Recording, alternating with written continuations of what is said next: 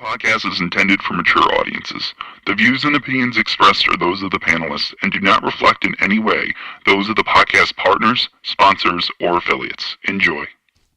Hi, this is Michael Buffer, and you're listening to the Voice of the People. Let's get ready for Boxing Voice. Every day I'm hustling, hustling, hustling, hustling, hustling, hustling, hustling, hustling, hustling, hustling, hustling. Every day I'm hustling, every day I'm hustling, every day I'm hustling, every day I'm hustling, every day I'm hustling. I took my L and I bounced back. I'm done with fucking losing. I'm done with trying to learn the sweet science.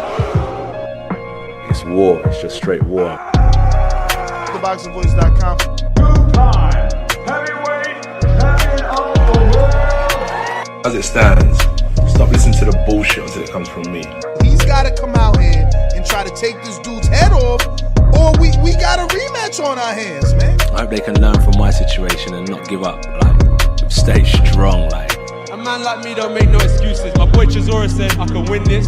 I let the cat out of the bag. Is I'm gonna whoop Usyk next fight. I'm gonna beat him. Let's go, champ. I'm gonna take away them belts from him. Look at him, y'all. And I'm gonna reign again to become 3-time heavyweight champion of the world. And the news.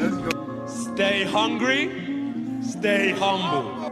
SDS Promotions. You know what I'm saying? Like, let's go, champ. Where's the rematch, champ? Like, I love that shit. What up, what up, what up, what up, what up? Welcome back, ladies and gentlemen. Welcome back to another edition of the Boxing Voice Radio. I am your host, Nesta Gibbs, and I do apologize. I am extremely late this morning. Stuff happens. But we're here to discuss the heavyweight division and all the action that took place this weekend between Anthony Joshua and Daniel Dubois.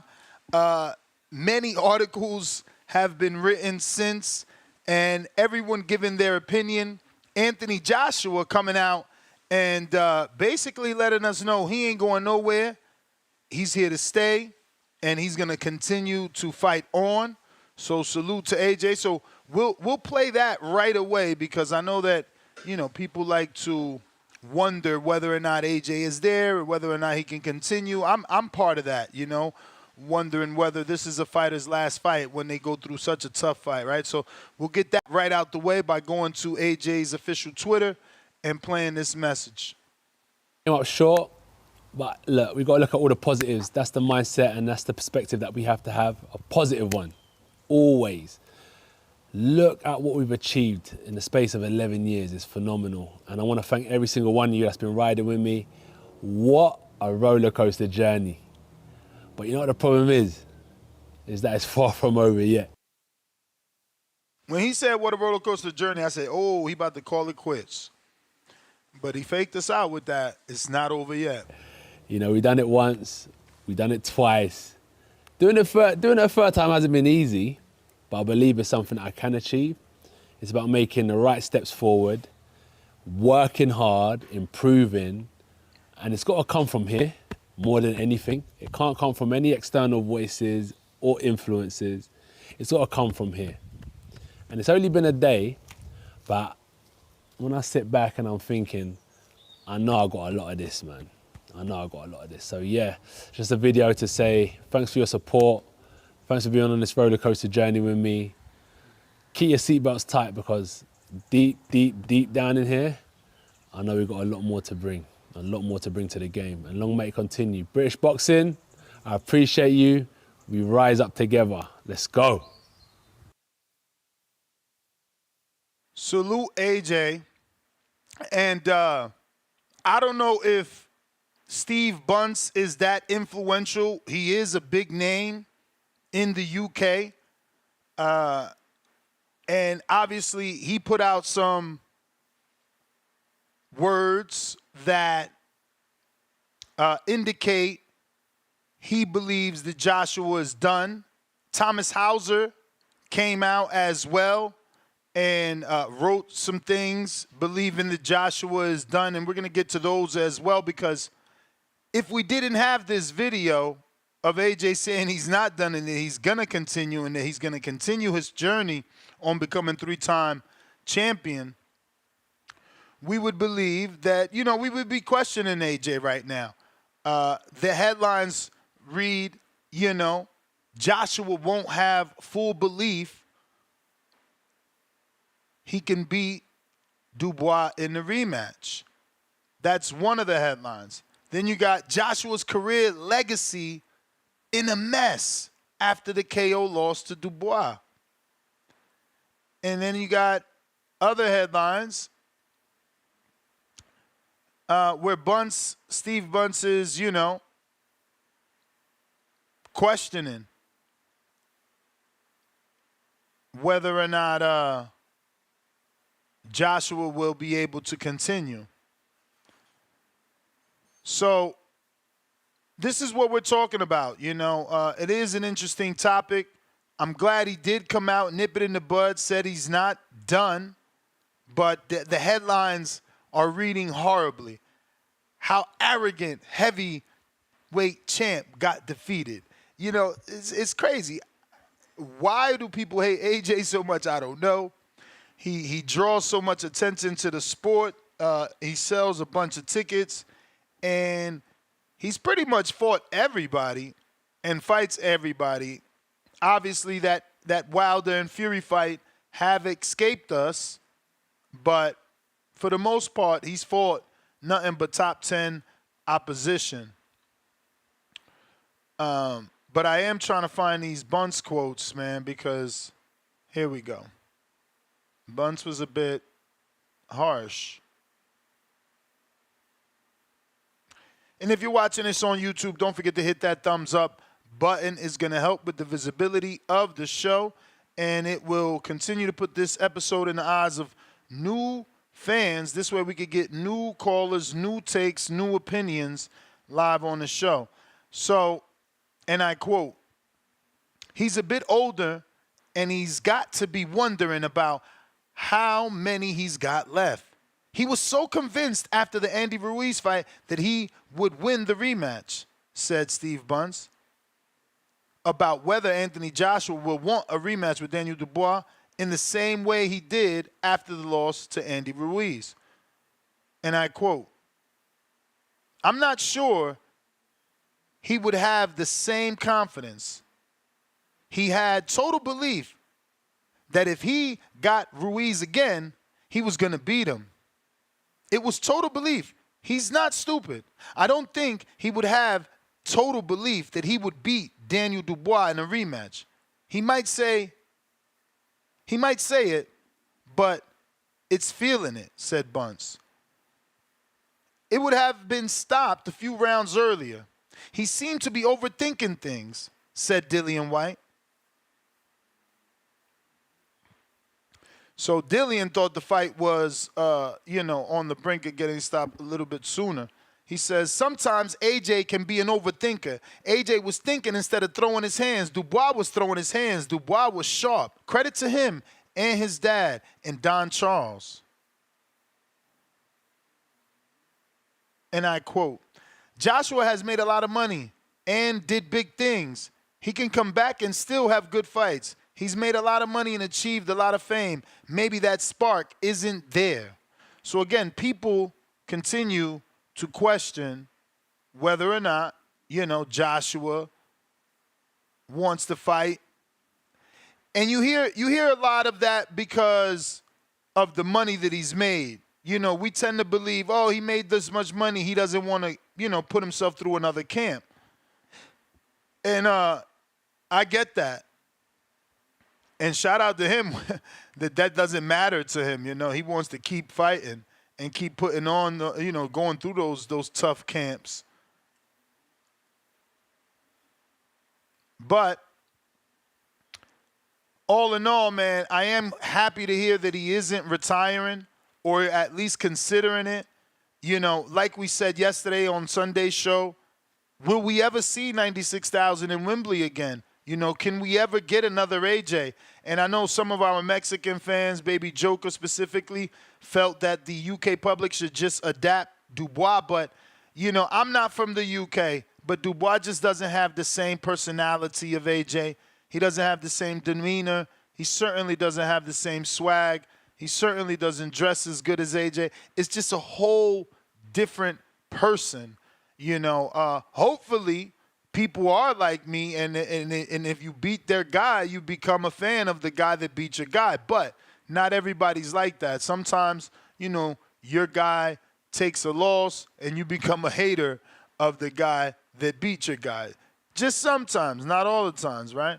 But sometimes. So, yeah, man. But Daniel Dubois, what's next for him? He put on such an amazing performance.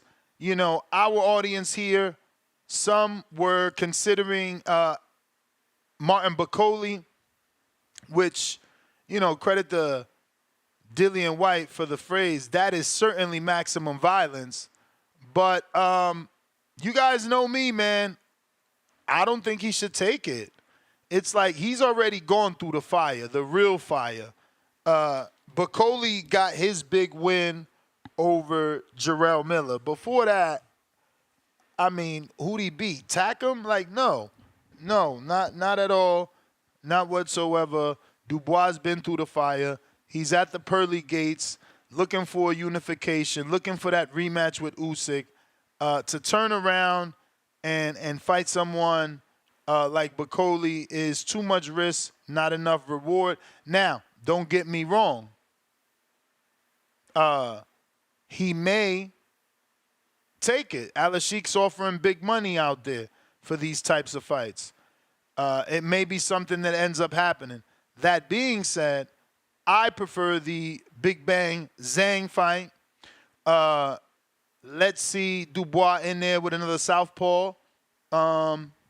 Let's see if he can retire Big Bang Zhang, who's 41, 42, maybe more older, but still obviously, fighting like a young man and, putting on spectacular knockouts. I just think it's a good fight. It's just as good as Bacoli and Dubois, except it's worth it for Dubois because Joyce is on that level. Zhang is on that level. He has beaten high-level names. He's been fighting even at a better positioning than Bacoli on Riyadh season. Bacoli's opening up the card. You know what I'm saying? Zhang's the main event. So it just makes more sense to fight Zhang. But I get it. Everyone got favorites. Zhang is one of mine, so maybe that's why I'm rooting for him. And you guys may, prefer Bacoli, who's fresher in your mind because he just got that win. Or did he? Yeah, he got the Jarrett win after the okay, so it's Takum and then Jarrett is what he got. I think that Bacoli has plenty of fighters. He fought Takum, he fought Jarrett. Next fight, good fight, Ajit Kababel. Ajit Kababel has been doing good. He deserves a big name, Those are good matchups to make. If I'm in the Dubois team, I'm just not signing up for that fight when we should be getting the winner of Fury Usyk. That's our destiny at this point. We worked our way there. No one is there. Dubois has a title. No one is in that position. And if Usyk wins, Dubois Usyk makes sense. It's I got the belt, you lost. I beat you. They didn't give me the win. This rematch makes sense. So, yeah, if I'm Dubois, I'm waiting it out. I'm waiting it out because you got the keys to the undisputed fight. These other guys want your position. They want your belt so they could have the opportunity at the undisputed fight. Those guys are contenders at this point. Former world champions, whatever they may be, but they're not in the position to be undisputed. You're in the Caleb Plant position. Now, granted, Usyk is already undisputed, but again, undisputed means something. Al-Ashik could be offering big money for that Dubois Usyk rematch for undisputed. First super chat of the day from ES, $5. No doubt about his heart. The problem is he has no chin or skill. It's funny because when it used to be Wilder versus AJ, it was Wilder that had no skill and AJ was this skilled heavyweight. Now, you guys are saying he has no skill. And, truth be told, I think he does have skill. I think that he just doesn't handle that pressure well. You know, fighting off the back foot isn't his thing. Why he does it, no clue. But he needs to be coming forward. When he's coming forward, he's doing better. Now, granted, coming forward is what got him clocked. But, you can't, you can't account for a counter, but what are you going to do? He got countered. This shit happens. And he landed two powerful right hands, and it took two of Dubois himself. Like, he hit him with that first one. He's on the ropes, kind of like a looping right, and then that short 6-inch right that was just picture perfect. The Axiom, $5. Give me AJ versus Wilder, Zhang versus Bacoli, and Dubois versus Parker. I don't know. I see, again, Dubois, you put him as the opener. He gets to fight Parker. It just doesn't make sense to me. This is what I'm saying. He's getting disrespected. He is the champion, but I do love your card. Maybe we just need to fix the order of things slightly. So, yeah, man, phone lines are open if you want to call in and voice your opinion. This is the Voice of the People hotline. I'm trying to get, some clarification on a few things so we can make a big Border Wars announcement. Something we've been wanting, but we're just waiting. But certainly it looks like everything is a go for this December. So if you want to fight on our USA Boxing Border Wars amateur event, make sure you have a USA Boxing book and contact me, man, so we could get you matched up early, and give you that experience to get in the ring and swing. We got G-Von on the check-in. What up? What's going on, Ness, man? Another beautiful day in boxing, man. Hey, shout out to Turkey for doing another big event. Even though like they took forever to get to the main event, I thought it was crazy that I get it that they didn't think that the co-main was gonna end so quickly, but fucking AJ was walking in like as the co-main was going on. I thought that was kind of crazy. But whatever, man. Look, man, AJ to me, he disappointed because I did say that Dubois had a good chance of winning it. And, I had it kind of 50-50, but at the same time, I was thinking Dubois could stop AJ. So, it was all things I was already thinking. But at the same time, I didn't think it was going to look anything like this. This looked horrible. Like, the thing is, AJ was doing everything wrong. He was pulling straight back, Ness, like straight back with his guard, like down. I don't know what that was about. He was looking like, some other people and shit that, like, just don't know what the hell they're doing. Like, you don't pull straight back like that. As he was pulling straight back, he was getting caught with some big shots, not even trying to block them. I don't know if he just didn't see him coming or what, because it was just crazy that he got caught with that first right, and I think he never really recovered from it because the rest of the fight, he was like, trying to keep himself up, using Dubois as fucking, as a support system.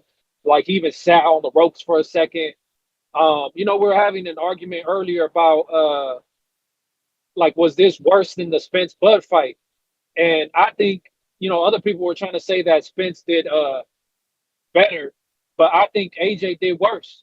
You get what I'm saying? Like, AJ, they're trying to say Spence did worse, right? But no, like, I think AJ did worse against Dubois. I would have to go back, but I'm pretty sure Spence at least won a round or two. Like, I had AJ winning 0 rounds. He got caught, got dropped. That ref didn't call that extra knockdown. That should have been a knockdown. I don't know. This was just a horrible outing by AJ. I knew Dubois could go in there and cause some damage, but not like this. AJ did have that one moment, but then again, my argument to, because people were saying, well, Spence never had that kind of moment against Bud, but we are talking heavyweights, though. One punch can change the fight. And AJ really thought he had it, got overconfident, came forward, and got caught on the way in. Because he did hurt Dubois, but, that changed very quickly, and he was out. Dude wanted to get up so bad, but his body would not cooperate. It was crazy to see. I I would really be surprised if he takes the rematch because people say that he did take the rematch against Ruiz, but Ruiz is a fat dude. Dubois is not that. Dubois stays in shape. It's a very different fight. You know what I mean? So I don't know if he'll run it back like he did with Ruiz. Man, but we'll see how that goes, man. Shout out to you, Ness. Now I think he's running it back because they got the rematch clause. They've been talking about running it back, and then he also confirmed that he's not retiring. So sounds like he's gonna be running it back.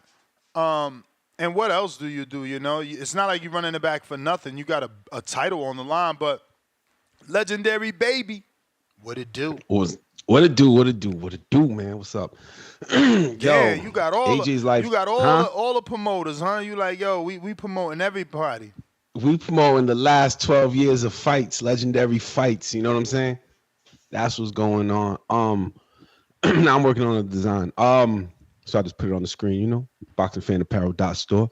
The movie, AJ. When I watched the fight, I was like, damn, AJ should have a movie before the fight started. I was like, damn, 96,000. You know, he got the Nigerian background, the street background. You know, he's been like holding titles taken from him. And then that night happens. And he then comes out with another video almost after. And correct me if I'm wrong. I feel like every time he wins or loses, the next day or that Monday, he puts out a video. And I remember he beat Andy Ruiz on the comeback fight, obviously. And he said something so nice, we had to do it twice. Remember that? Mm-hmm. And remember the whole like hungry in defeat and, you know, humble in victory, you know, that kind of shit. So, yo, he's a stand-up guy. I expected him to do way different like everyone else, as in better. And shit, I don't know, man. I felt like something was up behind the scenes that we don't know, or because he looked bad, you know, he looked really bad. You brought up Errol Spence. He did look like Errol Spence. I don't want to say worse, but I'm gonna say negative. Y'all disrespectful. How so? Because he hurt Dubois. Errol Spence never landed nothing like that. Okay, well, minus that. I'm just talking about the way he was in there, just looking sloppy. I thought they stopped the fight one time, but he was like really calling it a no fall. I thought that too when he waved it. And I seen that energy. I felt like he was very jumpy. Like he immediately, when the bell rang, he got into this lower squat, like bent knee position, and I'm like, why is he jumping so much? It was crazy. He certainly had nervous energy, which meant he lied about the sparring. What do you mean? What happened in the sparring? Well, he made it seem like he got the best of it. And him and Dubois sparred in the past. Yeah, but there is still an argument that he did because there's leaked audio of him in the corner right before the knockout calling Dubois shit. So even though we seeing Dubois bring the pain to him and landing punches, he telling Ben Davison that Dubois is shit. Now, I don't know. I mean, I don't want to say he's convincing himself because in that moment, you know, the lion is over. You in the ring, you know what I'm saying? So maybe he really believed it and just got caught. Maybe he really beat Dubois up in sparring and this time around got caught. He was doing good to me when he was coming forward. When he let Dubois lead, every time Dubois wasn't first, I'm yelling at the TV because Dubois had to be first. If not, AJ was landing on him. It was a good fight. I don't think it was anything like Earl and Bud. It was entertaining, but it was lopsided. You know, it was a dominant performance on Dubois' side, Triple D as they called them. You know, AJ, I don't know. AJ kind of had his face up all the time. It didn't look like AJ that I know. That's why I compared it with Errol Spence. Errol didn't look like Errol. So I get what you're saying. You know, from you comparing it from an aspect of they didn't look like like what you're used to them looking like. Exactly. I interpret it as he looked just as bad as Earl. So I'm comparing AJ's performance to Earl's performance, and I'm like, nah, AJ did better. He was slightly more competitive.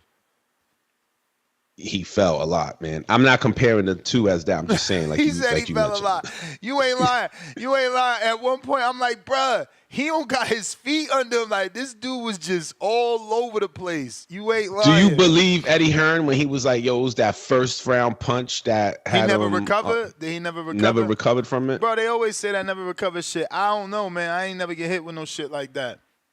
I could only assume, yes, he's not lying, that he never recovered. Because his legs just weren't there after that. Them shits was all over the place. They was noodle legs. They was noodle the legs. whole entire fight. He was noodle. Word. You know. Damn, And that ref was whack, man. That ref was like about to take a point because he thought he messed up on the count when he fell and didn't call it a fall. You know what I'm saying? Remember when he landed on the ropes and hit his hands on the floor, both hands? Yeah, man. It was a good fight, but not what I expected. Not even what I wanted to happen. You know, I thought Anthony Joshua was gonna win by knockout. So that plus money, whoever won, I know y'all could call in and celebrate. Word. You put money on Dubois? Nah. You did boast him. I boasted him. I ain't bet. I bet the only bet I made this week was DeVaco. Going the distance, and that shit didn't work out. And now you saying you don't want the rematch. The A side the champion should not take the rematch. I mean, I feel like, yo, that's not cool. Like, how the fuck they put a rematch clause on my man? He the champ. Man, you know, boxing is sometimes it's a popularity thing. Not sometimes, all the time. But, all the time.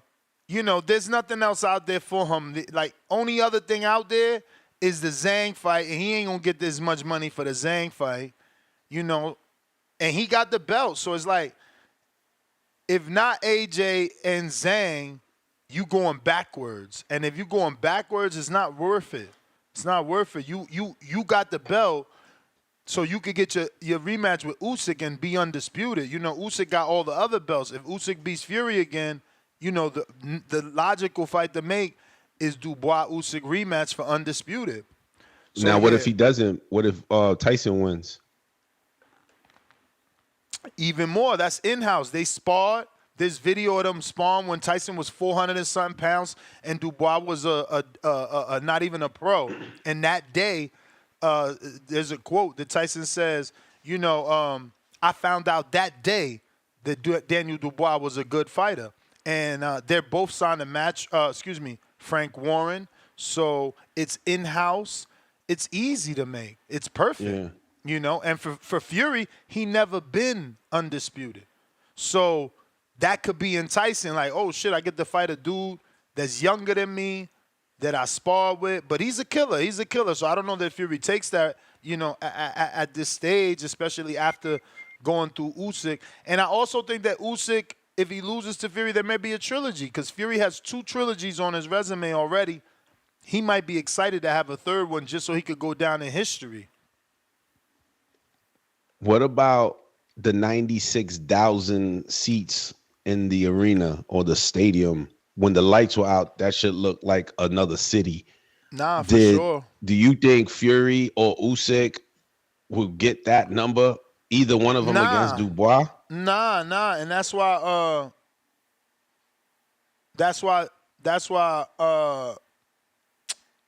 Fury was so mad ringside. What do you mean? Oh, because he would AJ would have been that fight. His opponent. Damn, so he's overlooking Usyk? Come on, man. I mean, you know, he it's 150. He's like, damn, this just cost me 150 million. Like, so, you know, he probably had a number that was out there that they knew, like, yo, if y'all could just get it together and make this fucking fight, this is what's on the table. Damn, that's a lot, man. I feel like Usyk can beat Tyson. 150 million. Can the Fury name ever go broke? I mean, obviously you can blow money, but I'm not talking about, you know, extreme dumb shit. I'm saying with 150 million plus everything he's already made, would the Fury name now be like, it'll just be like royalty for the rest of their life? Because, I mean, it's just so much money. The father obviously is going to invest properly, then leave things to the sons. And I mean, you can always. Yeah, I was gonna you can say have it's those gonna always crazy make sons, create income from that money. but you can always have those crazy sons that blow everything. But shit, Yeah, he leaving. yeah, He nah. leaving a hell of But a it'll fucking. probably be like 2 generations Yeah, before nah. it's blown. He leaving something behind for real. The $20 too. Like I only saw the main event. You know what I mean? And I Mhm. paid $20, and I had no problem with that. I was like, Nah, me yo, too. It felt good though, right? Didn't it Yeah. feel like, oh damn, only 20? Okay. yeah, I saw it. I it said felt 20. good. Oh, I could wait till later. You know what I mean? Yeah. No, I don't look, think I I want- knew it was 20 going into it, but actually Yeah, I remember. paying 20 for it felt fucking amazing, bro. Yeah, It that did. shit was a good feeling. And it felt like, damn, that was worth $20, that fight. No. At first, I was not Mm-hmm. happy. I was like, whoa, maybe my 20, I should have kept it. But that main event certainly Well, made it well worth it. I told you I jumped on when the concert was happening, and I was like, damn, how many, like, this is a full-blown concert. Nah, bro, that was horrible, bro. That was way too much. I don't know why he keeps doing it. We just complained about the Crawford one. What the fuck is wrong with this dude? He just don't be get hiring it. for himself, bro. Yeah, He but doing it like, for yo, himself. you can't, like, yo, this ain't the Turkey Al Sheik show. Like, you ain't putting on boxing for you. You talking about you want to make boxing good, but you only doing things for you. Like, we don't give a fuck about these musical acts. Who was that band, by the Man, way? who the fuck knows, bro? He out here wilding like we gonna connect with that shit, man. This is what I'm saying. The whole card was for the UK. That band was for the UK. I think that was like 02 or some shit. Like, bro, how the fuck you charging me for some shit that you not even making for me? You ain't catering to me. You not catering. Right. You got the promo video, a bunch of Brits singing fucking Sweet Caroline. What type of weird shit is that? But you want my $20. Come on, man. Then they say, Ness, you wildin'. No, I'm American. I'm American, and you only marketing and targeting the fucking UK audience. Sweet Caroline in your promo. Sweet Caroline in the fucking stadium. God damn, can we get something to make us relate? Like, I bought it because I'm a hardcore, but what about the casuals? Because it's plenty of motherfuckers that you know that didn't buy. Tracy Morgan ain't buy that. He ain't buy it. They How don't you know. know? Come on, man. Get the fuck out of here. How you know Anthony Johnson, man? Get out of here. If they confusing Joshua. Bud Crawford, my point is, if they confusing Bud Crawford for Kendrick Lamar, they confused him for Anthony Johnson. Fucking Reggie Miller called him Anthony Johnson. So it's like, who knows him over here? Yeah, that promo was weird to me in the sense it felt like a video game. It didn't read nothing It was about a boxing. movie. It was a movie. I wanted to be excited because everybody was dressed up. They had roles. It was costumes and makeup. But like a bunch of dead people singing Sweet Caroline makes no fucking sense. It looks a little bit like AI to me too. It was looked like a little AI. it was like Thriller meets Sweet Caroline. Like, man, get this shit out of here, man. That shit Wasting was my like, time. what's that? Not Mortal Kombat. The PS5 game with the war shit. That's what it reminded me of. Call of Duty? Like Call of Duty, yeah. That shit was I was crazy. like, what kind of Call of Duty meets Private Ryan type shit is this? I ain't get it. I don't know why they were singing Sweet Caroline in the promo. Cause like you said, man, it was catering to the United Kingdom, British boxing. Yeah, but everybody's like dead or beat up and bleeding. It made zero sense, bro. Yeah. Davey So Art, $5. Only a fool would pay to see Wilder box today. AJ got spenced. Damn, that's a thing now? Yeah, that's the thing. DC3, $2. Go ahead. I was just gonna say, I mean, I think they gotta elaborate a little more. But like I said, it's not what I expected to see. That's where I compared it with Spence. They saying Spence, like the way you saying, got his ass kicked. You know, 12 or 11 or 9. I mean, when I'm debating with you, you do have a point. Because, like, I'm like, oh, AJ ain't get beat up as bad as Earl. But you like, bro, he was all over. He was falling all over. And you're right. So it was just as many knockdowns, if not more. I think more. I think Bud only scored 2 in a knockout. And Dubois scored 4 in a knockout. Mm-hmm. We got DC3. Heartbroken, though. Heartbroken. DC3, $2. Anthony, quote unquote, I got too overconfident Joshua. CYP. CYP. Hold on. Looks like we got to reconnect. Yo. Yo, Yo. Let me know y'all hear me. We hear you. loud clear. Yeah, man, got goddamn lawnmower nigga back behind my gym. All right, look. Don't worry, UK. I'm not here to rub nothing in. I ain't doing it. You know what I'm saying? And the reason why I'm not doing it is because y'all been around me 5+ years now, and I always told you I didn't think AJ was that good. So when he gets his ass kicked, I don't really celebrate because I told y'all it's something about UK boxers, man. It's something about them. You get one good one out of every fucking like 1,000. You got Lennox Lewis. 20 years go by, you get Fury. The rest of them dudes be like locally good, and that's why he can lose to Dubois. Dubois could beat him, but if you thought about it, man, Eddie Hearn to me is really the reason why AJ gets so much slack. After he lost to Usyk, fighting Hellenius, fighting Franklin, fighting Ngannou, he picked them dudes because he knew he can get Dubois. He did that shit on purpose. So AJ can continue his career and make money. He can make money off of AJ because AJ is his biggest guy. That's what the fuck he been doing. And we don't never call that out. But if it was Tank, if it was Canelo doing this shit, we go crazy. Oh, he's cherry picking. We go hard on our own fighters, right? But we allow the UK just to fuck around to get along, man. Fuck around just to get along. I ain't mad at AJ, man. I like any fighter who go in there and swing and do your thing, man, and you don't bitch out. He did his thing. He just got his ass kicked. I'm not even mad at AJ, man. To be honest with you, dog, I like the way he fight. He just can't. He ain't gonna win them all. It is what it is, man. But one thing that bothers me about him is this motherfucker is known for making people champions. He made Andy Ruiz the first Mexican champion. He made fucking Usyk unified champion. He just made Dubois the first champion that in Dubois history. Like, God damn it, could you contact him for Border Wars, put the WBC belt on the line, and let me fight him? Because I'm about to be champion. If there's a belt on the line and you ain't never been champ before, AJ is the guy you want to fight. He's giving away belts. You get a belt. You get a belt. You get a belt. God damn, AJ? Said ain't so. But on a serious note, I don't know if he retire. He may be a lifer, and I told y'all about lifers last week. We call them lifers in track and field, where your identity is only what you do, so you don't know how to give it up. Roy Jones was a lifer. Manny Pacquiao's a lifer. I don't know if AJ's a lifer yet. I don't know if Wilder's a lifer yet.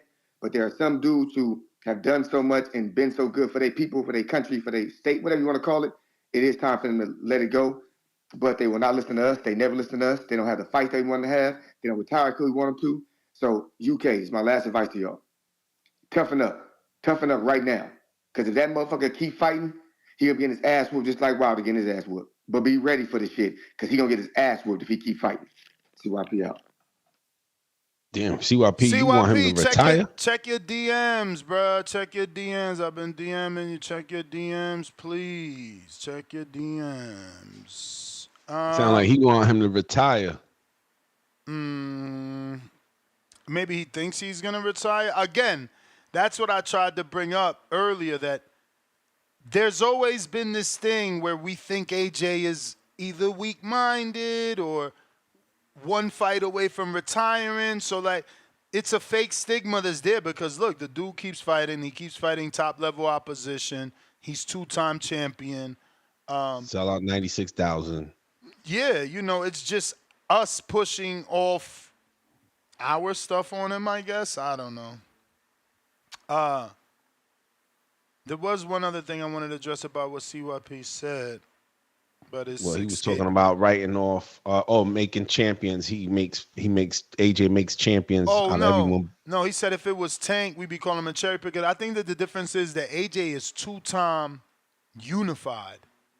So if, you know, he had one route to unification and got it, lost it, got it back. And now this new route was his third route to a world title. And yes, CYP's right. The opposition wasn't the best. Robert Hellenius, common opponent with Wilder. He took longer than Wilder. Wilder did it in one. Next fight was Oda Valeen, who was a sparring partner of his. But that's okay. Wilder fought Hellenius, who was a sparring partner of his. So then after that, he fought Ngannou. And, people would say, oh, look, this was a manufactured comeback because he fought his sparring partner. He fought Wilder's sparring partner. And he fought Ngannou. But that's just a narrative. Hellenius was good enough for Wilder. He's good enough for AJ.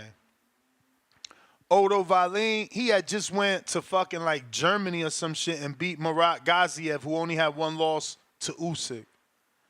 And Ngannou, we wanted Wilder to fight him.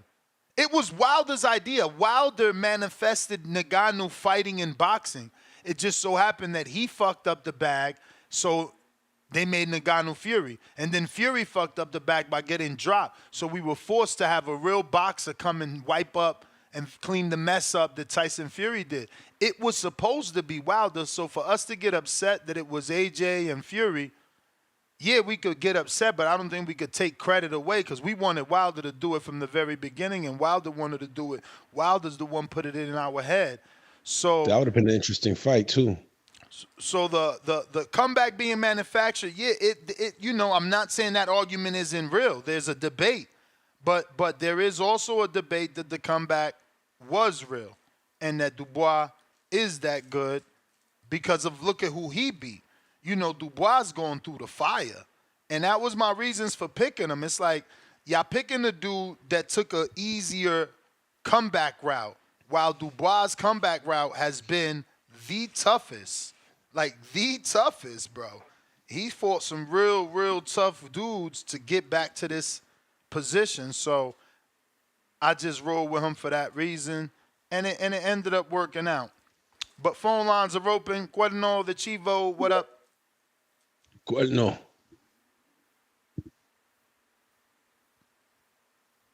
Yeah, I'm here. Hey, listen.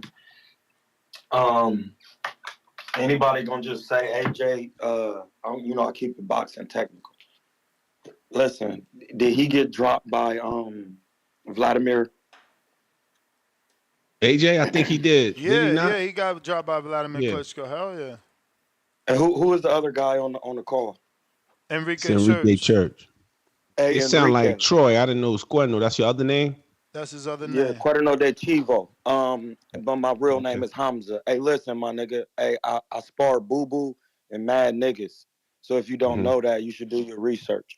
I ain't say you didn't, but I'm trying to No, understand you where said you that thought come I sparred from. Bud though. You thought I sparred Bud. I heard you. Nah, I thought you sparred Bud. I remember you saying being on the show talking about you. Never I don't said- remember where you from, no, Ohio or something like that. So I just thought Never said because I the way sparred you Bud. talk Never said that it. you sparred I never Bud. said That's it. all. I never said that. All right, well, correct. But the reason why AJ got his pack busted is because he just don't got no defense. He been getting hit with right hands, and this is why he didn't want to fight Wilder, who had the strongest right hand probably in history. That's a fact. So now we see why he didn't get in there with Wilder, because when Wilder, he kind of would have destroyed AJ's bread, and it would have been kind of like what Devin Haney's going through. But Eddie Hearn seen that he could market, a black man, no tats. He's a good marketable guy. You know what I'm saying? But that doesn't mean he can actually scrap. You got guys who are marketable, and you got guys who can actually fight. Bud Crawford was actually, now that you speak of him, was on the side of, he's really not marketable because he doesn't speak in the public, but he can fight. So you can market that at the end of the day. Is it going to get you the top pay? No. But it's going to get you some pay. The man never had, he's way too stiff. I noticed that with Usyk. His feet are stiff, he's slow, and what makes him that way is because he has no defense. Because you got to think, if Canelo had no defense, he would be kind of stiff. It's the fact that he bends at the waist and moves and pulls and knows how to move his upper body that makes him look not stiff. I'm starting to notice guys who look stiff is because they don't have the defensive fundamentals. AJ has never had defensive fundamentals, just for the simple fact that when he hit dude with a hard right hand, he was walking to him with his hands below his chin. I don't, that's not even, I don't know who training these guys or what they do, if they're even training seriously. But he was running to him, a hard puncher like Dubois, with his hands down. Got hit with the first right hand, didn't make any adjustments. Came in with the same. They said underneath, that means throw an uppercut. Why would you throw an uppercut when you're not even using a jab to gauge the distance? And when you throw an uppercut from that far range, it hit you with get you shot, get you hit.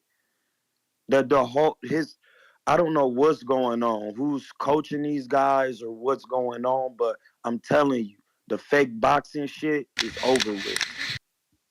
Guys who not knowing what they doing, that comes from bad coaching and bad listening. His fundamentals have always been You basura. may feel like it's your time, But it's Basura. not your time.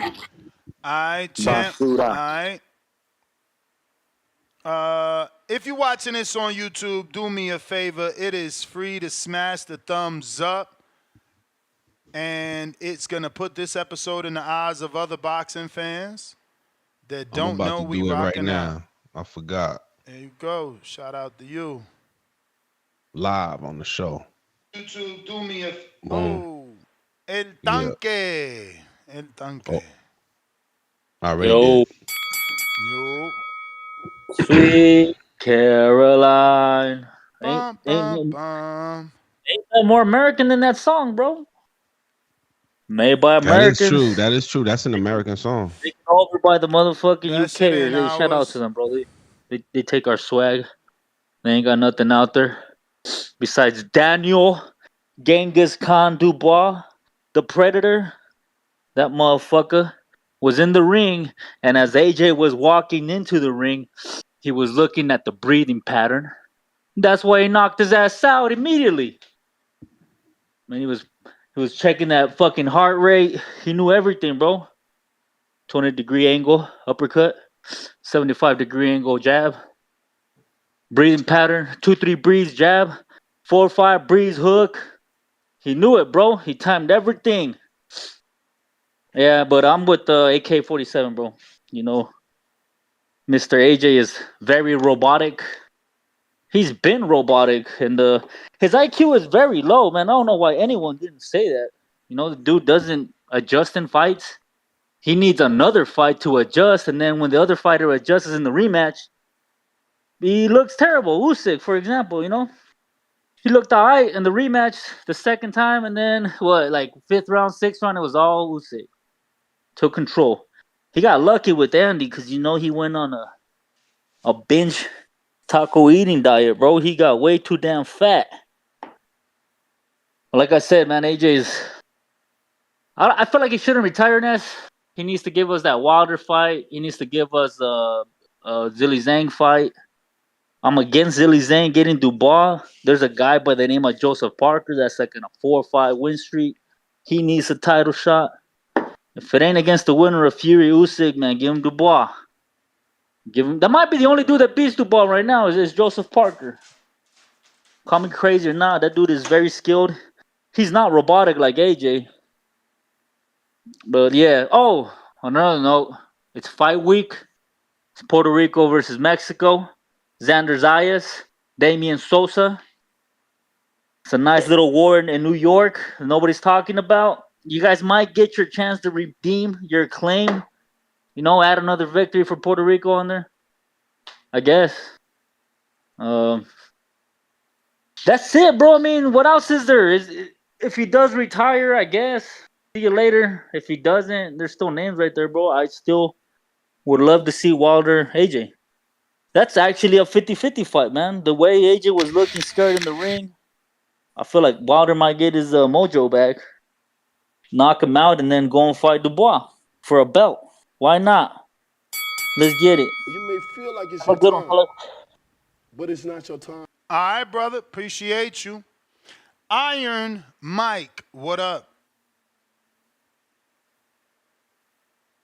Yo, yo, yo, what's going on, guys? What's up? Nothing, man. Listen, it was a great, eventful weekend, particularly with the fact that we had fights on Friday with Hyman. But this Joshua, this Anthony Joshua and Dubois, man, I just have to call a lot of your community disingenuous, man. I mean, they flip flop back and forth all the time. Like it's crazy. And I honestly feel like a lot of the people in your community don't really know much boxing. They just fucking watch it for the entertainment. Like it is heavyweight boxing. One punch can change the fight at any given moment. They expect dudes to just come back out the next round after getting rocked like Wolverine. Like not everyone is Tyson Fury.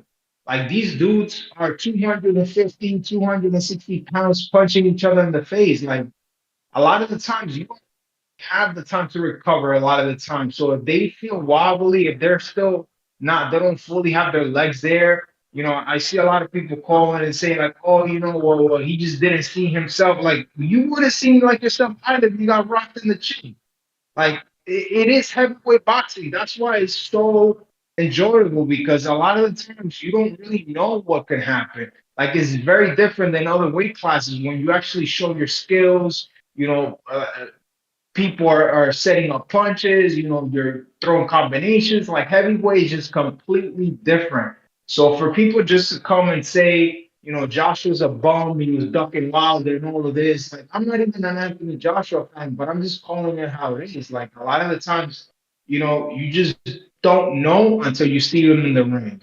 So we just got to give them props for giving us an exciting weekend. You know, it did seem lopsided, but there was other things that were in there. We also saw the ref kind of being very biased in there. It looked like that might have gone the other way, but nothing, man. It was exciting to watch. We glad you know they put us a show for us. But that's my bonus. All right, all right. Appreciate you. Cliff, Connecticut.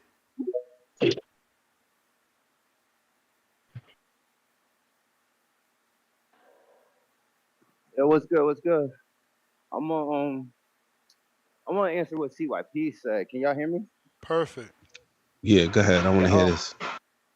Nah, he had a good point about comparing Canelo and Tank what we call cherry pickers. I'm in the gym. I'm a little out of breath. Cherry pickers that they did what Joshua did, but I don't feel that way because Joshua was coming off of two straight losses to a champ. So you gonna want to rebuild them. Like Tank and Canelo, they really just doing the cherry picking for no real reason. So they ain't lose. There ain't no reason to have to come back and work your confidence back up. You feel me? So it's totally different. So, but I think what we really should be looking at is Eddie Hearn giving him them weak opponents kind of tricked us Canelo did into lose, supporting. Oh, he did. You're right. You're right. and Took people Bivol. and people So gave him shit for you know they wanted him not that to you know. Anyway, go ahead. I forgot that. It almost like Canelo didn't lose. Like we just sweep it under the rug. But actually, you're right. But I still feel like it's different when you lose back to back. You should be able to build your confidence up. But what we should be looking at is the fact that Eddie Hearn tricked us into believing in AJ to the point where we were willing to support a big fight and even make him the favorite. But Ness, you didn't believe in it. You seen what he went through compared to Dubois, and you made the right pick. But I'm off that. I'm gonna talk about the Spence Wait, wait, beating wait, and the wait, wait, wait. You a betting guy. You tell me you ain't even make a little bet since I was so confident? Because you usually say that. yo Chamberlain killed all my tickets. But let Oh, me let's go with I told y'all, man, you yeah. listening to Timboski over me, man. That dude's a peon when it comes to this. Man, fucking, I didn't do no straight up bets. Everything was a parlay, and Chamberlain was the biggest favorite, so he was on everything. He killed it all. But Spence beating and Joshua's beating is equal. It depends how you want to look at it. You know what I'm saying? But the only difference is there was moments in the Dubois fight where I felt like I thought Dubois could come back or even win. I mean, Joshua could come back. He even could win. Even when he right before he got knocked out, I was like, oh shit, here it goes. It's heavyweight. Only one punch could turn it around. But in the Spence fight, I think we all could agree that we never thought Spence could win since the end of the first round. It was like, nah, it's just over. But I did feel like if the Dubois would have came, I mean, if Joshua would have came back, I wouldn't have been surprised. Like I was almost expecting it to happen, but it never did. Like, did you feel like he could come back? Like when you was watching I that, you did. thought it was I over. did too. I was like, yo, he's gonna Hell come yeah, back. he He's was gonna stop him. My dude, he was coming back. He had me shitting bricks when he hit Dubois with those two right hands. I thought it was heavyweight box. I thought it was over, but somehow Dubois leaning backwards, getting clobbered with a right, bam, lands that fucking uppercut hook type right of his own and changes everything. Then follows it with a straight little 6-incher. Man, that shit was Yeah. an amazing fight, an amazing fight. Yo, it was feel it like me, it's your but time. Joshua didn't look like it's a not pro your to time. me at all. Yeah, You know? again, he was very nervous, man. Very There was nervous. something that was up with He can't fight something off that behind the back scenes, foot. man. I don't know. There was something mental with that. That shit was not Joshua. He wasn't even setting up. He was getting hit with jabs. No defense. It was bad.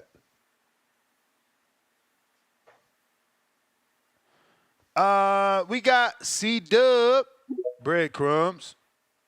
Breadcrumbs. Yo, how the audio? Straight. Yo, how the Straight, audio that's what's sound up, man. great. What's up, man? Shout out TBV, smash that like button, it's free. Do something with yourself. The Breakfast Club of Boxing, salute Ness, Enrique. You know, TBV community, we here. We here, man. You know, now they see why. It took them a while. It took people 8 years, but now they see why Eddie and Matchroom hid AJ from Wilder. Now they see why AJ was not offered in the $100 million contract with the Zone. Now we see why John Skipper admitted the Zone dropped the ball in the Wilder negotiations. The promoters, man, they smarter than y'all, man. You know, the fighters, they want to fight anybody. They not ducking. It's the promoters. They got a plan. They want to maximize their profit. They knew he wouldn't do the downward dog if he fought Wilder. He would be asleep in a coma. You know, you know, the UK, man, bum bum bum. They still singing Sweet Caroline right now, because you know Daniel Dubois still the champ, so they can still do Sweet Caroline. They might not do 100,000 in Wembley. How could you say that with such confidence, homie? They can still do something, man. You know what I'm saying? And it just you know, Mark Chamberlain. You know, they said, you know, like you said, and there's listening to Tim Boski. He used to say, give Mark Chamberlain a chance against Tank. He got a chance to beat Tank. It's just sad, man. They got to start reaching, man. They got to go with what they got. You know, the heavyweights, the light heavyweights. You know what I'm saying? You got Yard. We ready to see Yard and Buatsi now. That's what we want to see. We want to see AJ versus Wilder. Ready? That shit's stale. We've been waiting for that shit. Hey man, put it on the stale card. Make the pay-per-view better late than never title, and put AJ Wilder as the main, and then put Buatsi and Yard as the co-main. Better late than never, man. That's the title, man. Gonna do 1 million pay-per-view buys. Let's get it. Damn. You know, that's what it's gonna do. Enrique. What's up? Remember the dude we used to spar? I mean, not me, but more do me, I guess. I sparred him once. Alvin. His name was Vermal Jr. with the braids. He had the Mike Tyson style. Oh yeah. He showed on HBO once, I think. Yeah. Yo, he's fighting Mushin Kaysen. That's I believe that's one of the Rahman's brother, one of the Muslim brothers. That's crazy. I'm sorry, but I'm gonna give you all that time back. I mean, you know, if I don't say this now, I won't ever say it. This dude ain't that popular. We know him personally. He retired and he's coming back and he's taking on a tough fight. I'm pretty sure he's gonna get. I don't want to say it, but you know what I'm gonna say. You know. Yeah. Terrific is his corner, right? I don't know if he still is. That's crazy. Teflon Promotions. I never even heard of them. They just sent me this email. You may feel like it's your time. It's happening in New Jersey too, yo. Scottish Rite Auditorium in Cullingswood. I never even heard of Cullingswood. Where the fuck is that at?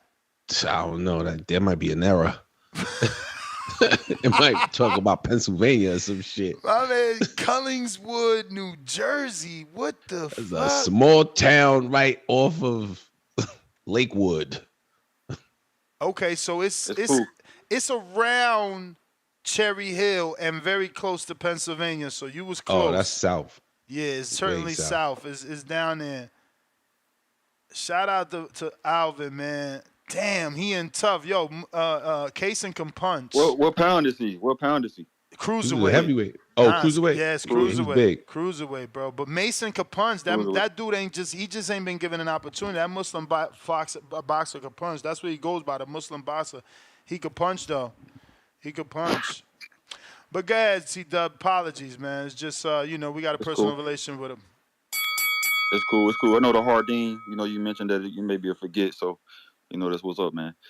Shit, yeah, man. The UK still got some hope, man. PBK, he did okay. I got some money with him. I did lose on the AJ the card though. I did lose on one of my bets with AJ, picking AJ to beat Dubois. I take some crow for that. Oh man, I thought the boxing. I thought he would stay on the jab. I thought he would stay long, keep it, and not throw an uppercut from goddamn Birmingham, Alabama when he in the UK. I didn't think he was gonna do that. That was kind of weird. But yeah, man, PBK need to find a way to make 154. He need to go to a nutritionist. He needs to do whatever he need to do because 160, it just ain't gonna work for him up there. Mark Chamberlain, let's not throw him away, UK. Let's not throw him away. He still could have a chance against Tank. We still could get that fight in Wembley.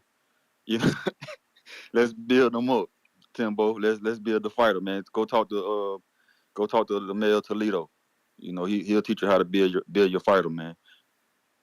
Just everybody see now. They through the smoke and the mirrors. See the trees through the forest while they hid AJ from Wilder. The right hand is the best punch that Wilder got, and AJ cannot get away from it. Someone that just can't move his head off the center of the line. Shit, I want to see AJ versus Wilder or AJ versus Zane. Either or. Let's see Wilder versus Ngannou. Let's get that. And then maybe we get to see Wilder and AJ. Better late than never on the card with Yard and Buatsi. Shout out TBV, smash that like button, it's free, do something with yourself. It looked like we ain't getting it, though. I was singing that song all yesterday and Saturday, but it just looks like AJ wants to get back. Like, the only way we get, like, right now is the perfect time. Wilder's coming off a knockout loss. AJ's coming off a knockout loss. Do it now. But if AJ takes the rematch and gets a win, then we back in a situation where Wilder needs a fucking win. They got to do it now. Ngannou, he'll get that win against Ngannou. Man, I don't even know if he could, bro. He looking like AJ looked his last fight. You know what I'm saying? Like, they don't look confident no more throwing these punches, man. You're right, man. Shout out to you, man. All right. I wish it was different, bro. Fucking Wilder was that dude, man. He I don't know what he need, bro. He needs something to learn. He got to get back to that right hand, man. Back to that right hand and that fearless Wilder. He's not fearless anymore. He took that ayahuasca, that's why. Shit, effed him up, man. It's ayahuasca. Wilder turned into somebody different. Shit messed him up. Need that fearless Wilder. You can't be having that other Wilder. That shit ain't gonna work in the ring. He need that Mark Breland Wilder.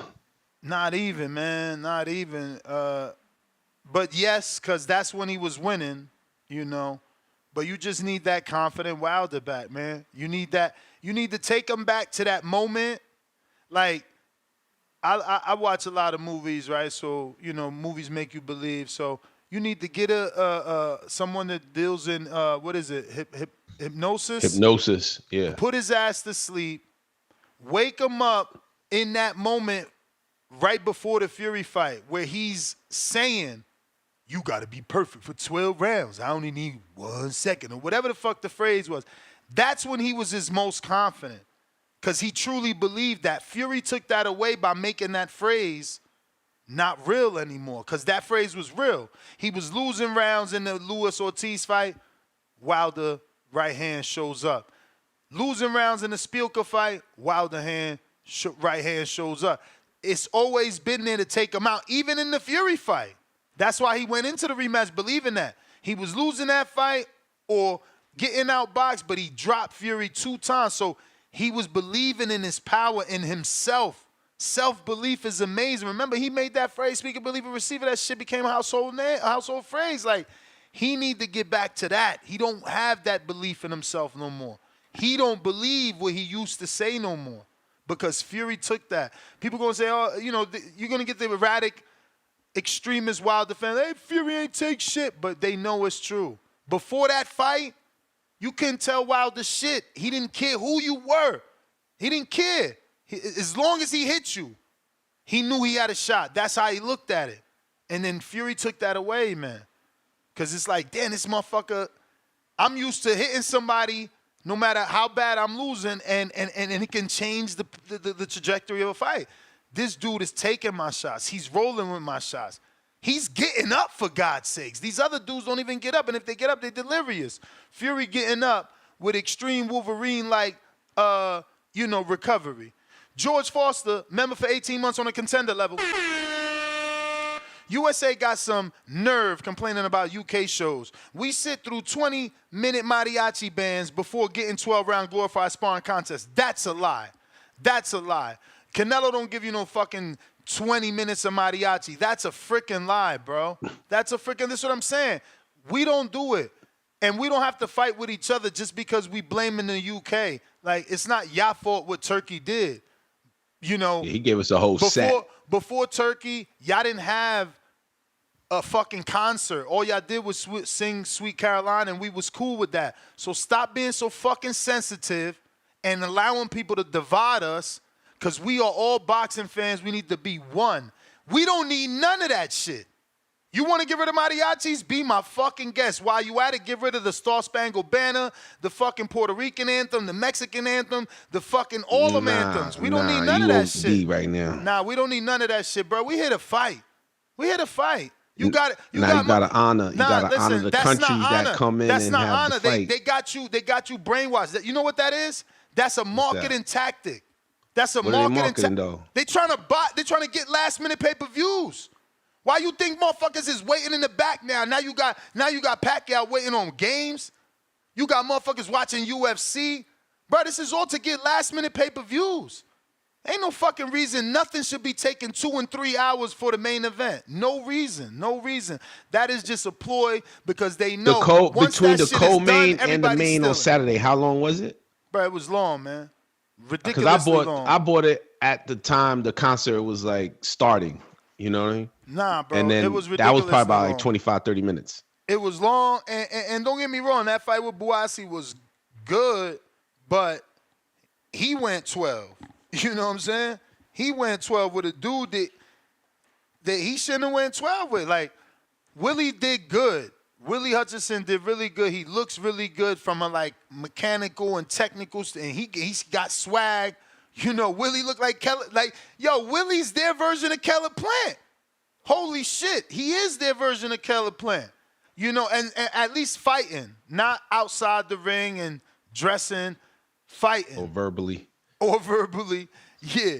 Willie is their version. What up, Marcos? Willie is their version of Keller Plant. You know, a white guy with hella swag in that ring, with hella style and technique. And maybe hella's a big stretch for Willie, but he do got skills. Because, Marcos jumped on at the right time. Hey, outside of Roy Jones Jr., Chris Eubank Jr., now it's Willie Hutchinson. You know, these are the 3 men to successfully land a triple left hook in a high-level fight. And, Willie's right there. You know, he got the skill. I could see it. Maybe they need to further develop it. And he certainly looked like he gassed. But that fight still went 12. So, they drug us out through the Buatsi fight. He's doing all this Bernard Hopkins and Andre Ward-like fighting. So if you're into that, you're into that. And if you're not, you're not. And then you get this fucking concert, and then you get these ring walks, and the pyro, and the fucking fireworks, and then you get the UK anthem. It's like, bro. All that for $20. Nah, man, don't say that. All that. Yo, it didn't bother me at all, except that I didn't know who the band was. If it was like Taylor Swift, I'd have been excited. Nah, I'm fucking with you. So I'm saying, like, let's say it was Wu-Tang or something like that. I'd be like, okay, this is dope. Or yo, that's Rihanna, crazy. Wu-Tang is out here. They got I don't want to say they got a residency. Yeah, I don't think it's a residency, but I think they hit for like 3 days. So we're saying Right. you're saying you didn't like the production? That was too much? Or what are you saying? No, Yeah, he's saying production it was production fine. overkill. Production was fine. I don't think that has anything to do with the production, because for boxing fans, when we talk about production, we talking about the filming of the actual fight. Oh yeah. You know, telecast. you talking. We're debating that we didn't need that ridiculous concert. This is the Don't second we? time. Don't we? Because I'm not gonna agree with that. But go ahead. You wanted the concert? Not that one. Not that concert. So you enjoyed the Eminem concert? Not the Eminem concert either. I did. So that's 2 for 2 that he ain't get I'm it fucking talking right. about like an artist that I like. Nah, I man, would enjoy it. We don't want that shit. You already got it wrong twice. You got it wrong twice. We don't want that shit. Yeah, in boxing, once you got And the energy. we said that shit the first time. How the fuck they do it again? We just right. You know how many people complain about the Eminem one? It was way too long. Then you do it again? You do it again? It Come also on, kind of man. breaks up the pugilistic energy that we're. You know what I'm saying? I was liking what you was going with. You was like, yeah, it breaks up the energy, and you're right. That's an does. absolute fact. I think the concert should be placed way early or way at the end. You know what I mean? Like after the main event. You ain't lying. Yo, Marcos hit it on nail on the head. It breaks up the energy. Yes, every fight fan, their energy depleted. They drained us. We sitting around moping, waiting for the fucking fight. That's not what you want. You want the fight fans excited. Oh, yeah, Anthony Joshua's coming out. Nah. Yeah. God damn, bro. What time is fucking coming out? Like, what the Yeah. Silly, man. Just Yeah, but if it was an artist you would appreciate, it would have been different. My dude, it won't matter. An hour But if you do the whole energy part of it, like, you break up the Rican, boxing energy, then that is a fact. There's something to do with mixing. I remember back in 2001, I went to go see Cedric Kushner put on this Night of the Heavyweights. I don't know if you remember this, Ness. It was in Jersey, Atlantic City. And they had Eve co-performing. This was when Eve was smoking hot with the Rough Rider. Who's that she was girl? Nobody cared because something about mixing it with boxing, the way they did it. It don't work. Let me tell you my experience. My experience is more current. And is a great artist. New York City, Rock Nation's in the game. Jay-Z and Rihanna come out to see, who the fuck was that? Andre Ward fighting in New York City, and they got Fabulous perform. I got almost every fucking album Fabulous ever dropped. B, Fabulous is Dominican. C, I'm from the tri-state, he from New York. He's Dominican? And that shit still was ass. Yeah. Come on, fam. Like, just don't go. Yes, the culture's intertwined. Yes, hip-hop likes boxing. Boxing likes hip-hop. Yes, we do ring walks with hip-hop artists. Yeah, we don't need your concert, though. It ain't never work. It ain't never work. Because the ring walk is like, it's featuring the fighter. It's not, it doesn't really. But, maybe he's trying to even out his budget, get people to come see the performance too. For sure. I don't know. Oh, for sure. That was an internet debate. That the tickets sold, the 96,000 was sold because of the concert, because of the O2 people or whatever that group name was. Nah, because Tyson Fury did sold that shit out when he fought. Who did he fight there? Somebody recently, like it was Chisora. You sound bananas. Tyson Fury never did no such thing in Wembley. Tyson Fury just fought in Wembley, didn't he? Either Chisora or I'm pretty another sure dude. Tyson's White. never done 90 nothing in Wembley, but I'll Google it. Nah, I'm pretty sure Tyson Fury did the same thing. I think it was against Chisora within the past 3 years. I mean, I'm bringing on Brandon. He knows these type of things. Yeah, I could be wrong, but I'm pretty sure I remember that. 96,000, Marco. Can you hear me? I hear you, brother. Brandon Houston, what is up? He was fighting Fury. He was fighting Dillian White in the stadium. When he knocked him out with that uppercut, then he pushed him. But I don't know how many people were there, though. That was a sellout. I don't remember how. It damn sure wasn't 96,000. That's for damn sure. Oh, shish. Credit to my boy Marcos. Marcos knows boxing. 94,000. Today's your day. 94,000 fans. That's still less than fucking AJ. Nah, that's crazy. 94, that's fucking crazy, man. Hey, shout out to Wait, but AJ Fury just and did Dillian White. 96, man. What you For saying? real. Well, I knew he had sold That it was the out. That's longest all, ring walk I ever seen. I've never seen a ring walk Hey take that yo, long. That and, was, and Fury did that all on his own. He ain't had no fucking O2, and and that was my he point ain't of had Billy saying it. Joe Idol, and he ain't have who else these guys had? They had the And Beatles that's there my too. point of Joe saying it. Idol. They had You the don't need Beatles that. there. They had the Beatles yesterday.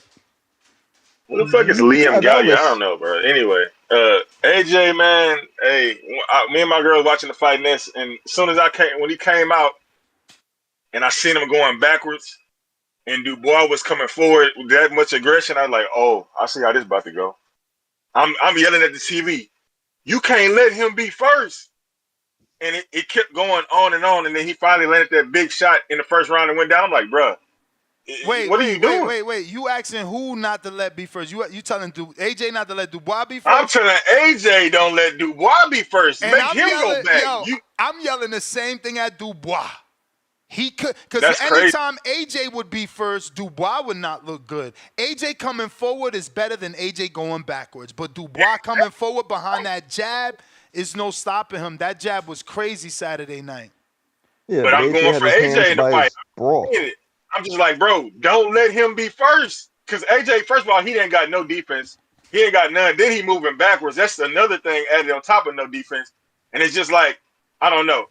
I know AJ got a lot of pressure on him because he's like, that popular and, and he tried to put on the good faceness. You know how he switched his whole attitude up. He stopped smiling. He stopped It was being, working. joking. He had a serious face the whole time. But we noticed in the ring when he got hurt, you know what he did? He looked into the crowd. I don't know who the fuck he talking to, and started smiling in the crowd after he got knocked down.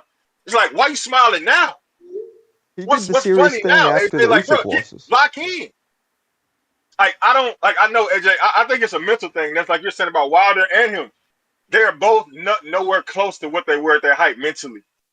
Like they can try to talk themselves into it as much as they want to, but that version of AJ, that version of Wilder, they no longer exist. We just got to accept it. Malik Scott got him got Wilder trying to box and move around in circles, counterclockwise. He doing spin moves in the ring. It's like, who are you? Where's the Wilder that we know? The one that don't give a fuck. Hey, you can do, like you said, 12 rounds. All I need is one punch. They gone, Ness. And even though I still like to see the fight, it'll never be what it was supposed to be. Because AJ's mentally gone. Wilder's mentally gone. Agreed. And just, unfortunately for us, it's over with. Agreed. It just is what it is, man. They waited too late. The milk is expired. The milk is spilled. Yeah, but that fight is still good versus each other. Nah, man, it's still like two on deer the caught in undercard or headlights. something, right? I mean, we'll take it. It ain't. I mean, who's gonna pay for a pay-per-view just starring that? They got to be on one of these turkey cards. Maybe it ain't gonna happen this year. There's no way AJ's coming back in 2 months after that. So it got to be sometime in 25, maybe mid 25 on another turkey card. Because Wilder got knocked out in June on June 1st. AJ just got knocked out the other day. That's September. There ain't no way they're coming back in December, or he's not at least. Yeah, come on. Maybe Wilder come back, but I don't know, man. I don't even see it lining up now. Especially if you take the rematch, like it ain't happening, bro. It's not happening. I hate to say it. But Wants to that's my see those call, two man. It was Bambies a great fight. fight, though. It was a great fight. All right. We got TM, $5.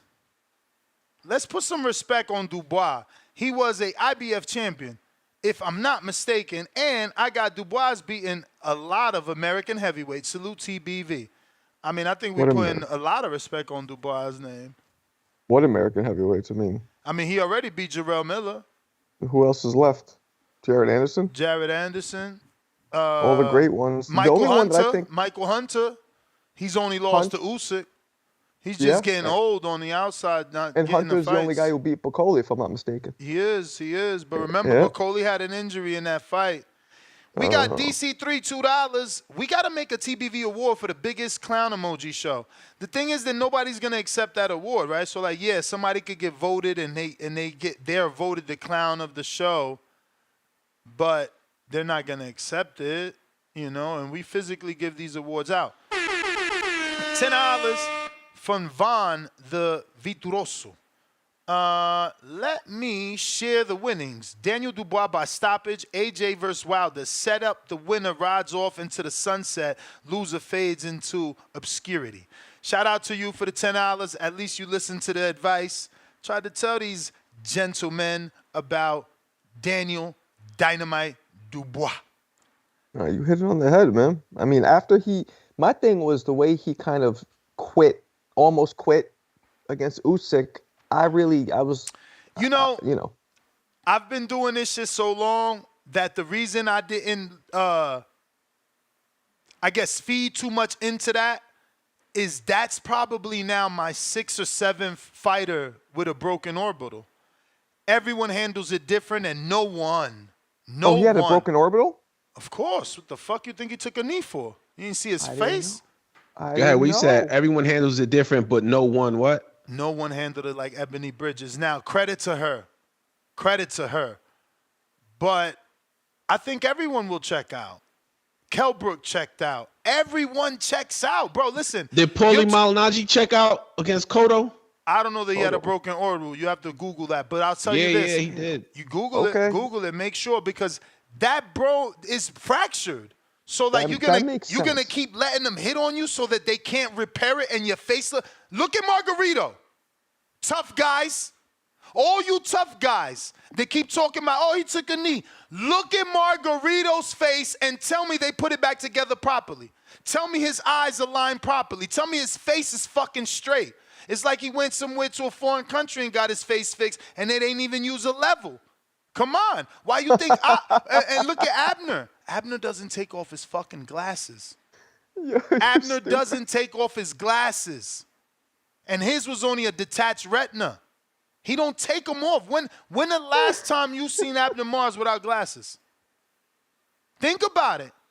Think hard. Like, bro, no one. Shout out to Ebony that she went through that fight with that and still looks like she looks.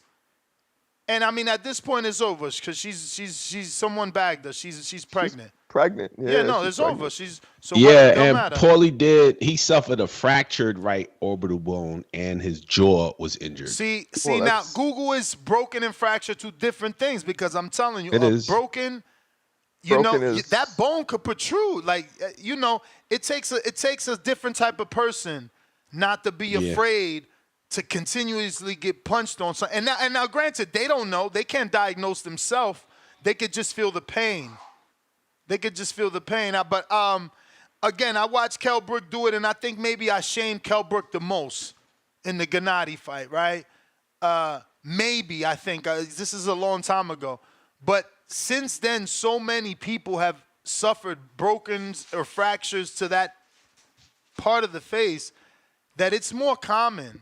And you start to see. Joyce did it to Dubois, not Usyk. Yeah, Joyce is the one that jabbed him up and broke his face. So I'm talking about Usyk. So you're saying that he reacted that way to Usyk because it was residue from the Joyce fight? If you look at that left eye, I think that was reoccurring. Wasn't that the left eye again? He went down from a jab. I'm going to pull up a picture. He went down from a jab, but didn't look that hard, and then just fucking tapped out. So I'm going to pull up that picture. Let me get you a call. Hawk, Maryland.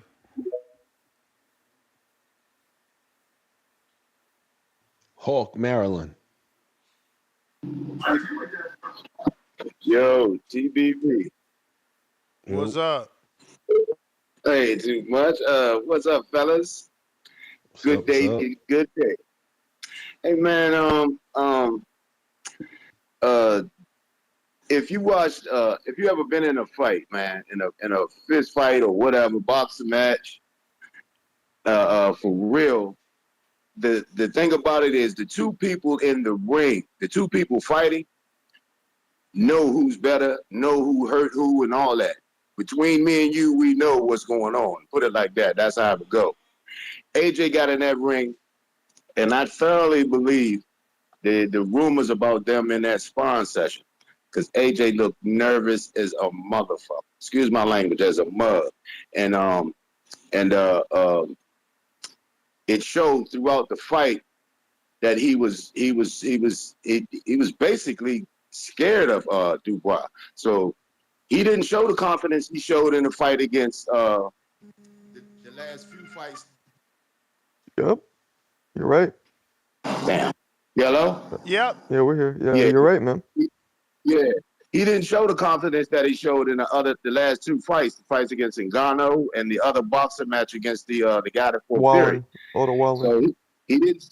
Yeah, he didn't seem like Wilder. Wilder looked like he mentally checked out way back fights ago. But no, AJ looked like he was scared of this opponent. So when you in that ring, if you ever been in a boxing match, for the people that actually fought and been in fights, two people know what's going on when they're in that ring. And AJ got in that ring scared. He got in that ring. He got in that ring nervous from the jump. Because when he got him hurt, he go running over there to throw an uppercut, and I couldn't believe it when he did it. So, but just watching the fight, he was uncomfortable before the opening bell, and even at the weigh-in, he asked the crowd to pray for him during the fight.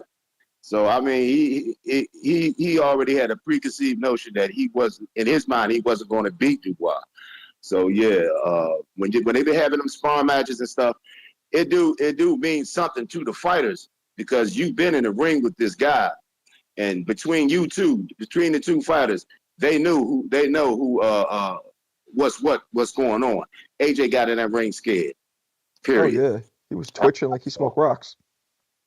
Yeah, he was scared. He got in that ring, so I know that that story about them sparring was true. He got punished in that sparring session, and he looked like he just could not pull himself together. It didn't look like You may feel like it's your time, anyway, that's my fault, but it's Ness. not your time. I just felt like the crazy thing about AJ was he almost looked like he lost years of experience. Like he suddenly went to having his hands here, putting his head back. Yeah. No, was- but I think that comes from that nervous energy, you know, that pressure that Dubois put on him. Those jabs were landing like a battering ram, you know. So he lost defense from nervous energy? Look, Fuck yeah. It happens. Like I've been Hell in there yeah. times where like I didn't want to be in there when I was younger, and I'm back, and I'm trying. You know, it happens. But Bro, he it's came weird out to lose automatically experience. as a heavyweight. He came out on the back foot. Like, But his hands down and head back was the real questionable. Like you've trained not that for me, out of bro. your system. The minute I see him come out and wait on Dubois and then react backwards to that, I said, "What the hell?" Yeah, he was jumpy as shit. Super jumpy. I didn't understand it. And the hands low is the weirdest thing. Yeah, but that was later on, because remember, he came out like super alert and high guard and just like jumping. It's just like, why are you so nervous? Yeah. Damn, But so again, y'all we making didn't- it seem like Dubois ain't all that good then. No, Anthony was just no. Back in the nervous. day and when My scared. dude dude, would be what do you like, mean? "What?" What do you mean? It's Dubois that put the fear of God in him. It's Dubois that shook him up. You talking about he ain't that good. He shook up for a reason, and then you seen why. Because when he touched you, it hurts.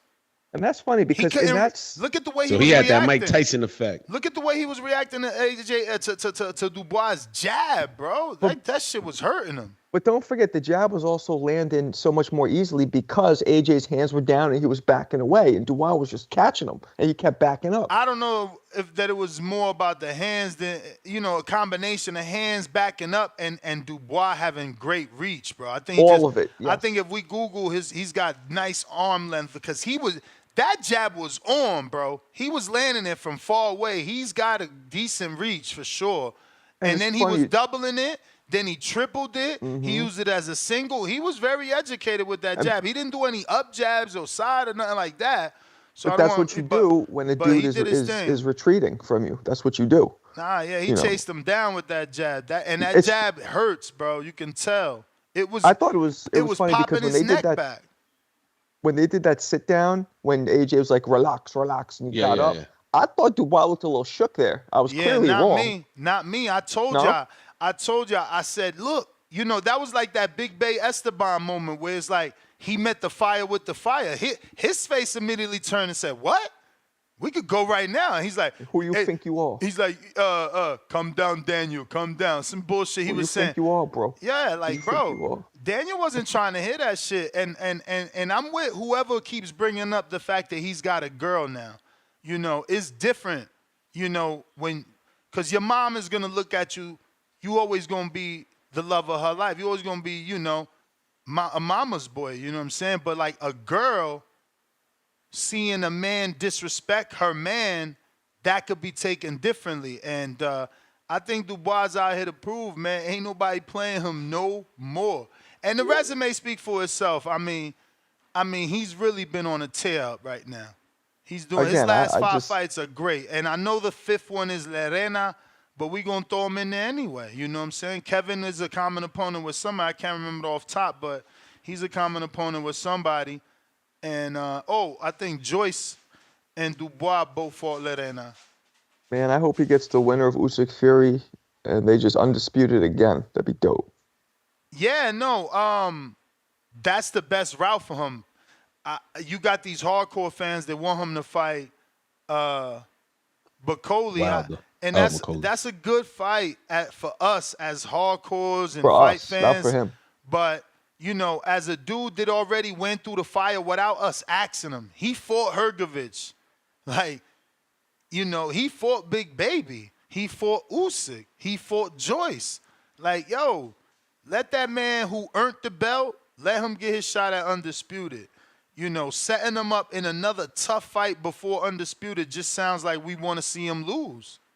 I also didn't realize how big he was. Like his back, he was wider than AJ, and AJ's a wide dude. Nah, but he was a little shorter. you but know he was Dubois. like, You should have known Dubois was gonna have a wider back. You don't see where his shoulder. He's like a fucking hanger, bro. I see it now. His shoulders sit so high and wide. And Yeah, shout it's like out a to pit him. bull. They show actually him doing calisthenics.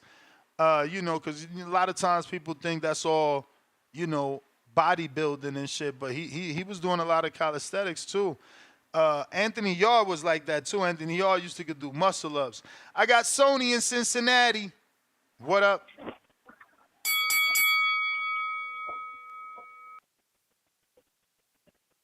Sony.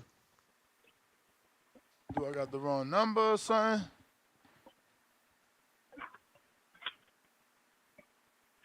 Sony in Cincinnati. All right, he don't hear me. He probably gonna be listening to this on. Yo. Oh. Yo. Yo, is this not Sony? It's Sunny. Nah, this ain't Cincinnati, cuz. Oh, Sunny. Okay, I got it down as Sony. My bad. Yeah. Sorry we good about that. money, And man. you Shout out in TVZ, Boston? fellas. Yes, sir. All right, apologies. Yeah. what up? Talk to us. Yo, I think trying to put Dubois in front of the winner of Usyk, Fury might be jumping the gun just a little bit, only because as a boxing fan, if we see Fury come back, get the dub over Usyk, do we not want to see the trilogy, see them run it back? I mean, I'm happy to see him fight either one of those dudes.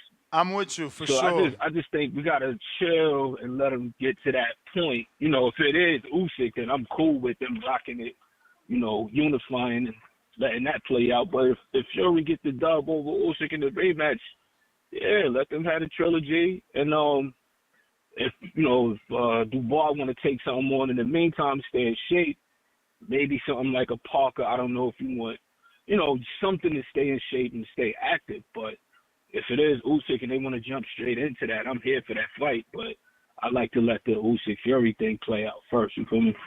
Yeah. But yeah, man. Other than that, though, you know, the Bacoli thing, I agree with you. Ain't no sense in putting him in front of that. Like you said before, I like to see Big Bang with Bacoli, and let those dudes mix it up, but not Dubois right now. You know what I mean? I think he's got something better, something brighter in front of him than to just get another monster in front of him like Bacoli. But yeah, that's the call, fellas. I appreciate y'all, man. Shout out TBV. Shout out to you. So if Fury washes Usyk, we still want to see a rematch? I mean, it's hard to answer that, bro. It's hard to answer that. You know, the easy answer is no. He will, you know, but it's 1-1. It's 1-1. You know what I mean? Yeah. That's all you need for grounds for a rematch. Yeah, it's true. We got Mr. Perfect Counterpunch. Perfect. Did he say Fury gonna wash you Usyk? He said He asked. if. He hypothetical it. If. Man, Fury been wanting to retire after the Wilder fight, bro. Turkey just came in, he started stealing money. He been wanting to retire, bro. He really supposed to have 2 losses, you know what I'm saying? But it's either here or there. But yeah, I think he been wanting to retire. I think he just fighting for the money now. Usyk gonna beat him again. I want the Usyk and Dubois again, man, because I don't think that was fair for Dubois in that fight. I think it was a draw, but nah, he knocked him out with. It would have been a draw to me. But I think it's just me, bro. But every time, and Turkey ain't do no concert at the UFC, just to let everybody else know.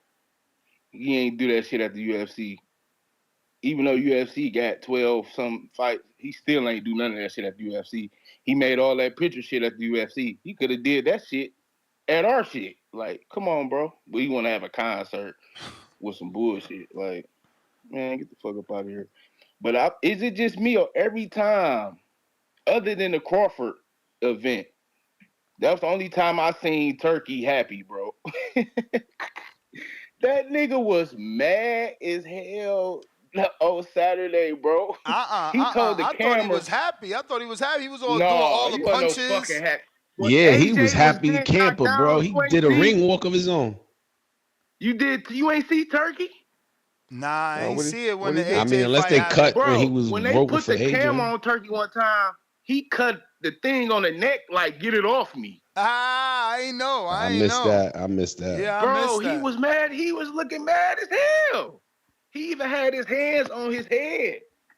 He Bruh, it's had his because But hands on you his talking head, about bro. after the fight when it's because when he AJ learning. lost? It's because he learning on the fly Yeah, he that is. boxing is the Yeah, unexpected. And he been it dying to make is, bro. certain fights, and it's hard to make Yep, them because these dudes can't yep. win. Yeah, And it's a when he bet. It's a big bet too. and when he Expensive mad, bet. yep. And he paying all his money, so I know he getting like a little mad, bro. But don't you think when he mad when that 5-0, The 5-0. he was mad at that 5-0. Didn't all the A side lose? I can't remember. I Oh, the forgot what it 5-0. was. I got you. Yeah, he Yeah, the was mad five at the five and 5-0. 0. He was mad at that event too. But he was smiling, taking pictures with everybody. But he was mad at that too. Cause Because that all was his fighters AJ Fury money lost. yeah, boom. Just like that. And then he was mad when Ngannou did that to Fury. Like, bro, Turkey been getting mad. I think he only been happy at the Crawford fight.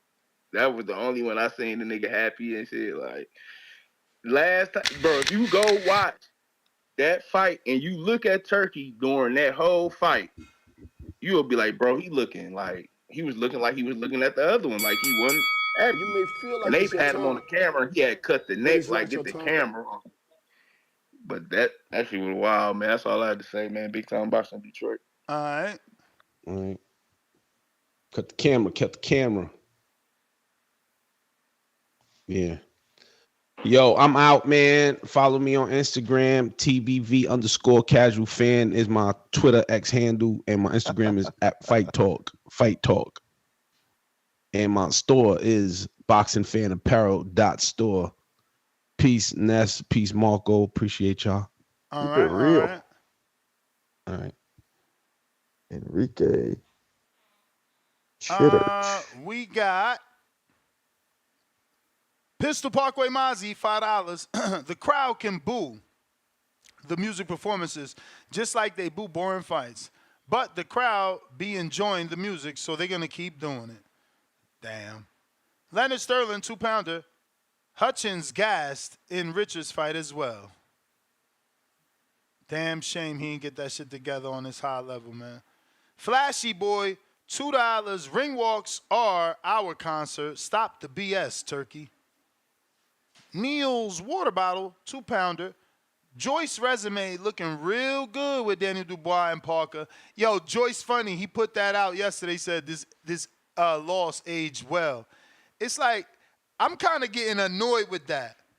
I am. Like, all these dudes that beat somebody in the amateurs posting pictures. You seen Solomon Dakari post a picture of Dubois to I beat him in the amateurs. Let's do it right now for the belt. It's like, my man, you still a fucking prospect. You know what I'm saying? Like, yo, stop getting ahead of yourself. Like, you did something. Amateurs is amateurs. You know, you get your credit. You get your respect. But that is the fucking amateurs, bro. When that headgear go off and Dubois hit you with that real right hand, you going to wish you was in the amateurs. Big Nick, 10-pounder. AJ showed zero defense and zero composure. Good news is he was so bad he can only be better in the rematch and knows he can hurt Dubois. Difference with AJ and Spence is one ran from the rematch. Hashtag Eubank versus Smith. That is true, man. AJ wants his rematch, bro. And that's the thing. We keep questioning this dude, you know, and I say we because I put myself in there because I've done it in the past, but, like, y'all do it more frequently and consistently. Y'all question this man, and, like, he takes rematches. He fights top-level opposition, but we still question him every time out. Anthony Sims, what it do, champ? What's going on, man? How are you? Do you got any headphones so we don't get any feedback? Because we're certainly getting some. You got some headphones in here? In the meantime, in between time, what's going on, champ? I know that you got some things What you up? want to get off your chest. What up, Oh, Anthony? absolutely. What's going on, man? How you doing, brother? Chilling. You're not supposed to hop on with you yesterday, but things happen, man. You know, things Yeah, happen. I know. We'll do it another time. It's all good. My wife is running upstairs to get some headphones, but in the meantime, man, let's get to talking. That's So I seen that you posted that you're being avoided. Yes. You want to give some specifics? Let us know what exactly is going on, because you were with Matchroom once upon a time, and now you're not with anyone, correct? Yes, I'm a free agent as of right now. So I yeah, got you. fill us Wait till I in. get these headphones. Yeah. Nah. If I don't talk, there's no feedback. Okay, until got you you. get them. Got you. All right, where you put this in? All right. Oh yeah, they all got wireless headphones. Well, with me, I was being avoided. Here, you got this. I was being avoided because of my record and my background in boxing. I have 23 wins, 2 losses, 20 wins by knockout. There's no reason why I'm not fighting or active or, in the mix with all these other light heavyweights. If I can be beat easily, throw me in the mix. I have a great record to build off of, but that's not the case. I'm high risk and low reward. So that's basically, we don't want to fight you. You have a great record, but you have too much. We have too much to risk fighting you.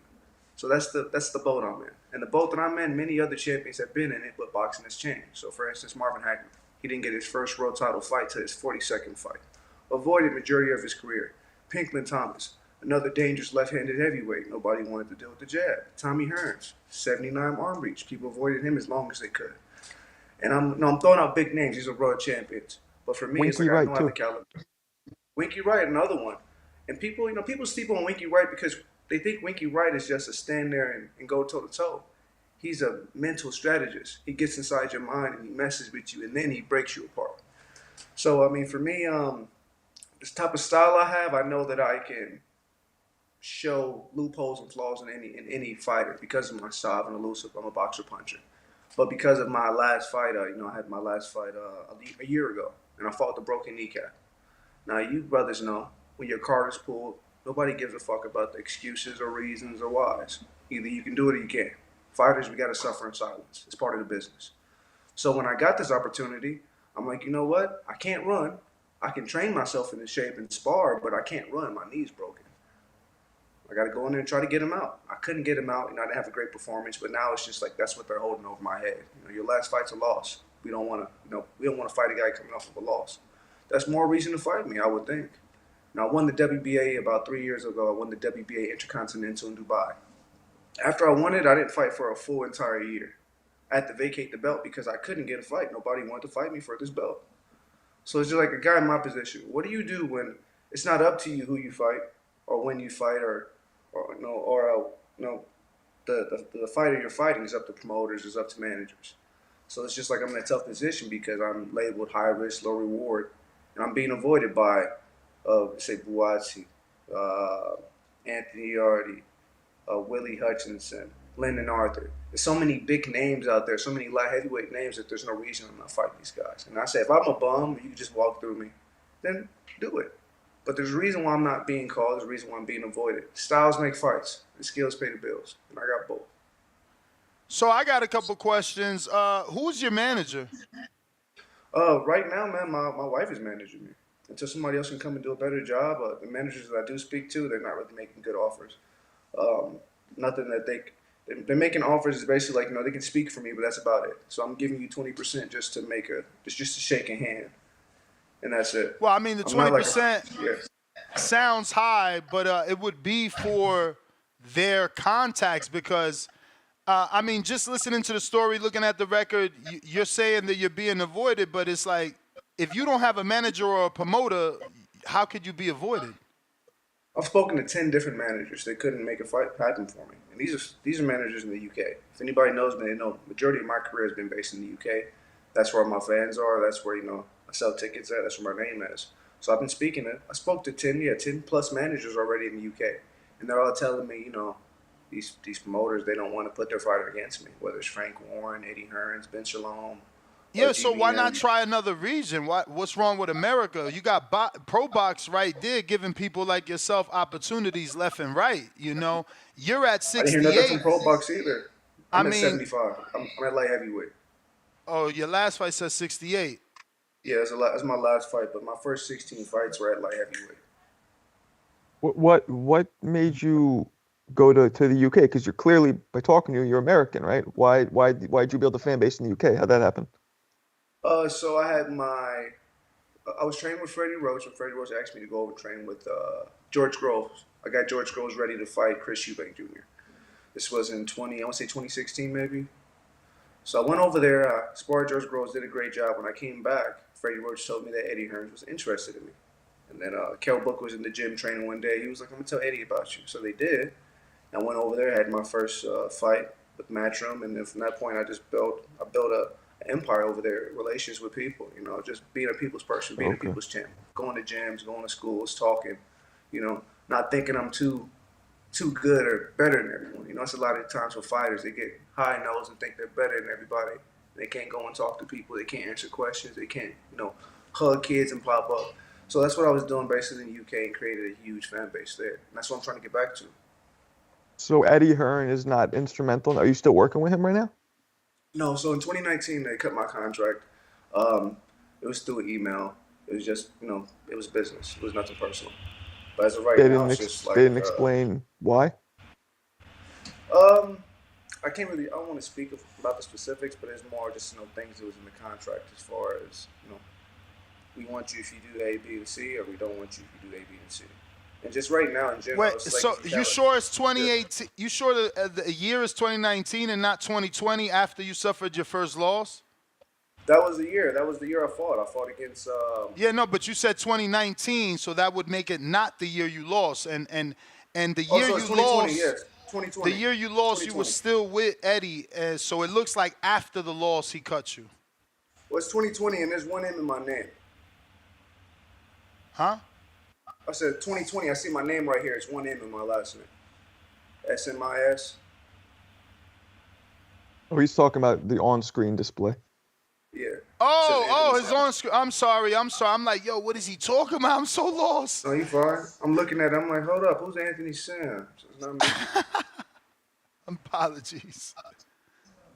But yeah, so it looks like he cut you after the loss, right? Yeah, he cut me after the loss against Angulo. Yeah. And, you got to admit, look, I ain't trying to be the hard guy, but I'm just the realist. You know, you were a heavily touted dude. You know, you had the whole Muhammad Ali thing going for you. You moved like him. Then you lose to a journeyman in Angulo. And Matchroom USA at that time wasn't. Angulo wasn't a journeyman. When I fought Angulo had, I think, 32 fights, maybe 36 with 32 knockouts and maybe 2 losses. That's not a journeyman. I'm pretty sure that you Pull gave up his him the record. name. I know, but I'm Pull pretty up his- sure you gave him his name, champ. No, I didn't give him his name. Zerto Ramirez gave him his name. Zerto Ramirez made him known. He's a puncher, man. He's a big puncher. Now, after I fought him, then you heard Berlanga fight him and Benavidez fight him and all these other people fight him. But I fought him after Zerto Ramirez. Yes, you're correct. Zordo fought him in 2018. Exactly. Yes. Yeah, I mean, to us, he's a journeyman, champ. He don't have any win on his What's resume the definition? other than yourself. Of a journeyman? What's the definition Well, of a basically journeyman? that A fighter that's that fighting and doesn't get a world title. Like if you know, there's only a certain amount of years you can be a prospect within age and fights. Then you go and you cross over to contender once you fight certain level of opposition. If you never win a world title, you're a journeyman. If you are on the cusp, or let's say you have multiple title shots, you are a gatekeeper because if someone beats you, they get to a title shot. But Angulo's a journeyman, champ. Like his biggest win is you. I mean, journeyman now, but it's crazy how you guys define journeyman because it's like, to me, a journeyman is a guy you can just walk over. That's Nah. journeyman You is got a it. washed-up guy. You got it mistaken. No, journeyman. No, I got it mistaken how? Because a journeyman isn't someone you could just walk over. A journeyman is a durable fighter. He's a tough yeah, dude. journeyman is a guy who goes around and that's and what always gives a Angulo great is. performance, Exactly. but usually That's why loses. they call it journeyman. That's why they call it journeyman because they've been on the journey and everybody whooped their fucking ass. You know what I mean? Nah. Usually you put a guy in there like a journeyman. You put a guy in there because you put him in there to get beat up and get him whooped. Nah, Let me ask you a question. nah. What's your background in boxing? I haven't boxed if that's your answer, if that's your question. Man, that's a rough one because it's like your definition of a journeyman, it varies depending on your experience in boxing. The definition of a journeyman to you is a guy who's never fought a title.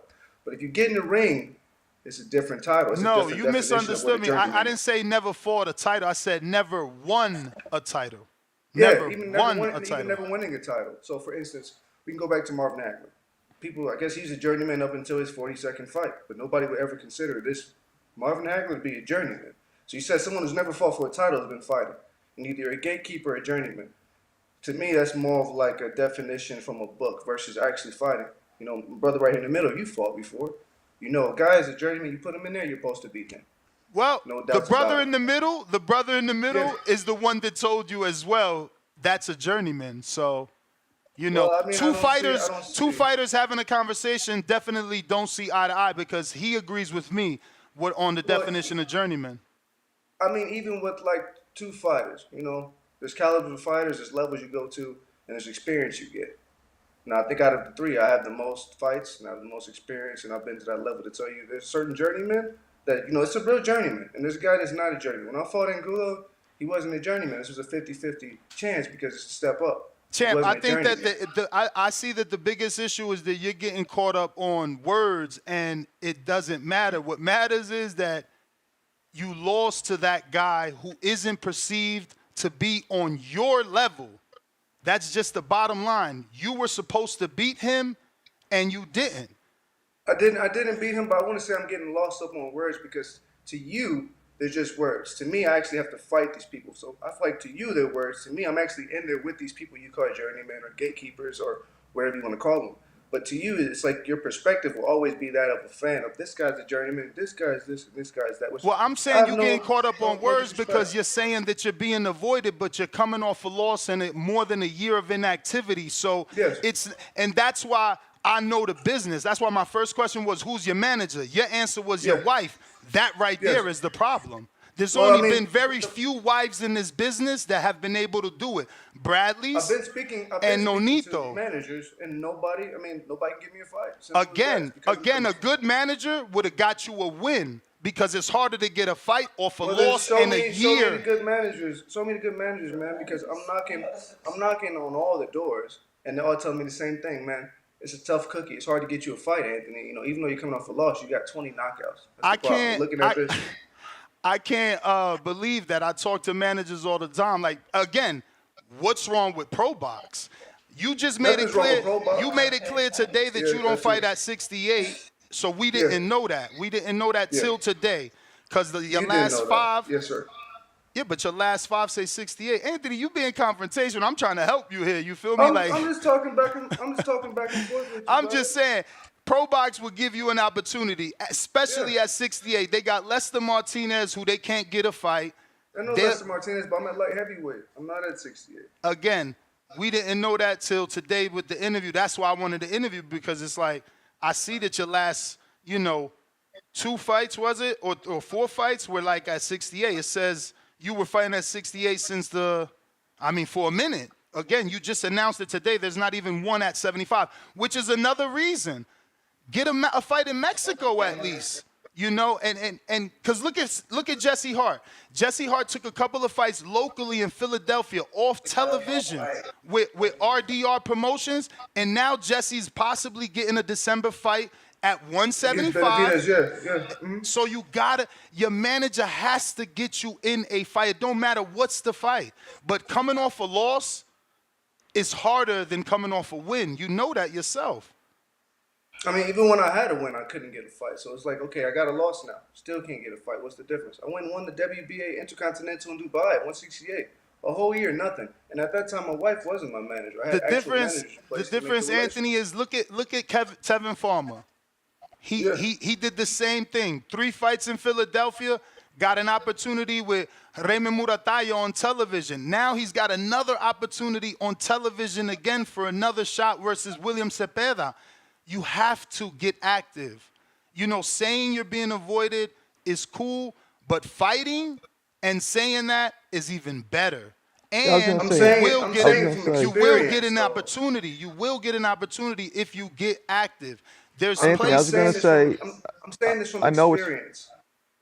I'm saying this from experience. So even before the Dubai fight, I went and fought a 2-fight deal on PBC to fight Dave Morrell. After the first fight, they ripped it up. Deal to fight Munguia, ripped it up. Deal to fight Pacheco, ripped it up. So it's like, why'd they rip it up? I'm knocking on all the doors. I'm talking to all the people. This is probably maybe a year ago. But why are they ripping these contracts up? Why did they rip it up? Why? Yeah. Because the more they speak, the more they talk, they realize this isn't a good idea. And they're telling me I need to get more social media followers. I don't have a big enough following. This was when I had 40K followers. Okay, now I'm at almost 80. What's the reasoning now? So they're all telling me the same excuse. You need more followers. You're coming off of a loss. Maybe you should come off a win. So everything that you're saying, it's not that problem. But are these questions, are these things being said to you because you're asking for a certain amount of money? Because why would someone just tell you to get more followers unless you're demanding something? That's what they're saying. Whether it's Matchroom, whatever, boxer, not boxer, but Matchroom, I want to fight Diego Pacheco. I was fine with the purse. Great. I like the purse. It's good numbers. That's what I like. All right. When do we fight? They gave me the date. We're still negotiating. All right. 2 weeks later, I get a call from a matchmaker. We did some thinking about it. We're not going to go that route. What? Because y'all talking, I found out I whooped him in sparring? Or how about I fight Dave Morrell? Why did they say they didn't want to go that route, though? With who? The one you were just talking about, the fight that. Diego why did they decide to go against it? Let me ask you a question. Why wouldn't you fight me? If I'm coming off a loss, I'm easy to beat. What would be the reason why you wouldn't fight me? It's not because I'm curious why they didn't. The only reason, the names you mentioned, you said earlier, Lyndon Arthur, Anthony Yard. You said you said one other name I can't remember, escapes me, but the Willie Hutchinson. You said Willie Hutchinson and Buasi. Only reason if I'm any of those names you specifically mentioned, I'm looking backwards at you, bro. You coming off a loss and inactivity. Buasi just won an interim title, so he's next up. If the champion don't want to fight him, he gets elevated. Yard's been through the fire with the dudes you want to fight, so if he's gonna look at you backwards. Everybody's looking at you back. That's what I'm trying to tell you. You got to move forward so that they don't look at you like you just sitting. Right now, you just idle. Take some stay busy fights. He needs to stay busy fight. Look spectacular. It only takes a couple fights, man, and then boom. I've done stay busy fights and nothing came from it. That's the thing. The WBA fight was a stay busy fight. I got a title. No, I get it. I know it's year, no fight. frustrating, but I think especially coming off the loss, I think that's your best route. Take a couple of those, and look spectacular. But can you tell me which one exactly was that? Because you know, BoxRec is no longer rocking with the WBA, so they removed the WBA. So Wow. it doesn't show me which fight you fought for the WBA. It's against it was against I can't even think of the guy's name. He's from Argentina, Perez. Perez. Hernan. Yes. So you said it didn't lead to nothing, but you fought Hernan in Dubois, and then you fought 3 months later in December at the Armory. Yeah. So Yeah. it did lead to something. It led It to didn't another lead to anything. It didn't lead to anything. The fight in December, the fight that I did a few months later in Minnesota, that was a 2-fight deal to fight Dave Morrell. Nothing came of it. So here's the thing. I'm going to keep taking these little tune-up fights and nothing's coming up. But wait. Something did come. You got a 2-fight contract. Yes, it fell apart, but you got the contract. And you fought. What good is a contract if you're not getting the money off You the got a contract? check. You got one of the checks. I got a 2-fight deal. The first fight was some bullshit, little tune-up fight money. It was nothing. It was nothing. It was pennies. To get the big 6-figure fight that I wanted with Dave Morrell. That's the reason I signed the contract. So after I get this first fight, this bullshit little penny fight, they rip up the contract. After I point outside the ring and tell Dave Morrell, I'm going to fuck you up. I get an email a few days later, you know what? The contract, actually, we didn't get nothing. They just told me they weren't going to do it. Same with Diego Pacheco, talking to Munguia, negotiating with a matchmaker to fight Munguia. He fought another guy named Almago. This is probably a few months ago. McCallum? No, he fought a guy named Almago instead of me. I'm the magician, so I was supposed to fight him. Negotiating with the matchmaker. It's not me just talking out my ass. I'm negotiating all the details. I like everything. Okay, great. And I always get a call back. We don't go a different route. We don't think it's a good fit. Why is that? It's not because I'm coming off of a loss. It's not because I haven't been inactive. It's because of what? It's because the 20 knockouts attached to my name. It's a risk. Now, I hear what you're saying about Yardy and Buatsi and Willie. They're fighting. They're making big names. I hear that. But that's not what about boxing is. It's not solely about. As a fan, it is. But as a fighter, styles make fights, whether you got a belt or you don't have a belt. Now, my thing is I'm trying to get back in the mix in the UK. I do understand small fight here, small fight here. But it's like if I keep doing small fights, it's all the fuck I'm going to do for the rest of my life is small fights, small fights, small fights. Now, I lost against Angulo. Can't go back and change that. Shit happens. Had a broken knee when I fought Chelly. Shit happens. But that's what boxing's about. I keep hearing, you're coming off a loss. You would never heard about Roberto Duran again if he didn't try again after you got knocked out by Tommy Hearns. You wouldn't hear about IQ. You got to stop doing champ. You got to stop doing this. And Marcos, you're terrible, okay? Because you're supposed to be the fucking historian here. You got to stop bringing up Hall of Fame world champions. Like, you can't say we would have not known Roberto. He was already a champ when he lost, champ. You would have heard about him after that is what I'm saying. No. See, that's my difference. That's my difference. That's why I say you got the words mixed up. Like, of course we're going to hear about him because he was a champ. Once you're a champ, you're a former champ. If he would have got knocked out, that would have been the end of his career. You would have heard about him. Ness, he's just frustrated, man. No, but it don't work that way. Once you're a champ, you're a former champ. Like Roberto moving up and losing, he still was a champ. So now he's a former champ. You have a point, but he's just frustrated. That's a frustrating position for him to be in. I get it, but you can't compare yourself to Hall of Fame legends that are multi-division champions and say, "Look, I'm going to be forgotten," and he would have been forgotten if he did. No, it's not the same. No, you see, you're missing it. It's not about if this Hall of Famer loses, and then I'm comparing myself to a Hall of Famer. I'm comparing myself to a Hall of Famer in the position of not lost, but getting knocked the fuck out. Yeah, but it's different. It's different when you listen. How you gonna tell me you never did it? Because I'm living this sport, man. Because I'm successful. Because I'm successful in this sport. Me and him live the sport. Anthony, I'm successful in this sport because of what I know. Yes. Anthony Joshua just got knocked out, right? Yeah. So does he got to get a tune-up? No, because of his name. He is Roberto Duran. You are not Roberto Duran. If you lose, I didn't say I was Roberto Duran. I know you didn't. I'm trying to explain it to you. If you lose, it's not the same as a Hall of Famer losing. Yeah. They're going to get opportunities because they're a Hall of Famer that did lose. Someone is going to look at them as an opportunity. Like, damn, that Hall of Famer just lost. We could get him now. I'm not talking about them getting opportunities. What he's saying. Of what course he's you are. saying Oh is, my God. I know you're frustrated, right? All I don't right. blame you, but All you do right. have to just stay busy. That's what you have to do. You have to look impressive doing it, and opportunities will come quickly. They will. You know, I see the way you handle yourself. You got a good social media. You got good skills. Just stay busy. Make that last loss be a thing of the past, and just now have some wins behind under your belt. And you know, but I know it's frustrating. Trust me, I know. But you know, you can't I just mean, throw your hands up in it's the air part like of it's fuck part this of the shit. You got to business. just keep It's part of fighting. the business. But going forward, when I say these examples, right? Of course, Anthony Joshua will get another fight, or Roberto Duran's going to get another fight. I'm not using these examples of me getting another fight. I'm talking about overcoming adversity or going back into the third part or the second phase of your career, which he wouldn't understand, but you know what I'm saying. When you get knocked out or you lose, whether you're a world champion or not, you have to come back and rebuild yourself, right?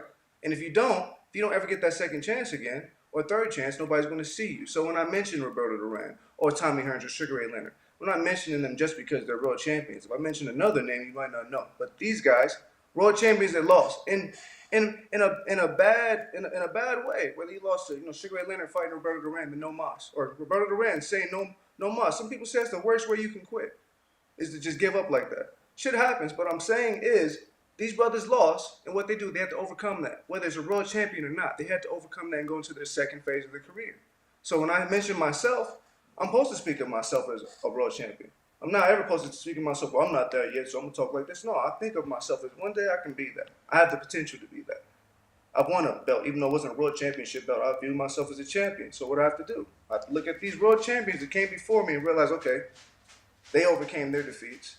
I'm not saying I'm gonna get a big fight like them because of I'm not like them. I don't have a name like them, of course. But I have to follow their shoes. What did they do? They rebuilt themselves. And they Follow came back into Foreman's shoes then. Follow Foreman's shoes I'm then. not following Foreman's shoes. Rebuild Foreman's yourself. shoes are different. Rebuild yourself fighting dudes you're supposed to be fighting to get back up there. You're not just going to sit around and get an opportunity because you want one. God willing you do, but you know it don't work like that. Like this world ain't perfect.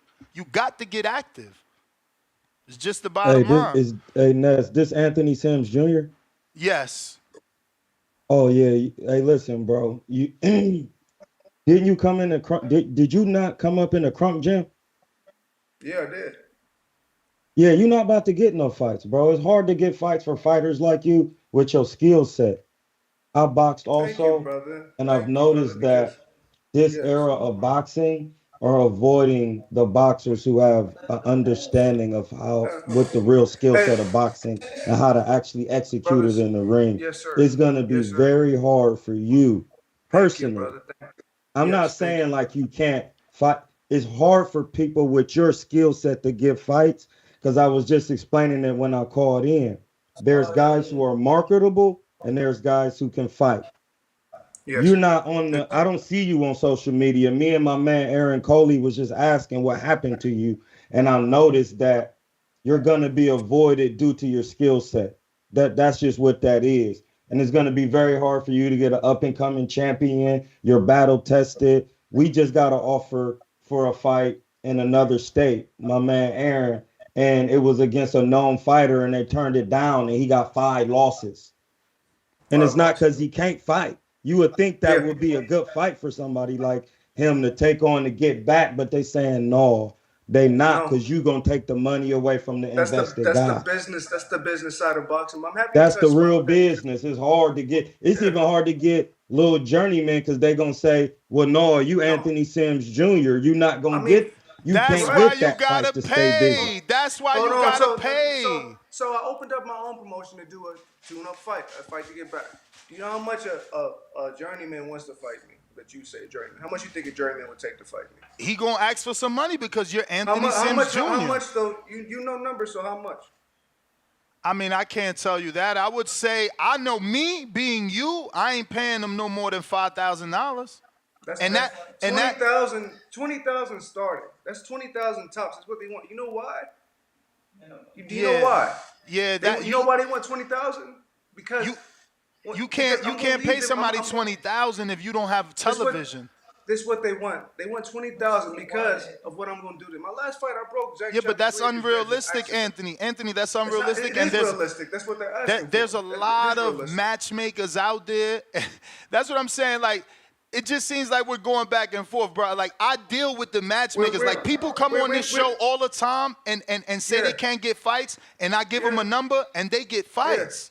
Like, I promise you, man. I promise you. Like, people have sat here, and then they on Pro Box the next month or so. It's like, you know. Speaking on what you're talking about, though, brother, like, I used to live with Emmanuel Stewart from, I say from 14 to, 13 to 16. I lived off and on with Emmanuel Stewart. I would live in his basement, and from there I would fly and live with Roger Mayweather, my uncle. Live with him.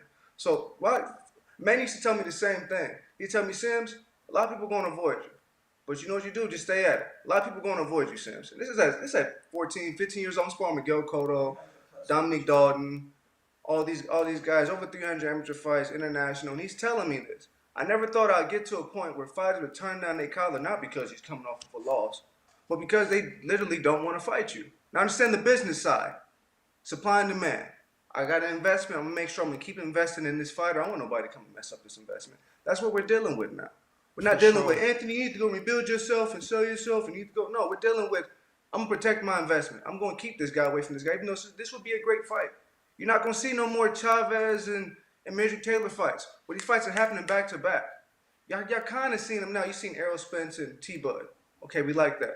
Or T-Bud and Maginov. You like that. Or Bercoli and this fight coming up with, who's the guy that's trying to put Dubois? Now we're starting to see it, but there's very few, especially in my weight class. You're not going to see a clash of styles that Archabev and Bill, perfect example.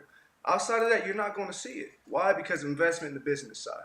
And what you're saying as far as go and build yourself, I've done that. I've done that. After the loss, 2019, I've been rebuilding myself to get back to this point. And what happened? I rebuilt myself to get back to this point, but when they called me, I have a fucking broken kneecap. So what I got to do? Oh, take this fight and try to get him out by the 8th round. Couldn't get him out. Now it's back to the drawing board. Now I'm calling all the names. I'm calling all the managers. I'll do a tune-up fight. That's what y'all want to see me knock out a guy, show what I got, I'll do it.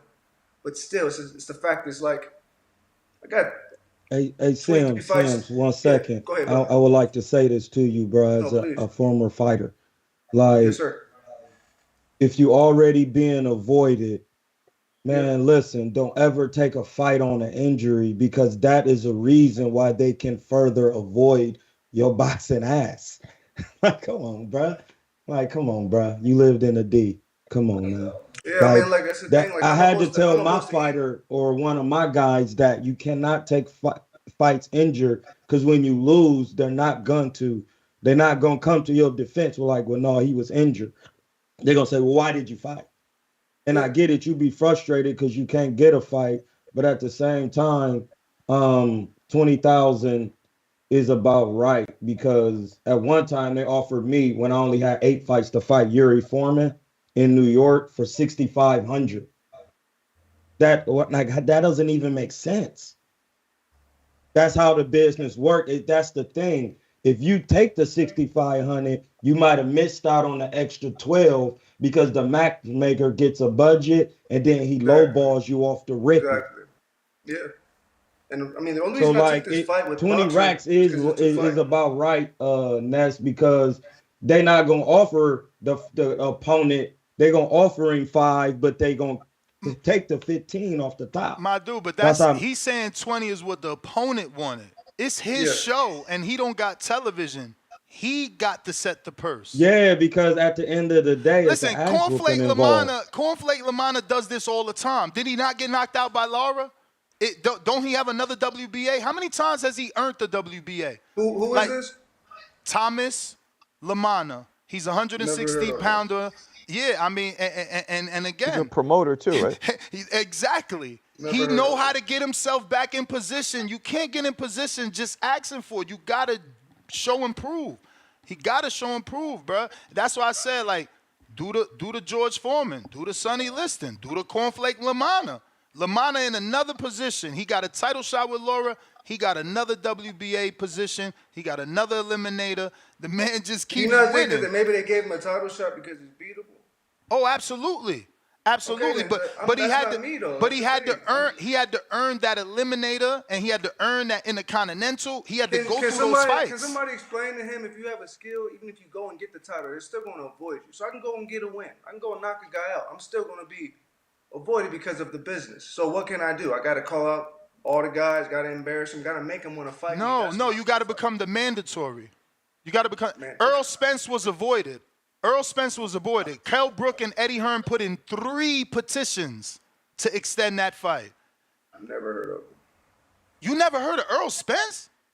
No, I've never heard of Thomas Cornflake. Oh, yeah. Thomas Lamana. Yeah. He fought for PBC and everything, my brother. Yeah, never heard of him. Yeah. Never heard of him. You could get with him, too. He's a promoter. He might get you a fight. He's a promoter. And a lot of people deal with him, too. Out of Jersey, right? Yup, out of Jersey.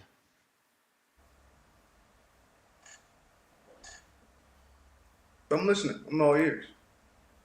Yeah, now I'm texting Pro Box, man. I want to find out that have they ever, had any Sims, interest I in will say though, Ness will get you a scrap. Bro. You said who? Like if they be talking on here so much, Ness has noticed that people be listening. It's only right because they be repeating certain things that they heard only on this show. You know what I'm saying? Yeah. So like fights have manifested from being on here, and promoters do be coming on here. This is a huge show. You know what I'm saying? So I'm just blessed to even be on in the presence. You know what I'm saying? We got Marco, got a good following. I was an actual boxer, and then we got King. I mean, he covers women's boxing also. But these are the things. The reason why I am who I was, and people say I fought bums because I only had 8 fights and I had a detached retina, but I marketed myself. I talk that shit, bro. That's just ask Ness. I didn't even know who Ness was. You gotta put in work with your character, bro. Like Muhammad put it like this. I know you saying you're not these guys, but to be them, you have to take a little piece from them. Muhammad Ali, everybody knew Sonny Liston was a serious man in boxing. Muhammad Ali used to go to his house with a bus full of people and call him out repeatedly until one day in the documentary, Sonny Liston had somebody out there shooting and the police came. And Muhammad Ali was a righteous man in the public. You know what I'm saying? It's Muhammad. But he literally went to Sonny Liston's house repeatedly and called him out. Like, I'm not saying you got a coon.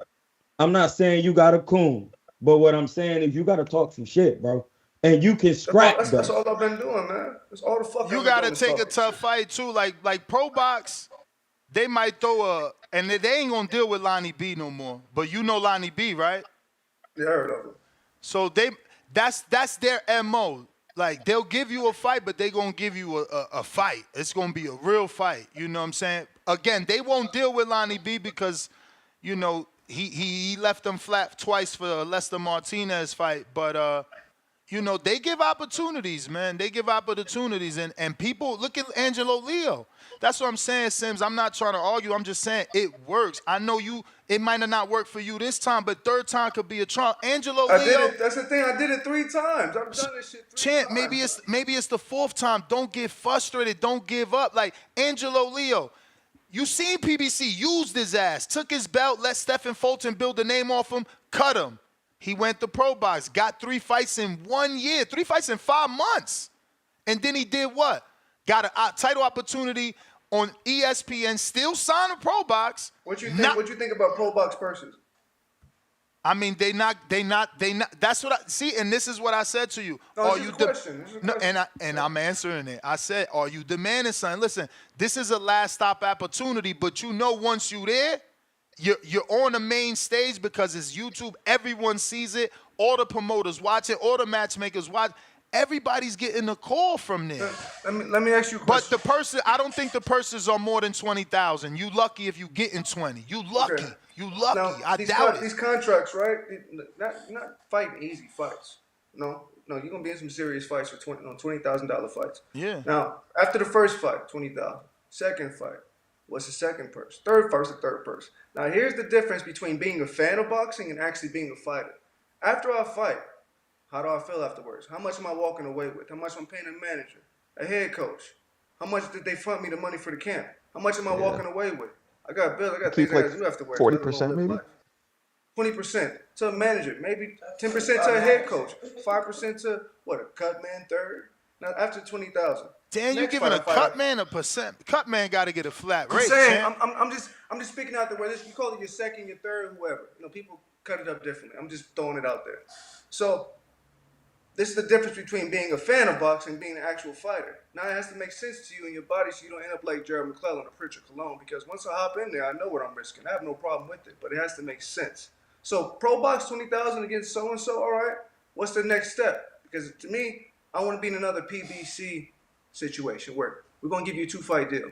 You get the first fight, you whoop a motherfucking and crickets afterwards. Yeah, and that's but what I don't want. So pro box want to give me a deal and hey, fight this guy, and fight this guy, and you get this purse. I'm all open to it. I'm not going in demanding this is what I want. But certain numbers, certain purses, man, a dog shouldn't fight for. Because you're in there risking your life. And after COVID, we can both be honest, and purses numbers dropped dramatically. Because one, Yeah, and everybody's that's across hungry. the board, Anthony. Like the there's only Everybody's a handful hungry. of fighters that actually get real money that they can sustain Only. themselves from, They unfortunately. can sustain themselves. So it's like, okay, in between, luckily I made the right investments or saved my money, but okay. I had to take this fight with Boxer. Only took it too because it's a 2-fight deal. Only reason I took the fight was because it's a 2-fight deal. You fight Zach Chelly, I know who the fuck he was. I'll fight him. Give me the second fight of the fight I won, the weight I won. Okay, great. What happened? After I lost my fight, my manager dropped the ball. Not so much.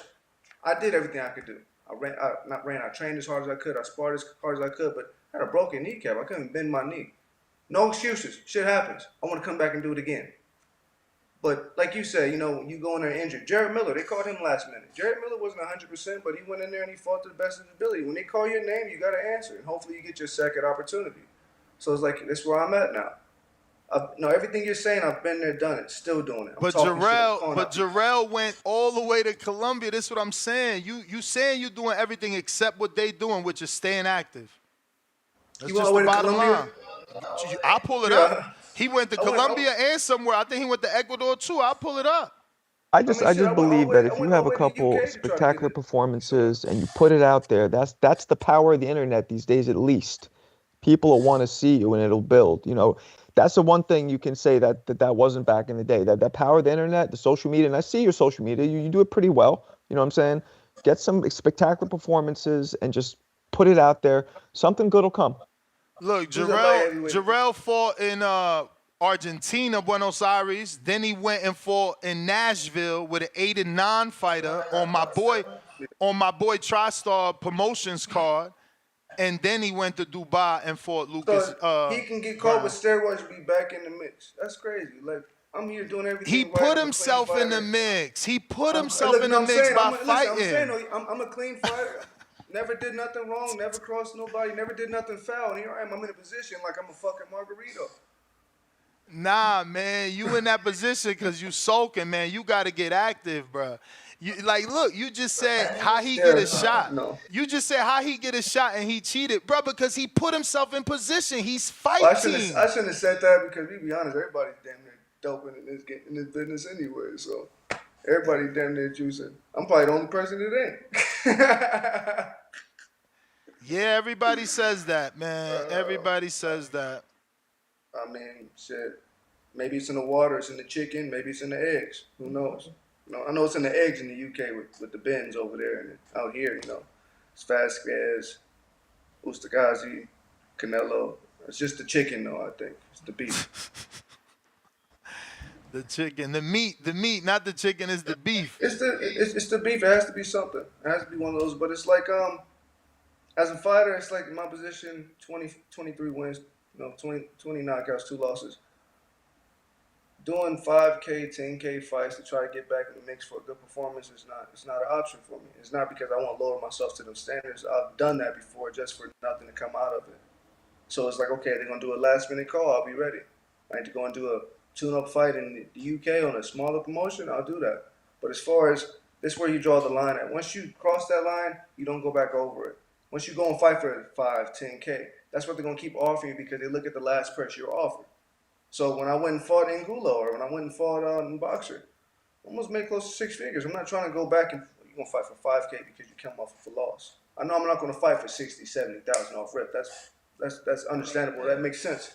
Well, actually, yeah, I did. After being inactive for, what, a year? Boxer called me, 2-fight deal. But my manager dropped the ball. So as far as the business, I don't feel derailed. I don't feel discouraged. It's part of the business. People are going to avoid me. They're going to use reasons like you said yourself. You're coming off of a loss. You're not inactive. I hope that they sleep on me and give me the chance, give me the shot, because I live to cause a fucking upset. That's what boxing's about. Styles make fights. Outside of the business aspect of boxing, you hope to see certain styles in there, not based off of how many followers he has or who his promoter is, but based off the skill. You want to see certain styles against each other. You want to see a boxer versus a puncher. You want to see a southpaw versus a pressure fighter. And it's I like, see why they ripped up that contract though, because I thought Hot Rod beat Morrell. What about you? Yeah, so once again, at the end of the day, me and my wife when was it out there come down to watching the fight. boxing, you get your face punched, and he got 20 knockouts as a classical boxer. Ain't nobody trying to really work with that. I thought he beat him, man. I felt like Morrell showed that he doesn't have the skill to cut the ring off. Hey, wait. Say that shit again. Say that shit louder for the motherfuckers not listening, because nobody wants to speak on Morrell's skill. I said that. I said that, man. I said that he showed that night he is probably the least skilled Cuban we got active. Look, he's only good in Minnesota where you can juice at. Oh. And like heavyweight's a different division. Like me at 168, it was fun. But Wait.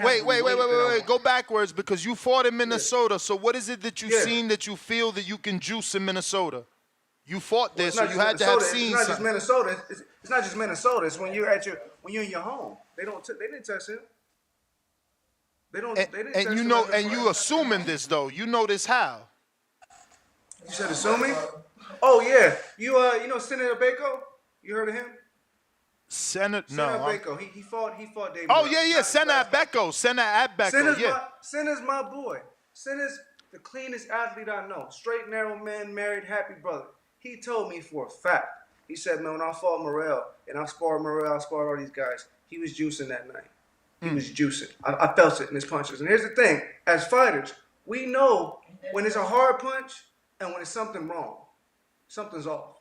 When it's a hard punch, you take it. When some shit's off, you feel it in the back of your head. Somebody hits you, you feel the shit in the back of your head. Like, hold up, wait a minute. Something ain't right. So when he's watching him fight, I was like, I didn't think much of it. But watching him fight Hot Rod made him look like a typical southpaw Cuban fighter. Why? Because the size and the style. Same with Benavidez. Benavidez is a fucking killer. But we didn't see the same Benavidez against Alex. Why? Because now the things that you got working for you aren't there no more. You're not the tallest fighter. You don't have the biggest reach. You're not a weight bully now. Now it's 50-50. So I like the fact that you said that. We've been bumping heads and going back and forth, and this is what the fuck I like, because you're speaking what you stand on. That's what I live for. I want you to speak on what you believe. And you believe Morrell looked like shit. I felt it too, but I'm looking around and people looking at me like I'm a hater. Yeah, they call me a hater too, man. I forgot what fighter though. I was just talking to a fighter 2 days ago, and maybe Hasim Rahman, but a few Hasim, hey, we was there. A few fighters feel that he lost and that he didn't look as good as everyone is saying. So, hearing you say that they ripped up a contract, which is a follow-up question, right? Like, I could see them ripping it up because I can send you the contract. I got it right here. I can send it to you. I can see them ripping it up because I seen Hot Rod give him all these problems. And Hot Rod is stiffer than you. You're very fluid. You're smoother. So I can see that. But the contract being ripped, can't you just sue? How do you rip up a contract? Isn't that grounds for a lawsuit? Takes money to sue them. No, here's the loopholes in contracts. When is a promotion contract valid? You tell me? Yeah, you tell us. At what point is a promotion contract valid? When the person endorses, the person who getting the contract endorses. That's the fucked up part. Nobody knows. A promotion contract isn't valid until the promoter signs it. So you can sign it, the opponent can sign it, everyone signed the contract, but until the promoter signs it, it's not a valid contract. It don't exist. So the contract that I signed, right? I signed a two-fight contract. Two-fight contract. I signed a 2-fight deal, right? But those are two. You have to sign on both of those. So one for this fight, like what's it called? About what's it called? A fucking bout agreement, right? You have a bout agreement per fight. I signed a 2-fight deal. Signed a bout agreement. He didn't sign anything for the second fight, so he doesn't have to do it. He doesn't have to fight me for the second fight. What? He So didn't you sign need 2 anything wet for ink it. signatures. Yeah, You all have the a lawyer signatures have to looking be over on these, there. right? You said what? You have a lawyer that looks over these? I have a lawyer looked It over don't and he showed matter me if you where don't have 2 wet ink signatures. Right, but they then showed the me where lawyer would maybe have informed him, yo, the other guy didn't sign, just so you know. there's a sense. Yeah, I'm about to say there's a sense in saying they can terminate the contract. Damn. Yeah, so situations like that, but a lot of times contract isn't valid up until the promoter signs it. And even if he does sign it, contracts don't protect us. It don't protect the person who's signing it. It protects the person who created it. For sure. That's how boxing contracts work. And right now That's it's how all just like contracts are. it's contracts. Right now it's like I'm not mad at the business. I'm starting to understand the business. What I'm mad about is I'm mad at the fact. I won't say I'm even mad. I'm in the fact of there's too many people in the way to make these fights happen now. Managers speak for me. I know I've spoken to other managers, have people speaking for me, but even between managers and promoters, so many people in the way to make the fights happen. Now it's like, well, let me talk to this guy to talk to this guy to talk to this guy. It's not as simple as you talking through shit. Or for instance, I hate to use examples, but like I was listening to Mike Tyson talk. And Mike Tyson say, man, the boxing I grew up on is like shit. If you got a friend who ain't fought in a minute, shit, I'll fight him, put him on the card, feed his family, like keep him busy. But that's not a thing anymore. Now it is with some people. Like I've talked to Aziz. He want to get down. Willie Hutchinson. They want to get down. All these brothers want to fight. We're talking. We're good. We want to fight. But what am I hearing? We don't know if it's a good fit. It's not the fact that these brothers don't want to fight me. I'm actually talking to these brothers. Like I talk shit on social media, but some of these people have good relationships behind the scenes, like Ali Frazier, to make these fights happen.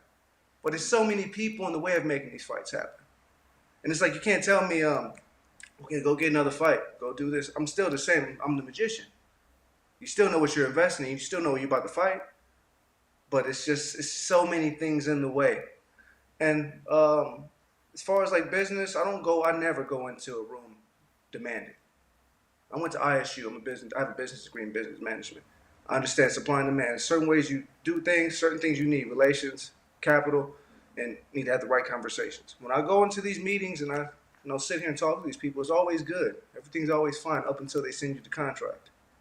And that's the thing, like, I don't know if you know, brother, but like boxing, sometimes, boxing money is so dirty, if it wasn't money, you wouldn't touch it.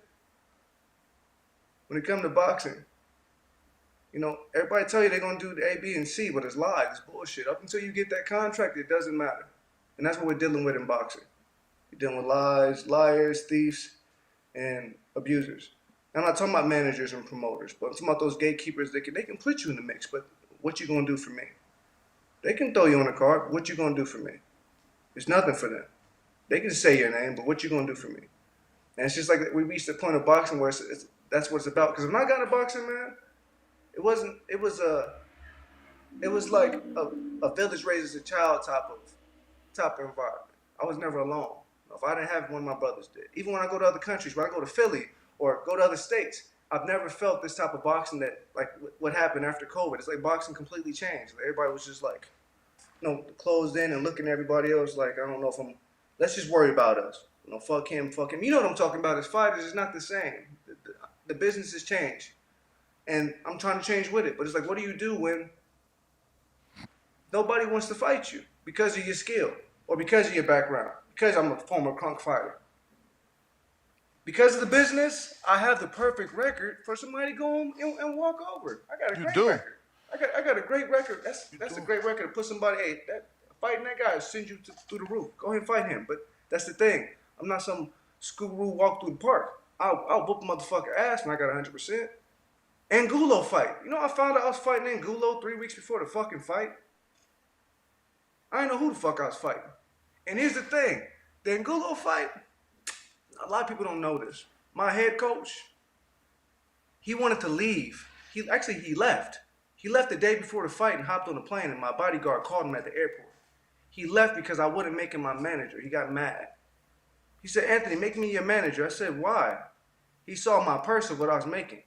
He said, make me a manager. I'll take care of you. I said, no, you're a head coach. Like, just chill out. You know what the fuck happened? In the 4th round, I got hit with a punch. I didn't know where the fuck I was at. I said, coach, like, what do I do? He squirted water in my nose and eyes and said, you should have made me your manager, boy. Get the fuck out of here. That's what the fuck I dealt with. So everybody, I want you to rewatch the Angulo fight. What's his name? I wasn't there because I'm fighting my whole fucking corner. I'm fighting my coach. I'm fighting my manager. I'm fighting with everybody before the fight. Who is that? What's his name? His name is James fucking Doolin. He's a former pro coach. He trained Greg Page. He trained Aaron Pritchard, both former heavyweight world champions. This motherfucker did this to me. I've known this man since I was 6 years old. He was my cut man, and then when I fired some coaches, I made him my head coach. And this is when I found out you don't put somebody in a position based off your relationship with them. You put them in a position based off their credentials. I thought he could do the job. The day before the fight, he leaves. My bodyguard brings him back. I'm running, I'm making weight. I tell my bodyguard, here, tell coach I made weight. My coach comes back in and he says, tell somebody who gives a fuck. That's what I'm dealing with the day before the fight. So shit happens, man. But it's like as a fighter, you have to suffer in silence. Nobody knew this shit. I'm going through hell. The biggest fight of my career brought out the most darkest evils within my circle that I could ever imagine. Imagine you fighting, world title fight, biggest fight of your career, and you get hit, you don't know where you're at. I got hit by a real. Angulo's a fucking killer. Angulo's a little remedial. He's a killer. When he went to sign his name, he didn't sign his name. He put an X. That's when I knew I was in for a hard fucking fight. What? This nigga motherfucker put an X. He put an X for his Skull name. and crossbows. So we fought for the WBO Latino title, because I'm Cuban and African American. So when I get there, I'm already getting a cold shoulder because it's all Spanish speakers and they looking at me all fucked up. Angulo brings in worn down Grant gloves. I'm like, these gloves ain't brand new. What the fuck is going on? I can't really say much because I'm on his show, right? So when you talk about they brought me in to whoop him, this is 50-50, WBO Latino title, all Latinos speaking nothing but Spanish. My Spanish is decent, but I can't understand shit like that. So I'm just sitting around wondering, like, what the fuck is going on? In the corner, my coach squirts water in my nose and eyes, tells me, should have made me your manager, boy. Old country white man from Louisville. You should have made me your manager, boy. And that shit, it's just in my mind each round. I'm just thinking about it. I can't see out my right eye. Yo. I'm just trying to make sure I make it out that fight. Do you recall getting an offer from Pro Box? Yeah, it was against Lester Martinez, but I'm not at 68. Oh man, I'm about to kick your ass. How you gonna do this to me, bruh? Do what to you? We come on. We just was saying you ain't getting no opportunity. I'm out here campaigning that Pro Box will give you an opportunity. 168. I'm not 168. I'm a light heavyweight. You had to say that though, because when you saying people avoiding you and they offering you fights. They are. At light heavyweight, that's the way I want to fight. So here's the thing. just to clear all this up. My first 16, okay, rewind that. I placed bronze at Olympic trials, right? I lost to Marcus Brown. I'm the youngest in the history of Olympic trials to medal. I medaled at 16. I turned 16 like 2 days before the tournament.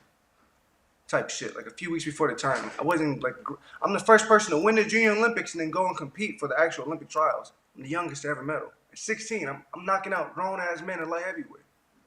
Go look it up. I knocked out 4 people in a row and lost to Marcus Brown. First 16 fights, almost all knockouts. My first fight, I didn't beat him. After that, I knocked out everybody at light heavyweight.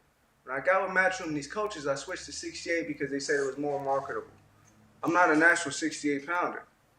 Then I'm like, okay, let me go down to 160. Maybe I get fights at that because he kept talking about a fight with Yannick. I'm like, that'd be a great fight. I would like that fight. I go to 160 to fight up in New York, fight that fight with a broken kneecap. They call me to fight Zach Chelly because they see how I look. I'm like, oh yeah, I'll take that fight. Give me a 2-fight deal. I'll try to get back up to 168. I couldn't get over 167 pounds when I fought Zach Chelly. So it's just like going up, going down, going up. Fuck that. I'm gonna stay at light heavyweight where I'm at my strongest. That's where my knockouts is at. I've been trying to chase names and chase weight classes, and I'm not getting nothing out of it. So I'm like, fuck it. If I'm going to do this, I'm gonna do it at light heavyweight. That's where all my power's at. That's why I was going over there sparring Bivol and sparring George Groves and Zerto Ramirez, doing my shit at light heavyweight. Yeah, losing that weight, that is not I just realized that like dealing with with my homie, he was fighter, and he was going down to 54, and he was already vegan at the time, and he He like, going down as a no, vegan? Oh and hell he no. was walking around at like 162. So he like, well, I might as well fight at 154. It ain't easy. But then when you fight and you fight as a contender, you Yeah. that water come out, and now you're not already at 162. It's like you should gotta eat up. And then now Yeah. when he going back to boxing, he like, no, I'm liable to go up to 168 and get with somebody because I'm already at like in between 160 and 166, and it's Yeah. always good to feel stronger. And these Hey, guys don't be fight able the to way you fight. It's walk like you around can get now. a lesser Yes, opponent, sir. and then Yeah. but when you going down in weight, it is gonna affect your performance because you might can Affect your get to the performance. weight, but you never really performed at it after you rehydrated and then get in Yeah. the fight and lose the Yeah. water again. You be Exactly. dead. That's the problem. A lot of fighters go through me. I walk around every day about 199, almost 200 pounds. I'm a real light heavyweight. So it's like I had no business being in that shit. But it's like when you get around certain people, you try to make them happy. You believe them. Yeah, you As a about fighter, Dre's size. Dre Ward about that size. Like yeah, that's how he yeah. went to heavyweight. Andre Ward, Hey, he about 6 feet 6'1", hey, about walk 6'1". around about 190, 200. That's 6'1". My arm reach, I got an arm reach of somebody 6'6". My arm reach is 79 inches. That's another reason people don't want to probably fight me. Because on paper, it's not a good matchup. My reach is 79 inches. I want to get in and fuck these motherfuckers up. I just want the chance. But it's like, as a fighter, you believe in a head coach or a manager to direct you. So they tell you go this way, you're going to do it. You're not going to question it. Not knowing, like, well, maybe you really shouldn't do that. So it's just like, you know what? If I'm going to do this shit, I'm going to do it the way I know how, which is at light heavyweight. You know, as far as being a slick magician, I kind of put that behind me. Nah, I'm going in with bad intention. I got the fight for you, champ. What's up? I'm trying to make it. I'm trying to get Pro Box to Who? sign it. Talk to me. Who? I mean, you might say no because you're gonna be like, oh, what does he bring to the table? Okay. Undefeated Najee Lopez, Pro Box fighter. They've been having him since 0-0. He fought Oh, Jared. you talking about homeboy? He got clipped. I'll stop his ass. I'll stop Najee Lopez. You talking about he got clipped by what's my man name that he been wanting to fight Benavidez? That's what you talking about the Argentine dude? I seen his last fight. He got clipped. Motherfucker ain't got no chin. Najee Lopez got clipped, but he still wanted to fight, right? Yeah, I mean, damn, no chin. Okay, yeah. So what? He got clipped. Here's the thing. Look at my fights. You see me? I didn't got rocked, but you never see me on that motherfucking ground. Motherfuckers on there. That nigga's on the ground praying. So here's the thing. Najee Lopez, I'll take that fight. I will fuck you up. Because here's the thing. Everybody looking at my old fights. I got more rematches and more sparring sessions than this motherfucker can ever imagine. So if you want to do that, let's do that. Najee Lopez. Have you on the ground praying again. That's a perfect short. I'm gonna have my editor cut that up. And I'm hitting up Pro Box. I'm asking them would they do it. I don't know that they would. I don't think they would because obviously Najee doesn't have the experience that you have. They would have to be. They would have to really think you ain't where you supposed to be. This motherfucker got clipped by a pillow. He got clipped by a pillow. The punch he got caught with. You know what I'm talking about. It was Steven Stumter in the Steven Stumter fight. What's Steven Stumter's record? Stumter is 9-1-1. With how many knockouts? 7 KOs, 9 of them, 9 wins, 7 by KO. So he had a good percentage. Ask Najee if they want to, you got clipped by somebody with 7. Ask if you want to get clipped by somebody with 20 knockouts. And just know, the guys I knocked out, they didn't fall on my fist. What do you mean?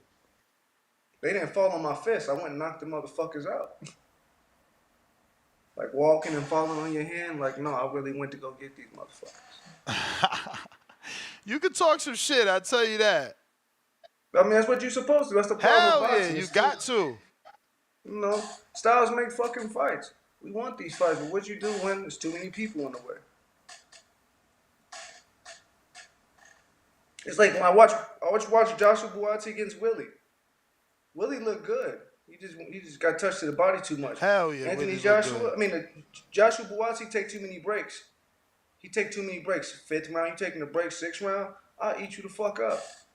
He don't move I his head. noticed. I noticed. Go ahead, Marco. Where are you based out of now? Where you live? What I'm in state? LA. I'm in LA. In LA. Okay. Go ahead, Troy. I had noticed Buatsi, like from watching the highlights, because I barely watch all the fights because Buatsi trained with Verge. He got a fight. I'm sorry, Troy. Najee has a fight October 9th, but they said maybe sometime in 2025. So obviously they want to see how he look. That's sometime 2025. So sometime like we really don't want that. They don't want that smoke. I mean, but again, like you say, he coming off the knockdown. They got to see how he look. That's their investment. Man, fuck yeah, exactly. But fuck all that. You see what I'm saying? Like, if he that motherfucker, throw him in there with me. If you believe in your guy, I hope you do. I pray you throw him in there. That's all we've been getting.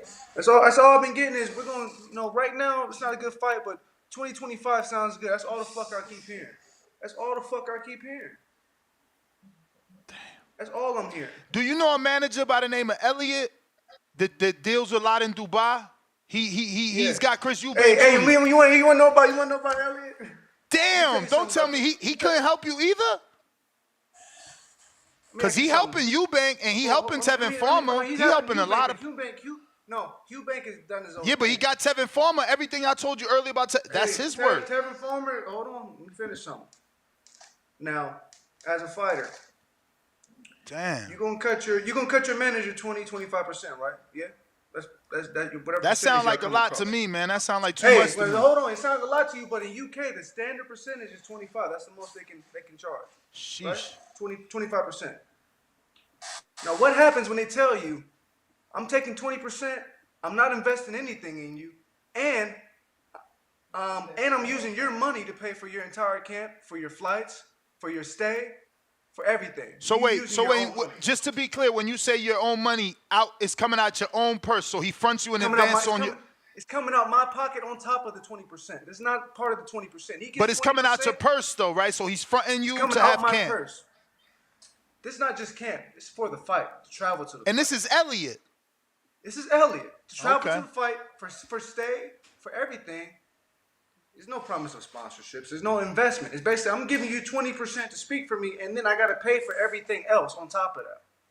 So next time you look at any of Elliot's fighters outside of Tevin Farmer and Chris Eubanks, they walking away with probably 40% of their check. 30 if that. That kid Tellis, he's getting Tellis a lot of opportunities. Tellis obviously happy. Renee? Opportunities are just as good as the paper you sign them on. No. What I mean by opportunities is that Renee is fighting a lot. He's keeping him active. Yeah. Wait, how many fights he got? I would look it up. I think it's Renee Tellez. He fought a lot on Top Rank. How many fights he got though? I'm gonna look it up.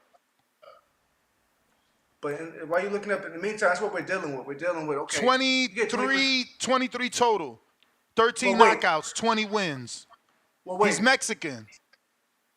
I mean, how many knockouts he got? 13. He's coming off of 3 straight wins right now.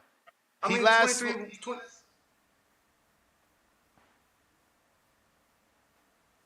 wins is not 23 wins and 13 knockouts. That's not too big. No, of a risk 20 wins, 13 knockouts, 3 losses. Yeah, it's not too bad. That's not too bad of a risk. Like, I'll take that. It means he can punch a little bit, but he's not a puncher. You look at somebody with 23 wins and 20 knockouts, it's not a risk you want to take. But back to the percentage part, it shouldn't be like that. It should be like, I give you 20%, but what am I getting out of this 20%? Am I getting sponsorships? So let me ask you one question. How long ago was that? Because maybe he got better. Because remember, he got 3 weeks ago. 3 weeks ago. God, really? 3 fucking weeks ago. Damn, because he got Andrew Tabiti that big fight too with Joseph Hooney. Man, I know all these cats. It's like the same thing with the money team. It's like it's the money team, but ain't no money on the team. Like you're signing for what? You're signing for a name. You're signing for a name at this point. So okay, you want me to sign with you because you got Chris Eubanks? That's great for Chris. But what the fuck I got to do with me? Nothing. You know what? Fucking you sign with a fucking shoe company. That's what Nova Sports is. It's a fucking shoe brand. A woman's shoe brand. That's what the fuck I'm signing with. Do I want to be represented by a fucking shoe brand? A woman's shoe brand? You gonna get 20% of my purse and I gotta pay for everything else? What the fuck I look like? That's just backwards. That's slave. That's Mandingo So fighting. I got someone that they said that they would make that fight, but this a TV fight. You versus Antoine Lunchman Jones, but they would need TV. They would need TV. It's too expensive for non-TV. Never heard of him. Yeah, it's the problem I've been getting. You know, I had a few promoters here in LA, big promoters, tell me I would like you in my car, but I'm too expensive, and I didn't even give them a fucking number yet. I didn't open up my mouth. I didn't even say a purse. They would look at me, Sims, we like you, man, but we can't afford you. I'm like, what do you mean? I didn't give you a purse or a number yet. We can't afford you, Sam. So like, when we get our stuff ready and we get some money behind us and we get a TV time, we'll call you. That's what I keep fucking hearing. So it's just like you fought a 12 rounder yet? You said what? How many 12 rounders you fought? I haven't been in 12 rounders. I've been 10 rounders.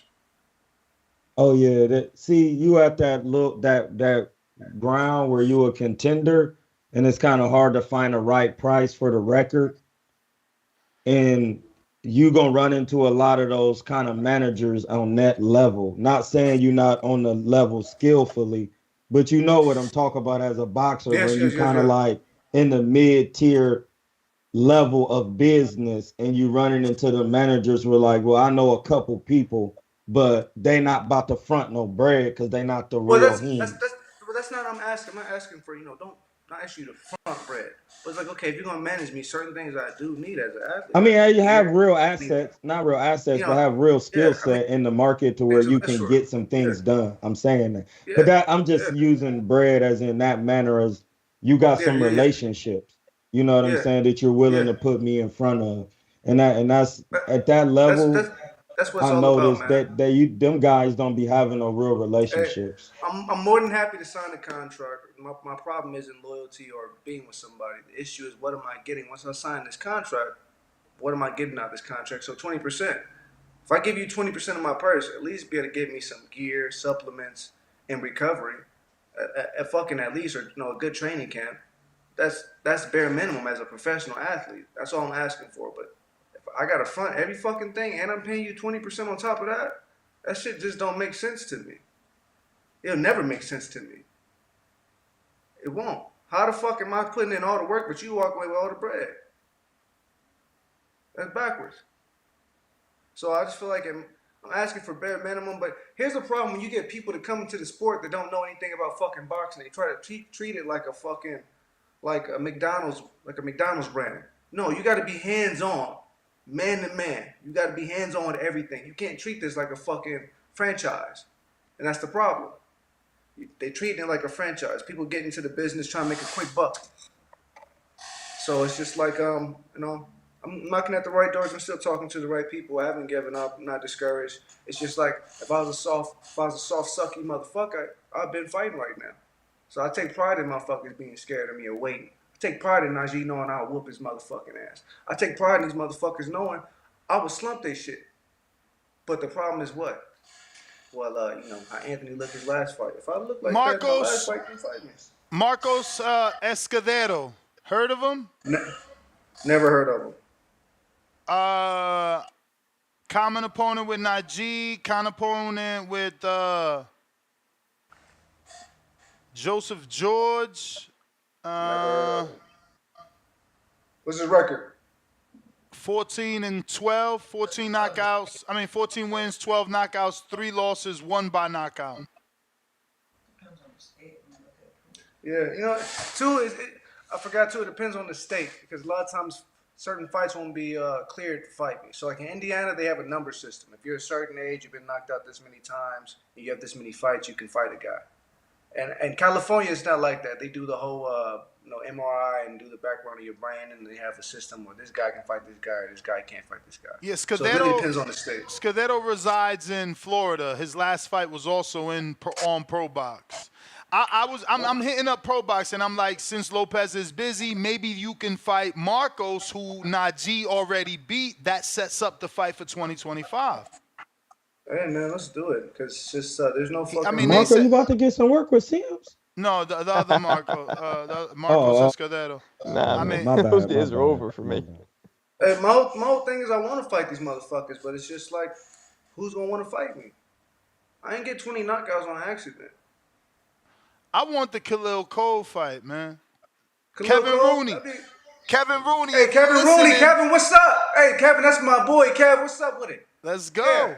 That's the fight, man. Kev? It's Holla at me. time. It's time, man. It's time. Matchroom, bring Khalil me got to back. Bring step me up. back, Matchroom. Bring me back, Matchroom. What's up? Hey, I'll fuck up all Frank Warren's fighters. I'll fuck up. Oh, don't get me started on Ben Whitaker's forehead. Woo wee! Oh my God. Yo, Boy. but you see Ben Whitaker beating up on dudes you could be beating up on. He's staying busy. You know what? It's not even that. They're building him. I don't need to be built. They building him. But you right do now. need to be built back up. You got to be built back up. Rebuilt. Rebuild. There you go. Rebuilt then. Rebuild. What, I mean, see, we that's know the problem. you. He don't know boxing talk. This man said build back up. He said rebuild. We know you because we've been watching you, but like there's fans that don't know you that you've been inactive to them. You're right. You're right. It's a whole new era of boxing fans with this social media shit. Yeah. So you're right. It's like, man, it's a lot of motherfuckers don't know who the magician is. They just tapped into boxing for more Andy, reason. you're related to Floyd? Unfortunately, yes. Unfortunately? Why unfortunately? Yeah, he's terrible, man. I mean, he came up in a crunk gym. You don't just make a mistake and go there. Who, me? Yeah, how come unfortunately? Yeah, Why'd you say unfortunately?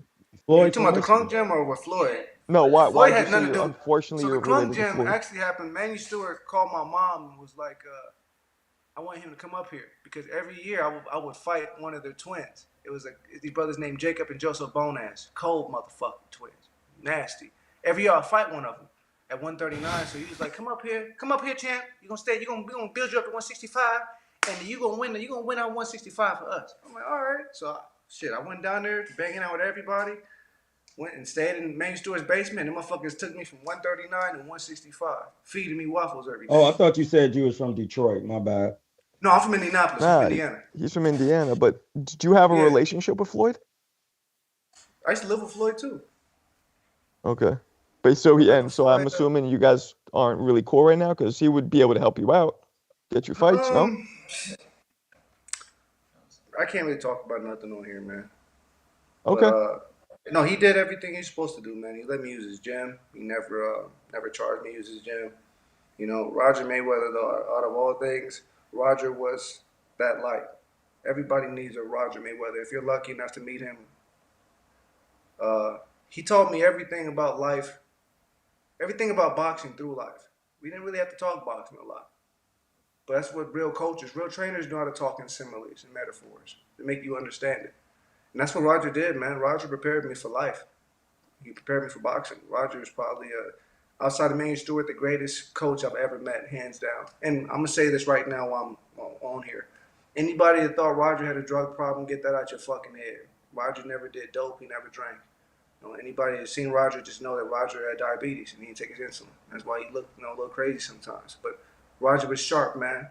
Sharp and one of the greatest people I've ever met, one of the funniest, livest, and just boxing historian.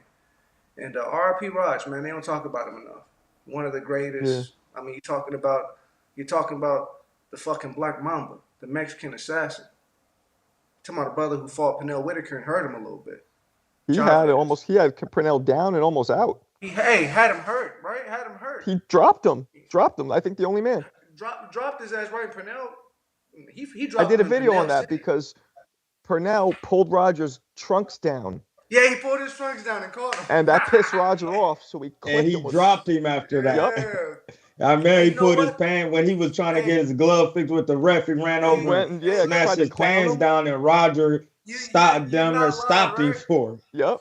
90 seconds. A boxing match, and Roger walked in and was like, "Oh, I can't stand this motherfucker."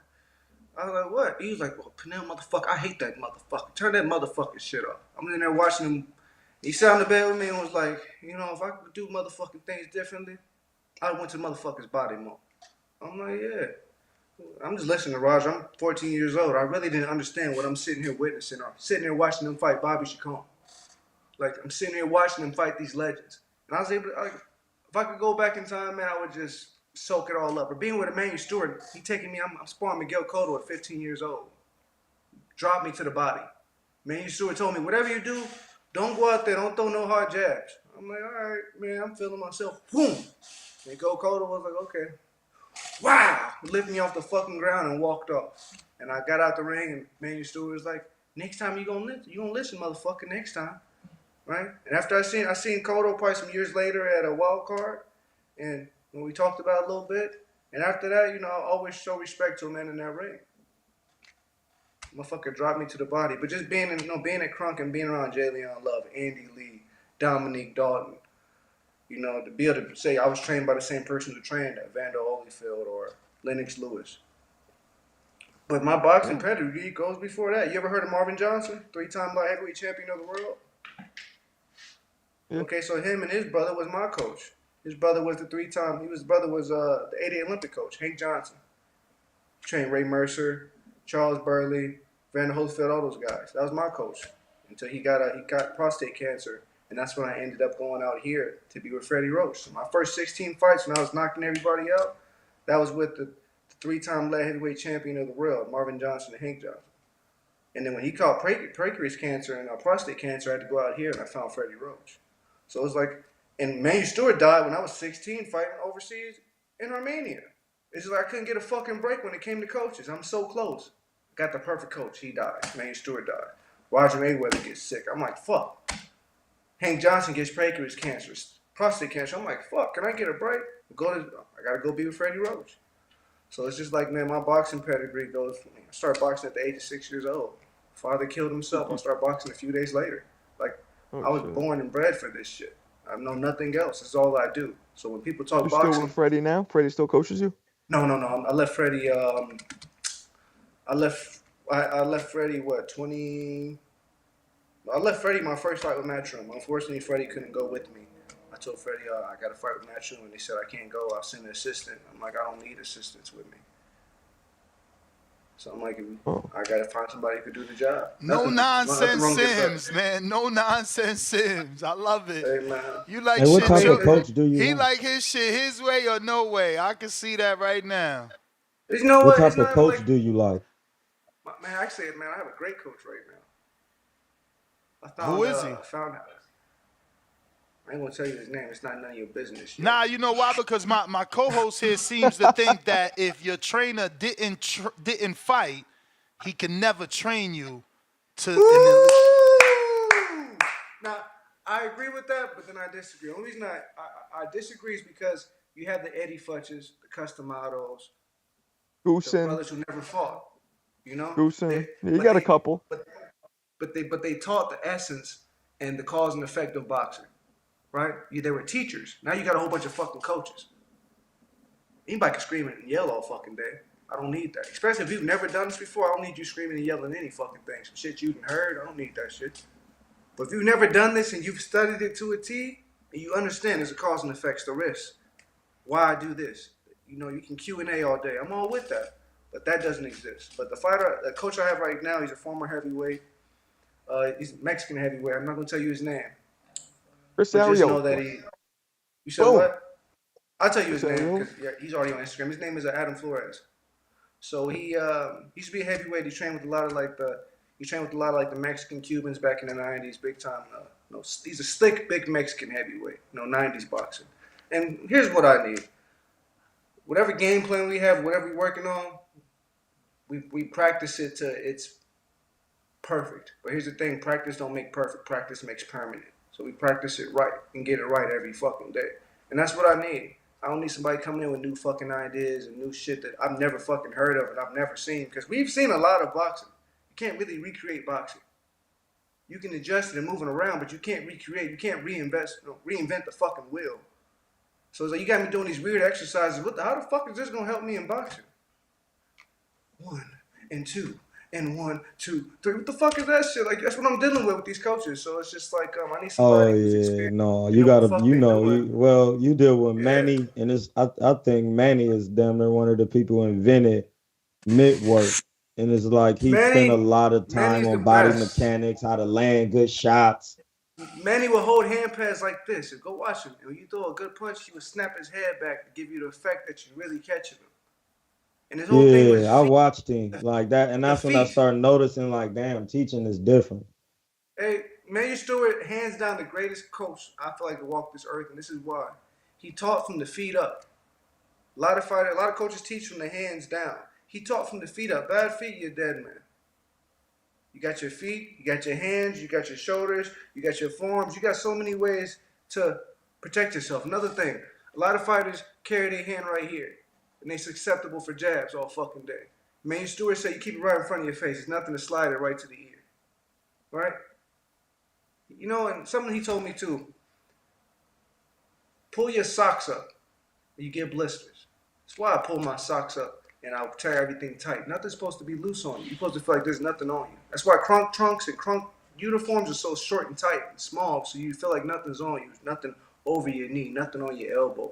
You feel right and tight. So when Manny, everything Manny taught me, I keep it alive. They still got crunk and shit today, but the crunk that I know no longer exists. That crunk died with Manny years ago. So I try to keep that alive with, just my day to day, how I train, how I approach boxing. I'm poking the bear. I'm poking the bear. What's up? How you gonna say it died when that? I mean, you got Javon Sugar Hill. That's Sugar blood. Hill. I was about to That's say Sugar blood. Hill. He got the knowledge poured into him. He was there. Uh-oh. This isn't going to go well. No Sugar Hill? Look at what Sugar Hill did for Tyson Fury. Sugar Hill could train, It was Emmanuel that seen the skill in Fury, but it was Sugar Hill that cultivated it. Did you live with Manny? Nah. He was really with him. But I do tell my story. I do tell my story a lot that Manny was actually very good to me. To this day, I haven't deleted the number because he was so good to me early on in my career. A lot of people, he opened doors for me in this business because people would see him treat me so nicely. So they just automatically thought they should do it too. So shout out to Emmanuel Stewart. Manny had that effect. Sugar Hill, he's a good coach for certain people. I'll put it that way. I was fighting in the Junior Olympics, and you heard of Montana Love? Of course. Okay, so me and Montana Love, we go back. I know him since about 8 years old. That's my boy, right? So I'm fighting the Junior Olympics, and I'm about there announcing my name. And Montana Love runs up to the ring, and he's like, Junior, your mom just got hit by her car. Her leg is broke. I'm like, what? For real? He's like, yeah, she in bad shape. So in the fight, I'm fighting this motherfucker, but I'm just like, I'm winning, but I'm just like, I'm out of it. I'm like, what the fuck is going on with my mom? Is she good? Shit, I ain't got no daddy. That nigga dead. So like, my mom got hit by a car. Her legs are broken. The fuck you mean her legs are broken?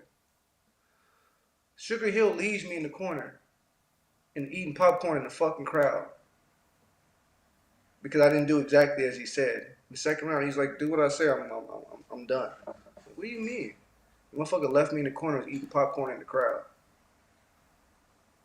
Now, regardless of what a fighter's going through, I feel like he should never be left in that ring. He just shouldn't. It wasn't for I'm not listening down to the T, but Sugar Hill's the type of you do it his way or it's done. That's why Sugar Hill's not with Whitaker or certain fighters. You need structure. Nothing wrong with Sugar. Sugar's a good coach for certain people. But just understand this right here is not for everybody. Everybody can't fight this type of style. That takes Sugar just left you? Yeah, he left me in the corner. Damn. Yeah, so after that, it's just like after that, I don't trust no fucking body. After that, I'm like, I can't trust no motherfucker. It's been coaches in Ohio and the amateurs. If you don't do what they say at Blackburn Boxing, if you don't do what they say, they'll be like, if you don't do what I say, I'm just gonna stop the fight. Hey, do that shit in sparring. Don't do that in a fight where somebody can get really hurt. That's where I draw the They line. really be on that. It's just like, if you feel like that, throw in the towel. That's the thing. If I'm getting beat the fuck up and not listening, throw in the fucking towel. The fact is, I'm not losing, but I'm just not doing what you say. You just go and walk in the fucking crowd and eat popcorn. Yeah, they So it's just literally like be on that. after that, I don't trust. But I mean, I know all about the Ohio coaches. You know, Cincy, Melville, Adrian Bronner, Coach Levi, Coach Mike Stafford, Two Still. You know all them cats out of Ohio, Michigan. I've been all across the fucking country sparring motherfuckers, from Philly all the way to Cali. So it's just like a certain respect comes with the sport. And that respect, we know, brothers, is what you're risking when you step inside them ropes. Gerald McClellan, I watch him almost every day. But he's a factor of why, if you can get a motherfucker out there, you get him out of there. Because if he comes back, he can come back and it can be very lethal for you on accident. Peter Cologne, another one. So that's why I need a coach who takes this shit as serious as I do, because it ain't no ha ha he he. I talk shit in the gym when I make these videos. When I'm training, I'm working through shit. It's my life. So I need some coaches that ha ha he on his fucking phone. Oh, that's another thing. Coaches be on their phone all day. These coaches be texting on Instagram, posting pictures. They're not actually worried about the fucking craft. You know what? I had a fucking coach tell me he couldn't come to sparring twice because he was getting a fucking manicure. And this is why I was with fucking. This is why I was with Matro. This is why I was with Matro. He didn't show up because he's getting a fucking manicure. Sometimes he didn't even show up to the runs. I'm getting a massage right now. What the fuck you mean? I'm the one working out. What the fuck you doing? So it's just like people need to talk about like what the fuck is really going on in this sport versus how it's supposed to be. Let's talk about how it really is. Nobody take their fucking job serious. Everybody want to get paid and not do no fucking work, and everybody want to walk away with the majority of your bread. That's what the fuck we dealing with in this business almost. Sims, I hate to cut it short, but I gotta get to some of these callers, man. I do appreciate you coming on. Let's do it weekly, man. I know you said you want to be on more regularly, and we would love to have you. It looks like the audience definitely enjoys your personality, so we would love to get you back. And yeah, man, give out your social media for anyone that doesn't know how to follow you can do so.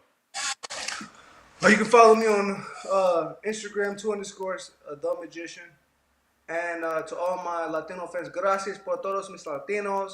Viva Cuba. All my Armenian fans, hey, bade, vonse, love him. Yeah, do love him, vonse. And all my people, you're going to see me. Just because you don't see me don't mean that you don't see me. I got to stay in the shadows before I get the light.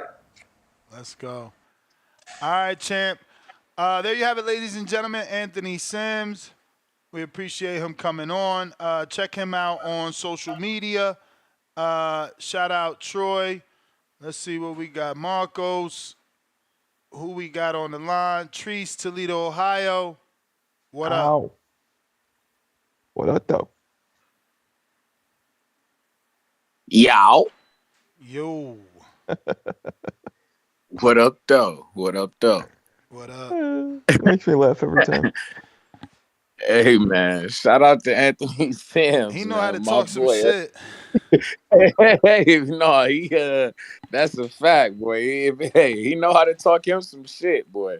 Look at here, man. That's it's hard to believe he can't find him a fight. I feel like shit. I mean, Motherfucker you see after I did some digging, he got offered the Lester Martinez fight. That's because I ain't gonna hold you. When I heard that shit, bro, I damn near was ready to throw my phone off that shit. I'm like, because you literally had mentioned Lester Martinez's name in particular. I'm like, damn, he mentioned his name. Cause that's what I'm like. But hey, that he can talk him some shit though. Like I say, I find it hard to believe he can't get him a fight. Cause shit, somebody gotta want to shut that shit up. But hey, man, what can I do? Like I say, that Khalil Coe fight, that would have been the fight for him. I was thinking if he wanted to fight shit, go fuck with CES Promotions over there in Connecticut and try to see what Richard Popeye doing, Popeye Rivera, see what the fuck he got going on. You know, I heard you mention my Toledo, Ohio brethren, Antoine Lunchman Jones for that guy. And then I hear him even talking some UK shit. I know what's the other young nigga that they got over? They got Ezra Taylor over there for him, telling him to go. See, there's too many fights for him to be talking this type of shit. But hey, that's neither here nor there, man. I ain't here for that. I hear we was talking some heavyweight shit on here. We you know me, Ness. I don't want that the AJ and Wilder shit. I'm gonna say it again. We do not want that. But you know me. Madness with the matchmaking, so I was just thinking, let me throw a few options that I'm thinking out here, man, because I want to see Ajit Kabayel, you feel me, versus Joseph Parker. I think that'd be the fight. I think that's a good fight. They both got the same type of frame, and they both boxing ass individuals. That's something I like to see. You, Ajit Kabayel and Joseph Parker. I want them two to Hey, fight. yo, your man Lunchman Jones ain't got no money either, man. What you what you mean? That's why we the lunch money. We about to take his money. What you But that's talking the about? thing. We How ain't you got. gonna take somebody money you can't afford to fight? Like I called this Oh, I can't people's. afford to fight, man. Well, that's see, I ain't his manager. I called this people's like, yo, we got an opponent for it. They're like, man, Sims ain't taking short money. I'm like, damn, that's all in the pot? Little bitty itty kitty money? What the fuck? Hey man, listen. Hey, if they need, tell them to get with me. Tell them to come fuck with the Midwest Mafia. I'm sure we could put up something for the fair. You feel me? Ain't shit. But you know. But hey, like I say, we want Ajit Kabayel for Joseph Parker. I want AJ versus Andy Ruiz, man, the trilogy, man. That's what the fuck I want. We don't want AJ and Wilder, man. I told you we want Wilder for Jarrett, man. That's the fight. We need Martin Bacoli in there with Big Bang, and then Hey, fucking yo, let me get. you hear that? What up? Here you go. Here what? There you go. You ain't getting no Wilder, Here man. you go Y'all with the wilding. Hey man, Blaze. you know it's only right. He played. Hey, I knew it was coming with the fuck shit though. But hey, we need the Wild. He know we need the Wilder fight. He know don't nobody want the AJ and Andy. We need the trilogy for that shit, man. Then we gonna go ahead and throw F.A. Jogba in there and let him get Frank Sanchez. You feel me? Let him get it back in blood with Buddy, man. But hey, Nez, I heard you. Hold on, I heard you say that AJ and Wilder should fight each other because they both coming off knockout losses. knockout. Perfect time. Perfect time. Listen. Now I got a question for you. It's some, you know me. I'm madness with this matchmaking shit. I got two young fighters who just coming off knockouts, who I would like to see fighting. What you think about Alan Garcia and H2O fighting? Oof. I think They I ain't ain't go. doing They that. both, I don't go think ahead. nobody doing that because it's like instead of rebuilding each one, you know it's do or die. I'm kind That's of a with good that. We fight. need some of that do or die shit though. They both It in the feel same like it's your division. They time, both. But but shout it's out not your time. TBV. Shout out Toledo, Ohio. Albert Bell, October 26th, Dallas, Texas. Y'all be cool, man. Let's go. All right. Ow. Who next? Jorge, Mexico, what up?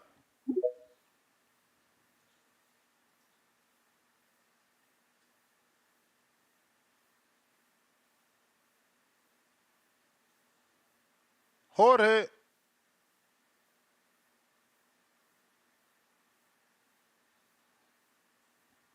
All right. No, you there? I think I hear you.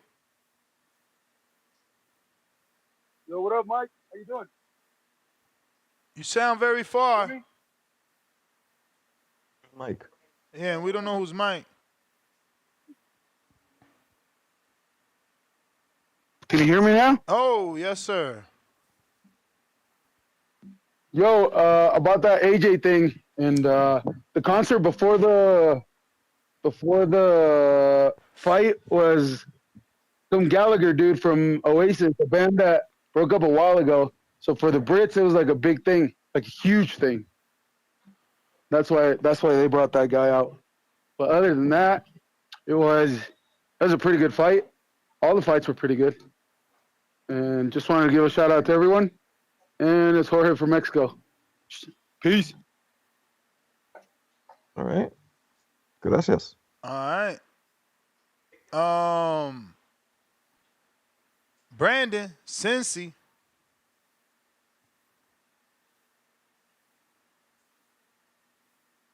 Yo, Ness, how's my audio, bro? Straight. What up to Marco? What up to the whole community? What up?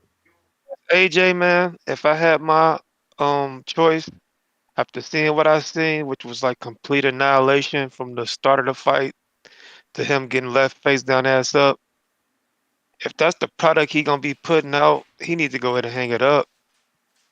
Like, I don't mind guys fighting past their prime, but they gotta really be putting up strong efforts. Like I don't mind guys like Derek Chisora fighting like at this day and age because every time Derek Chisora go in there, we know Derek Chisora gonna put up a dog fight. He's a junkyard dog. He's tough. But when it come to like AJ and Wilder, like they just getting the shit beat out of them at this point. Like, and I know they big names, and we missed out on it when it was popping, and we keep on trying to rehash it. But AJ just got thrashed, I'm with you. and it wasn't even competitive.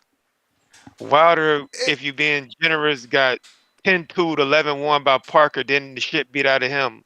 So when y'all keep saying like, let's see them fight each other, it's just like, let it go, man. Let it I'm go. with They you. ain't putting out a good product.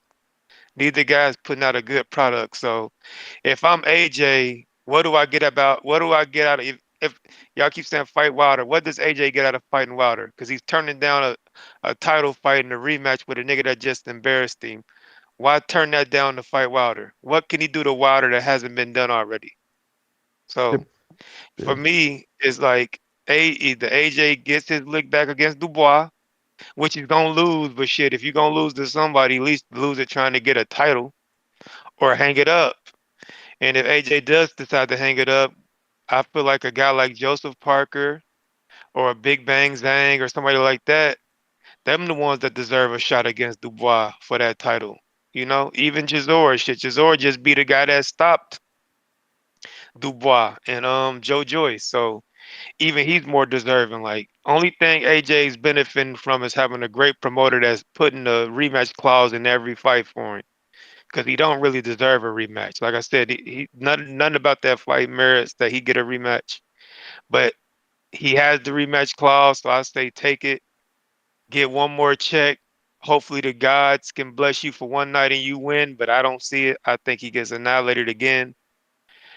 But yeah, man, shout out to Daniel Dubois. Like I said, we all these years we thought that Wilder and AJ were the dudes. But it looks like once they started fighting other people and stopped being protected by their promoters, we see that they weren't. They were just the popular guys, but they weren't the best. So, yeah, that's my opinion on it. AJ, if you're going to fight somebody, take your rematch and get your ass whooped. If not, just hang it up because it don't look like you got much left. But all that AJ and Wilder shit, because they both coming off knockout losses, that's trash, man. Let it go. When we were supposed to get it, they gave us a 5-year circle jerk and bullshitted around. And now, since then, both of them been exposed for not being who we thought they were. So let's get to the people who are the real deal: the Usyks, the Furies, the Dubois, the Bacolis, the Parkers, the niggas that's actually winning and putting out a good product. But that's my call, man. I'm gonna let you get to some other callers, man. TVV, protect your mental health at all times. I'm out. Oh yeah, go Green Bay, Packers for life. Shout out to the Bengals too. I'm out. He cooked him. He cooked him. Cooked too. He was just cooking the situation, period. Yeah. Like he wasn't happy. Khaled, Indiana.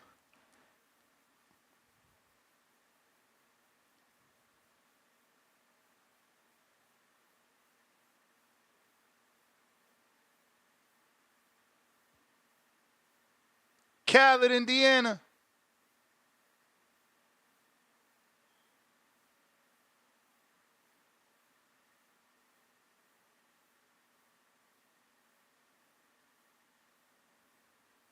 Khaled. Oh man, yo, Border Wars is back. I'm dying back here. I'm getting footage and setting up fights. This shit is hilarious, bro.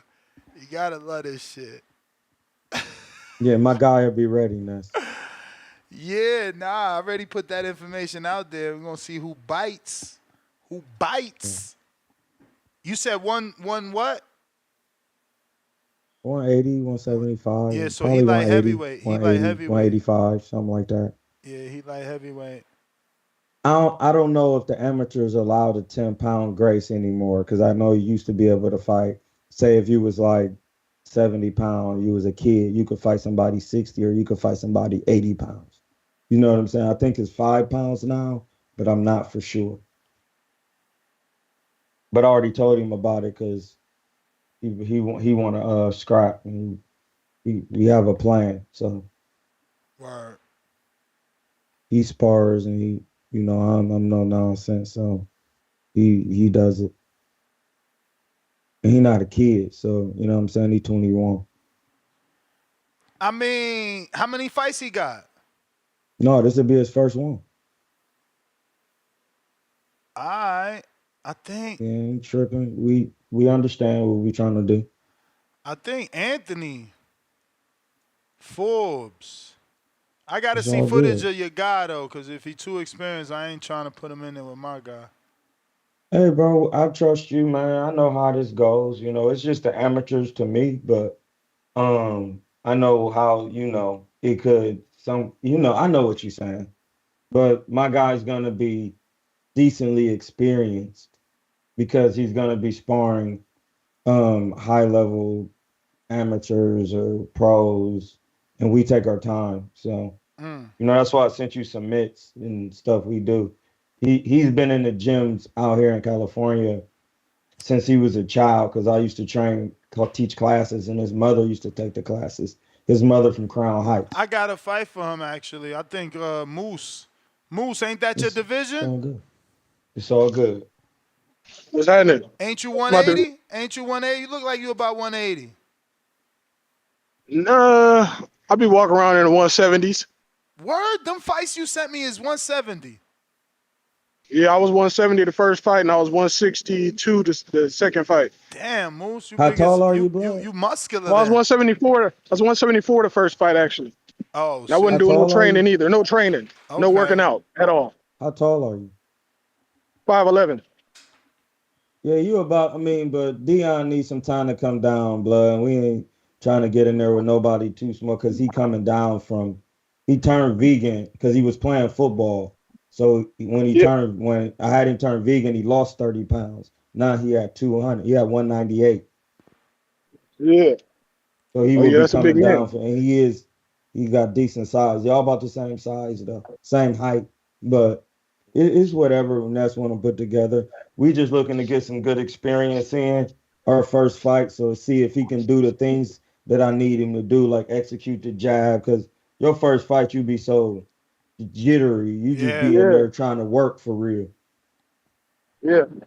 Most definitely. You know what I'm saying?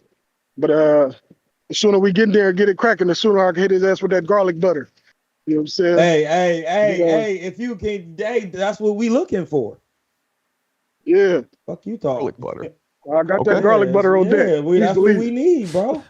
We because he eventually wants to be a professional boxer. He wants to take Oh, his chances. So we have to that's what's have a up. plan. And that's the thing. He needs somebody, he needs a grown man, he needs to be experienced because eventually he is the size of a 175 pounder. So it's just really about Yeah, learning at this stage. Just I'm not even thinking about his losses or win. I'm thinking about him executing certain things when the pressure is on. That's what yeah. it's really about for real. Cause man, it's hard when you Yo, got my man about to put the beats on OC from Wisconsin, bruh. I just hooked up my man's with Mustafa. You know, Mustafa Mickens, coach Mustafa Mickens. You feel me? Now he about to get trained by Mustafa and put the beats on Milwaukee's own OC the boss. Telling OC you. the boss. Who's that? Who fighting OC? I'm fighting OC. Nah, my man from Atlanta. Oh, okay. Yeah, man. But on to the topic, man. It's about Daniel and AJ. You know it. Yeah, man.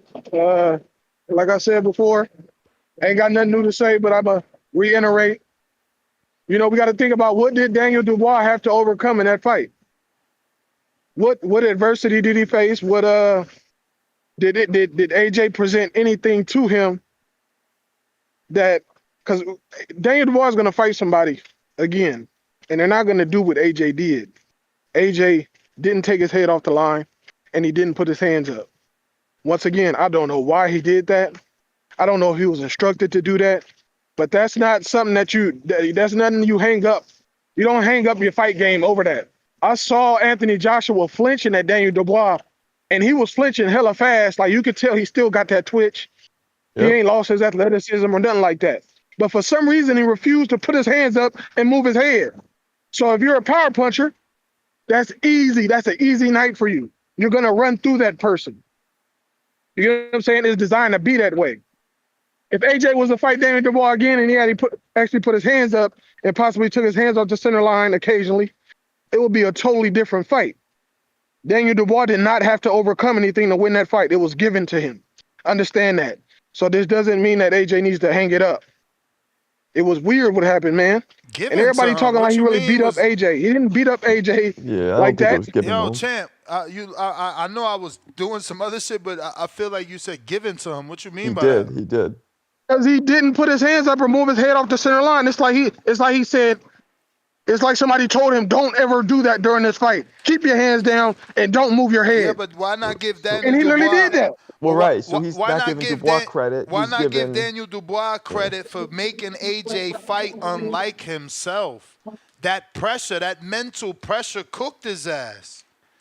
I don't know, man. I don't know. It He just don't never seem had right. Like, defense. you're not gonna put your hands up, bro? It's He a mix never of had Like, both. that defense. seems second nature. The Yeah, but Plus question is, pressure, again, why that's did second he nature. abandon his defense? What made him do that? Was it the He pressure? never Was it the had mental it. of pressure? course it was the pressure. Or was he going through shit? Who knows? What you mean? It's the pressure. It's Maybe the it's a mix of a pressure. couple Bro, things. he's been boxing damn near his whole life. You mean putting your hands up? Well, nah, AJ started So you gonna late, get into but a fight that doesn't allow you to put your hands up? yeah, it He is never weird. It had was weird. defense. He That's never some had weird shit. defense. When he It was fought weird. I mean, Klitschko and he was got knocked down, he got up and put his motherfucking hands up and he yeah, nah, fought. his defense it was never great, but it wasn't that bad. Yeah, like he literally refused. My God, Bro, he's but getting punched and he's not. He's refusing. not recovering from the first knockdown, as Eddie Hearn says? Absolutely. Yep. Hey, that could be part of it. Maybe some of his mental was gone, but to me, it's second nature. AJ walks around. When I think of AJ, I think of hands being up And you don't see him because flinching he don't like have no that. head Like he movement. was shook. Nah, he was shook in there. Everything, bro. Look, listen, it's something that we don't know. Like, y'all keep forgetting that they sparred, man. The My man power. probably knew that power was real deal, That's what it probably Holyfield. was. Yep. Okay, well, this the thing. We can't give Daniel Dubois too much credit if he fought somebody who didn't put their hands up and didn't move their Man, head. you Because he's sound gonna fight crazy. somebody that do that, and it's gonna be a What? different But it's outcome. not your And You everybody gonna sound. be looking so That's the bell moves, but you sound crazy talking about we can't give him credit. That man did that thing, and he did it as an underdog. Y'all Yeah. tripping, man. When you spar somebody and then you get in a fight with them, this is what I be saying. Like you can already gauge their power with 16 ounces on, or heavyweight sparring with 18s or 20s. Then when you in there with 10s on, like every time Daniel Dubois, because this is why I figured that he would do better than, because I haven't watched a lot of Dubois. I know he could punch though. By the way he deliver his punches actually, because he throw punches in between your punches, and he got the size of a puncher. How when I seen him at the media day, how fluent he was with the jab on the mitt.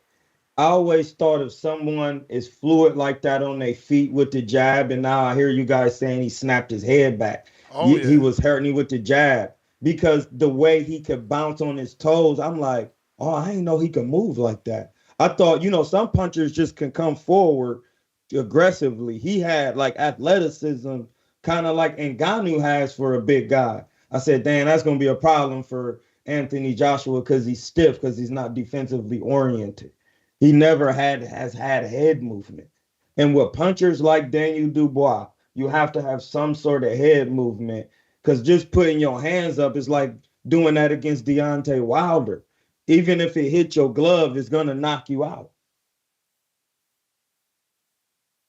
We got main event tip. Main event tip. What up, Tip?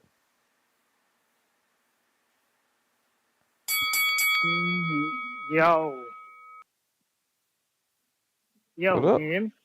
We We hear hear you. you, What up? Tip. What up? What up? You know, man, shout out to, Triple D, Danny Dubois season, man. Y'all know what's going on. You know what I'm saying? Real Rios.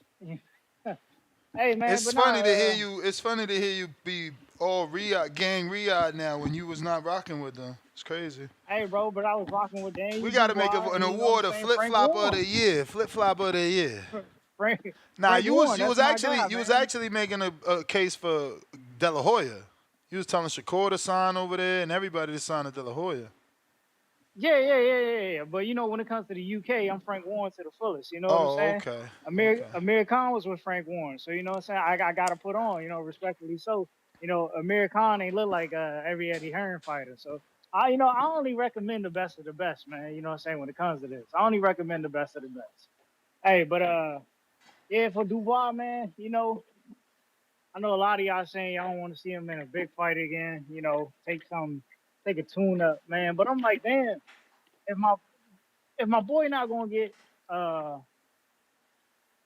if he not gonna get a Usyk or Fury winner, man, he might as well do what AJ didn't do, man, and go and fight Wilder, man. Make the Wilder fight happen. Come to the states. You know Who? what I'm saying? Come stateside and fight Who? Wilder. Dubois. Bro, why you trying to do that to why you trying to get my man killed? What the freak is wrong with you? Hey, man, I'm just trying to create a star in the sport of boxing, man. And Dubois, Bro, you know, leave he a my brother, mans Wilder a alone, brother. bro. You know what I'm saying? I'm trying to put two brothers in the ring and get it cracking, man. This is what we need over here. You know what I'm saying? Bring my boy Daniel Dubois over here stateside and let him fight Deontay Wilder, man. You know what I'm saying? We need that. Two punches, you know. I think No, Dubois is our sir. modern day Lennox Lewis, man. You know what I'm saying? That's the way I look at it, you know. That's the way I look at it. Let me build my fighter, man. Let me build my fighter and Daniel Dubois. You know what I'm saying? But yeah, that's it for the most part. And shout out Hamza Shiraz. You know, I was an advocate of Shiraz. You know, he gonna be a problem at 60. I don't know if he get a big They fight call it. because you They know ask Janabek out here ducking. the headlines is reading. Is he a hype job on some of these websites? That's crazy, bro. That's I know crazy to you even seen it. consider it. I know Hey, you you know seen it. what? I'm gonna Hey, say this, Ness. I said that because he is the ambassador of Riyadh, and Sheik said he wanted to make tough, hard fights. But then Hamza Siraz is in there in a non-tough fight. Word. That hey, was man, you not gotta take your tough. time with your Tyler prospects, Denny bro. was You gotta what? take your time with your prospects. That's what I'm saying. Like, and he a big middleweight. You may feel like it's your time, but it's Pause. not But your I time. apologize. Hey, this No, Bully no, Boy show tip, later, tip right? before you leave. I seen your scrap, bro. Good work. Hey, Word. man, What do nah, you Troy. what do I you told Ness. take I away told from the Ness I win? wanted to hear your input, bro. I told Ness I wanted to hear your input. Yeah, no, I know. And this is the thing. I know you. I heard you was from Maryland. I could hear your accent. And the people don't know that Style is a high guard. They really do the high guard a lot and walk people down out of that. So I know a lot of the guys you work with was doing that. What do you take from your win? Because it's not like I could give you a lot of input if that was one of your first fights, bro, because it take a while to be able to calm down, use the jab, and neutralize somebody coming at you full throttle with just your jab. You know what I'm saying? Yeah, no. When I look at the fight, bro, I ain't gonna lie.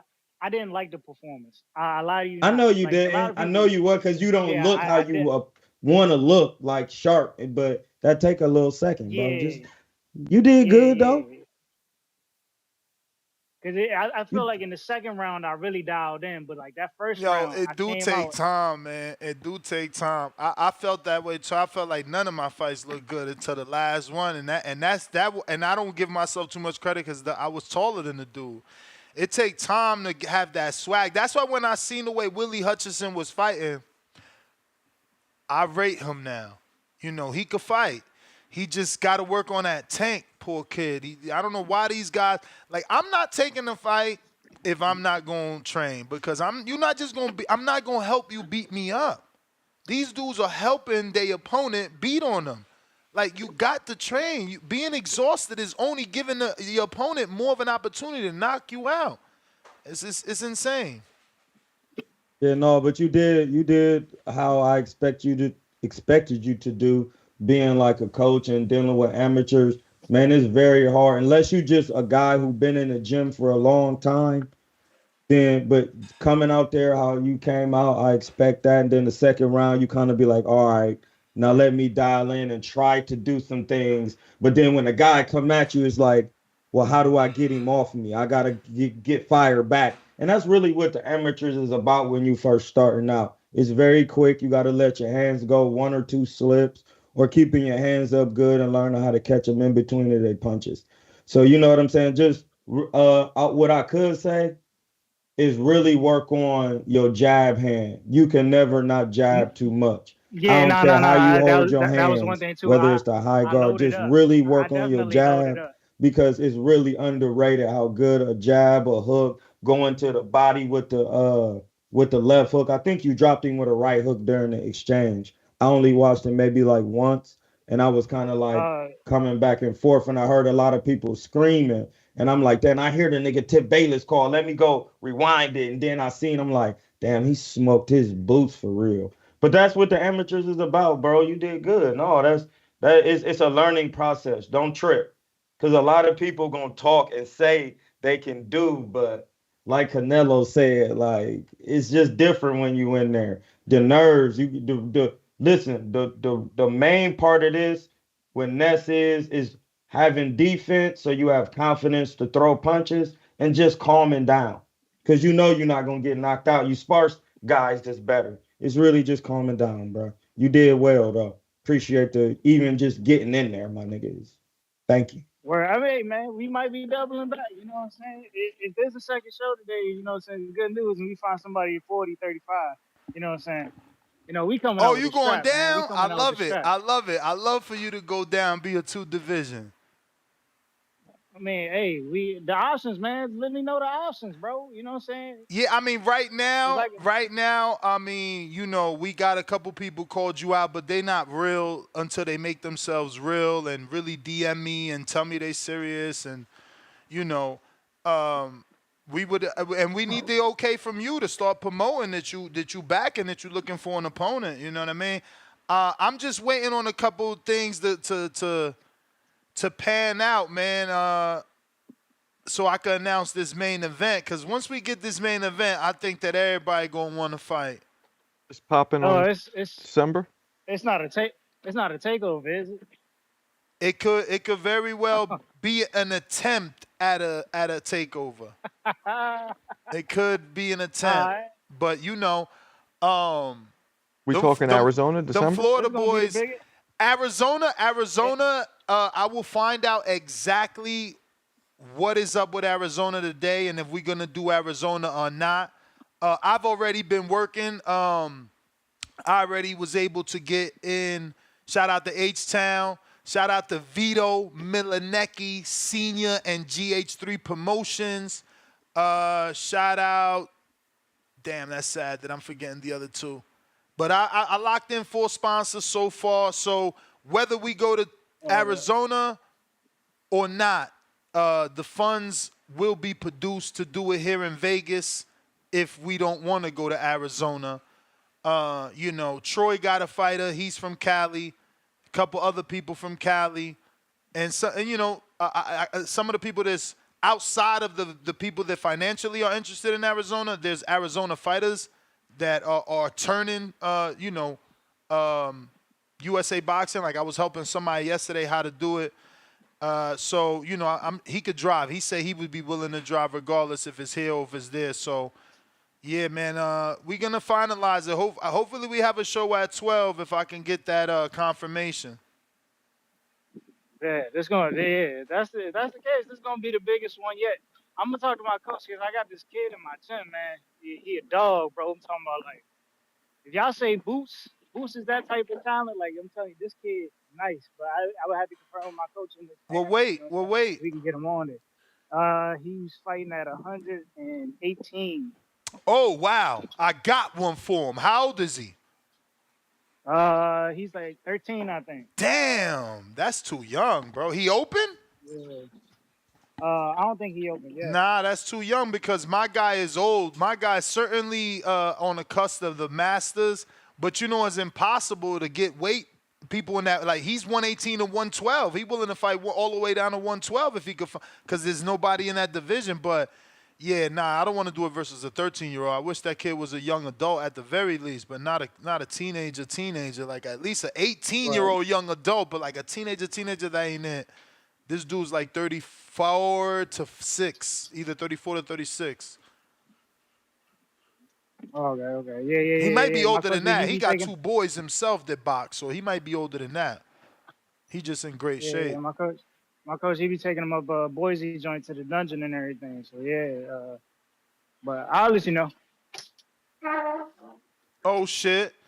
So wait, they got Tito Mercado on the Boots card? Oh, it's about to be a takeover.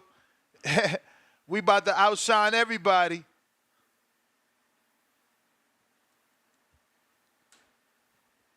I think he on a Boots card. I got Rez. What up?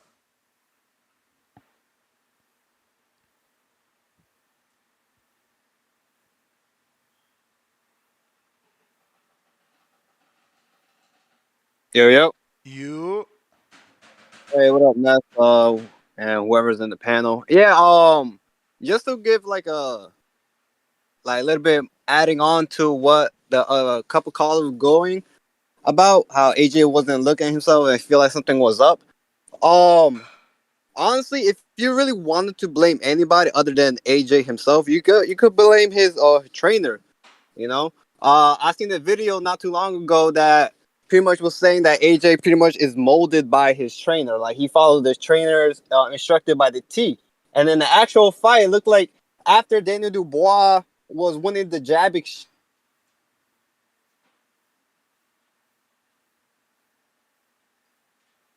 We lost you, buddy. Yo.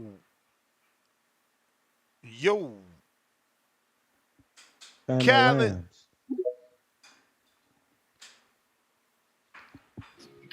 Yo, Ness, can you hear me? Yes, sir. I bet. Real quick, shout out to Daniel Dubois. Had a good fight. I'm like happy to see my man, just be at the forefront. You know what I'm saying? I like the heavyweights now, man. Top 5 guy, man. Happy for him. But I really want to talk about that Jaime fight. Hey, can I speak on that real quick? Sure. Yeah, bro. Hey, bro, that was the fight, bro. Happy to see my man Jaime come back. He was in there with a real guy. My man was in there. He had a great jab. Great 1-2, tough guy. We want to see him back. Good fight, man. Shout out to my man Jaime, though. He came back looking good. Good head movement. He probably could have jabbed a little more, but he put his hands together well. Got him up out of there in the 10th. Came right back off the loss. Came right back, man. Jaime Munguia is probably the second best guy at 168 after Berlanga. Canelo. after Canelo. That's funny. Hey, yo, him and Berlanga, you know what's He crazy? So called him and out Berlanga, Berlanga. He called out he Berlanga, but did. that I just want y'all to see. He called out Berlanga. Nah, he Y'all did. ain't want to believe, but now y'all forced to see the star is born. I want to see that fight. That's another huge fight. I think that the next fight, though, before that one, is gonna be Christian and Billy. I hit Troy about this yesterday. He had went live. I talked to him about it. They on like top rank though. Like it's easy to make it because they both on top rank. And I feel like somebody got to take like and Billy off the board anyway, and that'd be a good name for Jaime. That's a good fight. That is a good fight. Yeah. That's a good fight. You take and Billy off the board, and then you either get an Edgar or you get a Caleb Plant. Cause I'm thinking, I don't know if like Muzz gonna get that a Canelo rematch. Like I feel like Muzz gotta do like a lot more work to even get that. So it's like it's still other big fights that Muzz can worry about instead of trying to chase him, especially when you already fought him. So it's like you can fight him, Billy. Oh You beat him. shit! Zaquin What? Moses turned pro, and guess who that's wild. He turned pro with Matchroom. He's not going to turn pro with Top Rank. Shakur took him to Matchroom. Zaquin Moses is the kid that beat Carmel Moulton in the Nationals, or what was that? The Olympics? What was that? We did a live fight chat for that shit. That fight was so big. That's what's up. Damn. Wow. Yeah, bro. He on a Hey, Boots yeah, bro. card. My bad, champ. Real quick before I go. Nah, bro. You good, bro. Real quick for my time run out. Yeah, so I want to see that in Billy fight hopefully next year. Then the Caleb or the Berlanga. But, man, November 9th, I hope are you going to do a show on this or you going to wait until it's closer? Like, because that's a big announcement. Which It's one? a lot of big fights. The Boots and Bam Lester Mercado, all that. Are you gonna do a show on that now, or are you just gonna Yeah, wait? we could do that Because that's a today bigger. because they announced the whole card. We could do that for the second show. They announced the whole Hell card. yeah. Hell yeah, that's a big show. That's a big call. I mean, not so. I mean, you know, like the dudes they fighting. I don't know. Those is like I know who Pedro is. That Bam is fight. He beat Andrew Maloney. That's gonna be a good fight. Like the dude that Boost is fighting, he got a show. Like he didn't. Of course he didn't win, but that was a tough fight for Boost. That was one of his toughest fights just off the sheer foot movement. We got to see if Boost can like cut the ring off. Like we got to see if he got better from that. So it's a lot at stake. Then we get to see Lester Mercado. Bro, that's a big card. That's probably one of the more cards I'm looking forward to, bro. But that's my card, bro. Thank you. I appreciate it. All right. Nah, that's about to be something.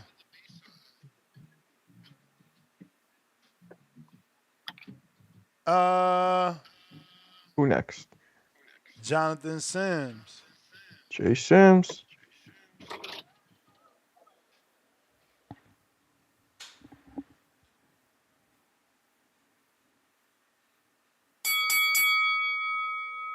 Or not.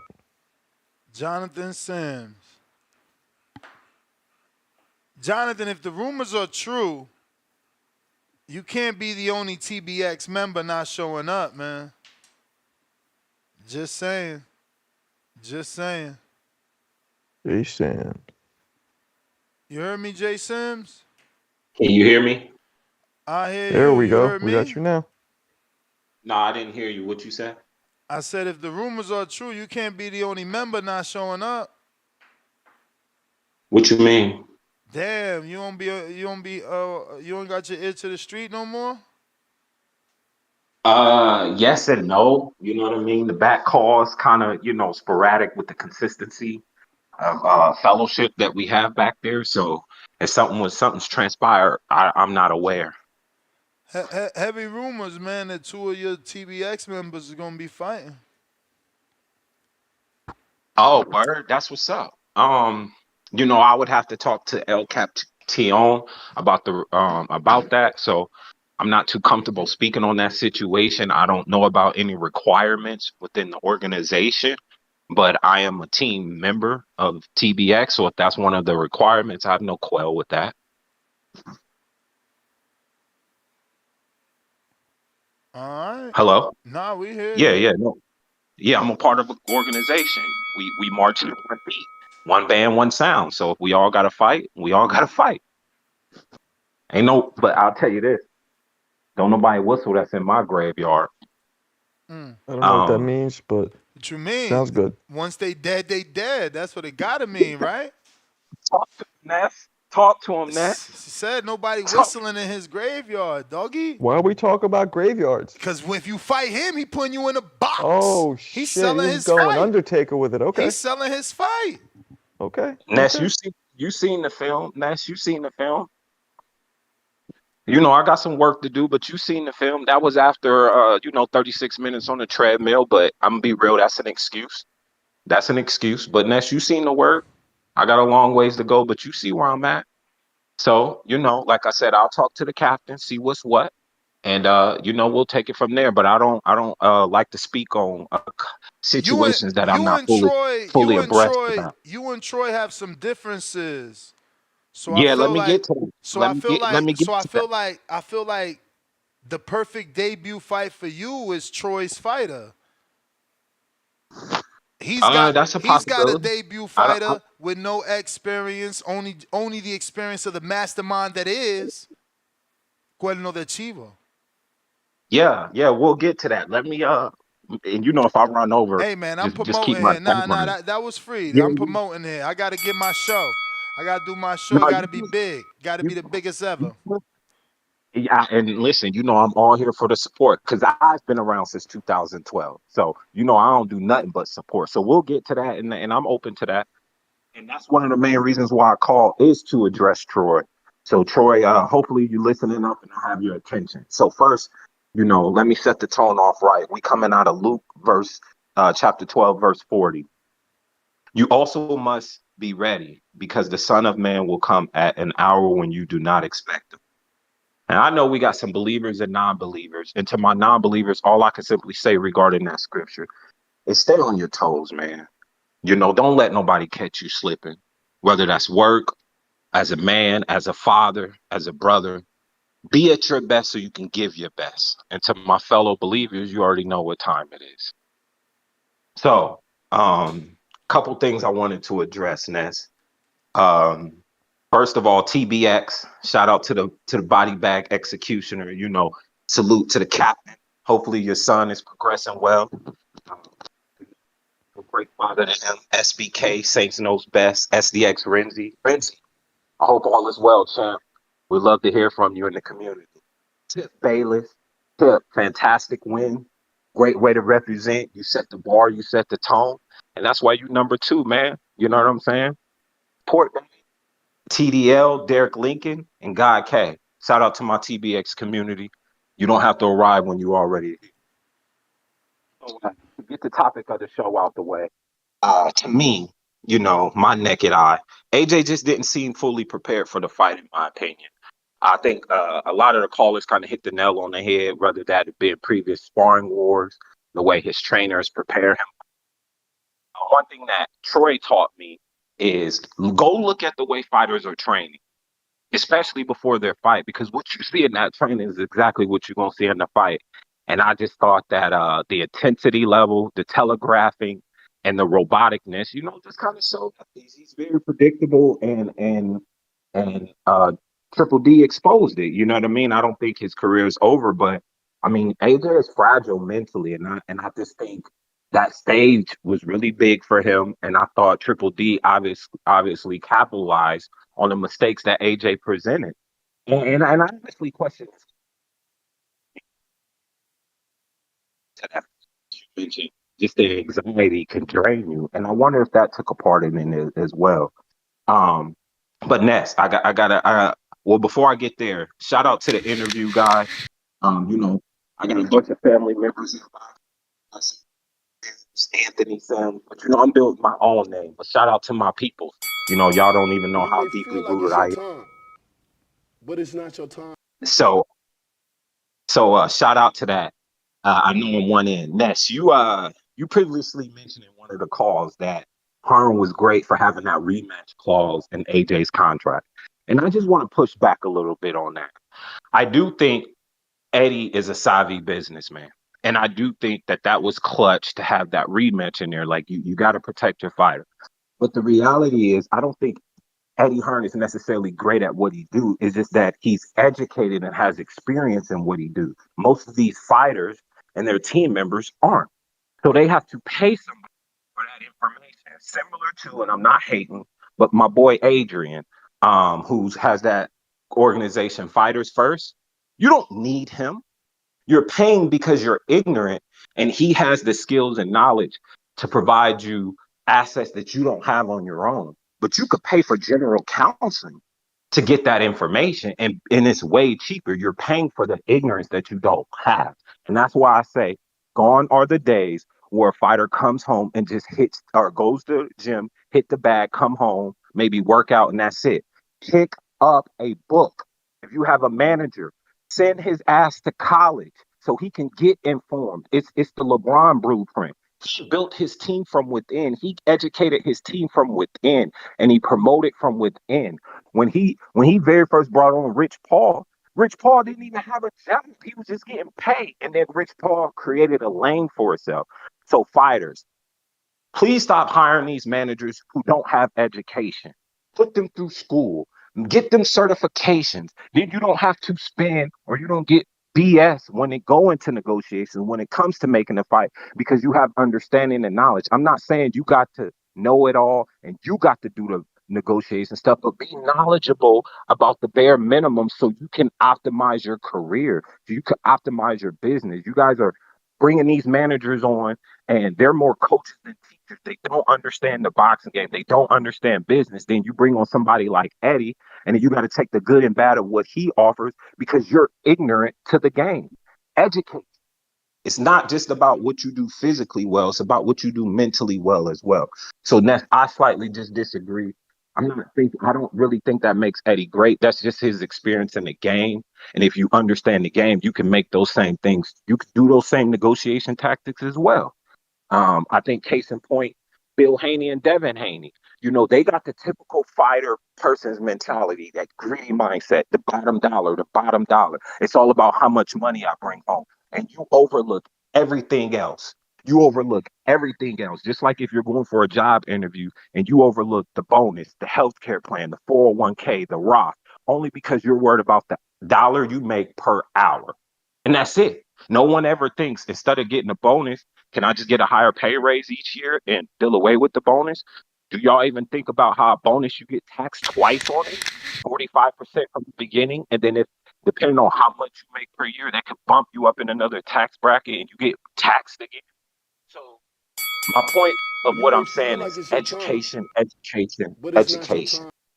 We two in. We two in.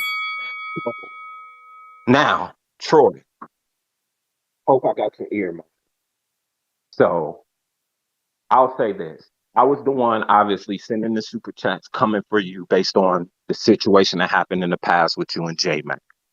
And, you being a fellow Ohioan, my Ohio brother, I hold you to a higher standard. I think you're very knowledgeable and clearly you have experience in this game and you're my kind of guy. So when you said what you said about that man's kids, it hurt me to the core. A, you being a host. And then B, we all know as men, women and children are off limits, no matter what's going on. Real men don't involve women and children. Real men don't hit women.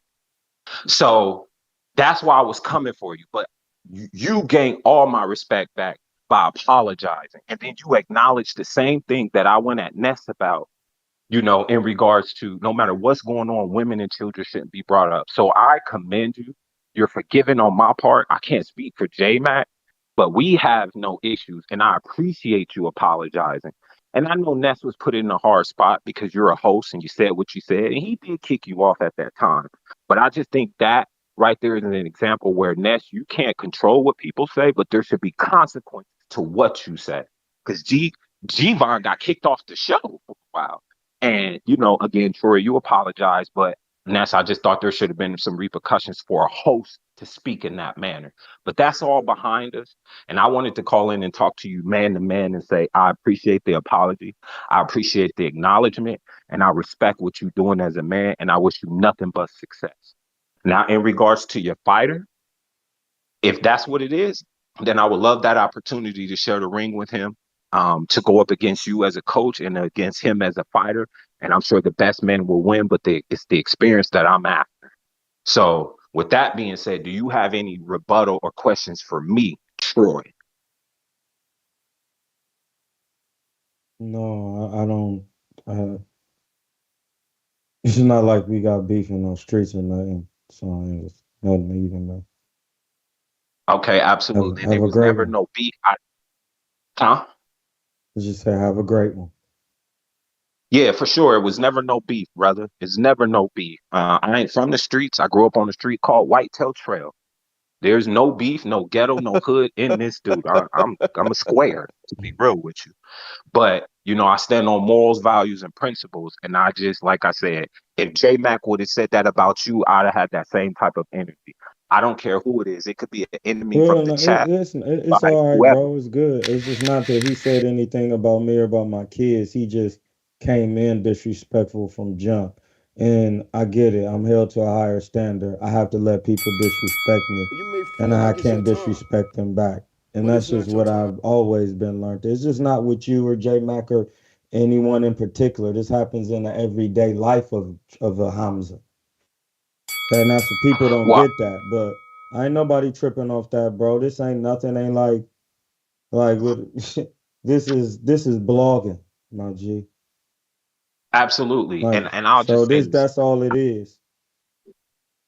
Yeah, and I don't walked in your shoes. I don't know about the other dwellings you've had with other people, but like I said, if the shoes was on the other side, I'd be going at J Mac too. So I'm sorry if other people have made you feel like you can't defend yourself or whatever the case may be. I'm just all about equality and keeping the main thing, and I hold Yeah, everybody to well, the just same listen. If standard. you all about equality, make sure your man come in with respect. We all men, right?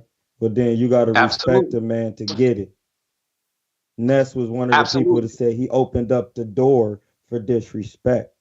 So if you open up the door and I walk through it, you can't be mad at what comes with that and then start pointing. So to keep it equal, let's just keep it all good. I don't come on here and disrespect nobody.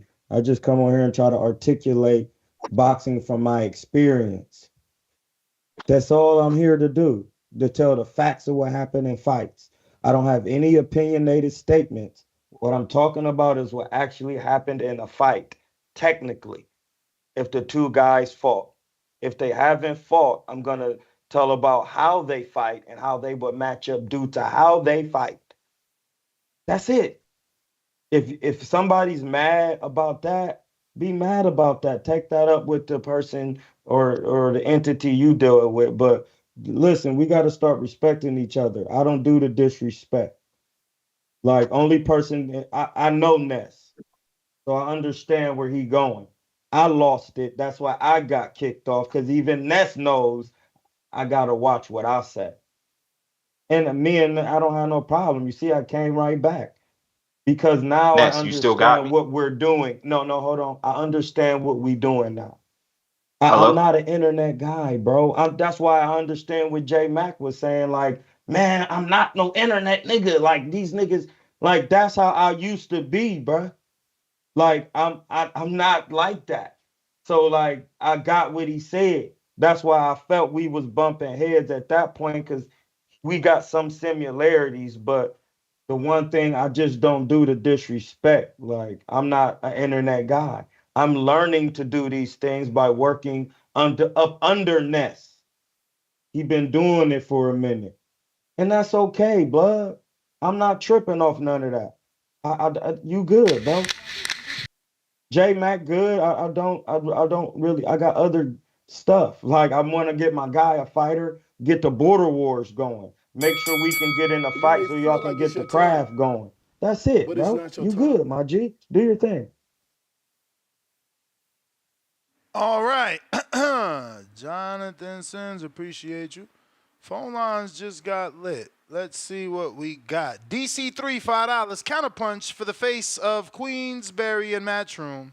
I'm assuming that is our good friend Timboski. We got DC3 back with another two. Anthony Sims ain't coming back.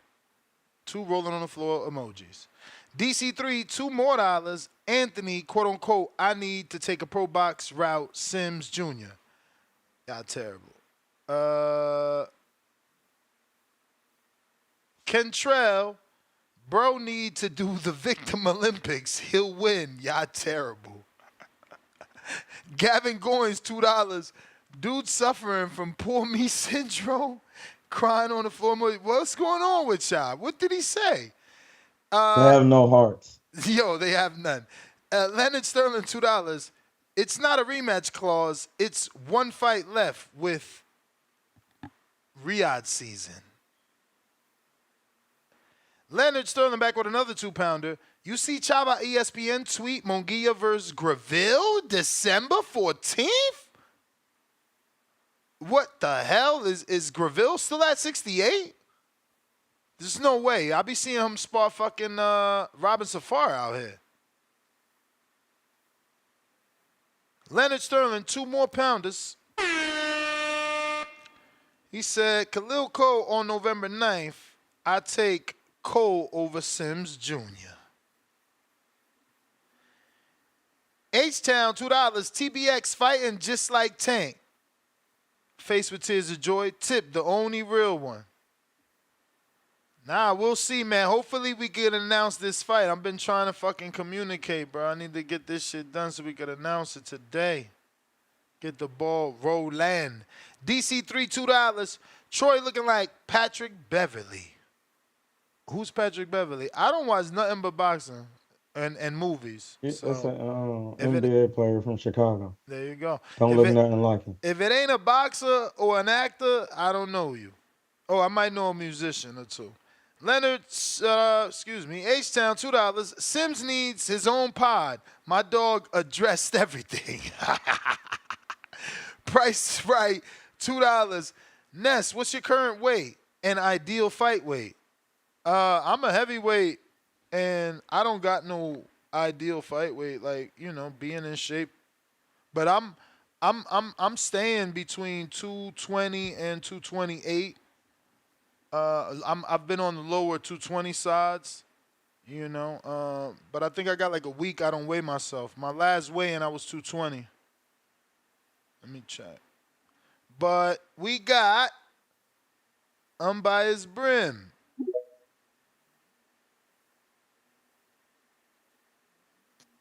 Hey, what's going on, man? What up, bro?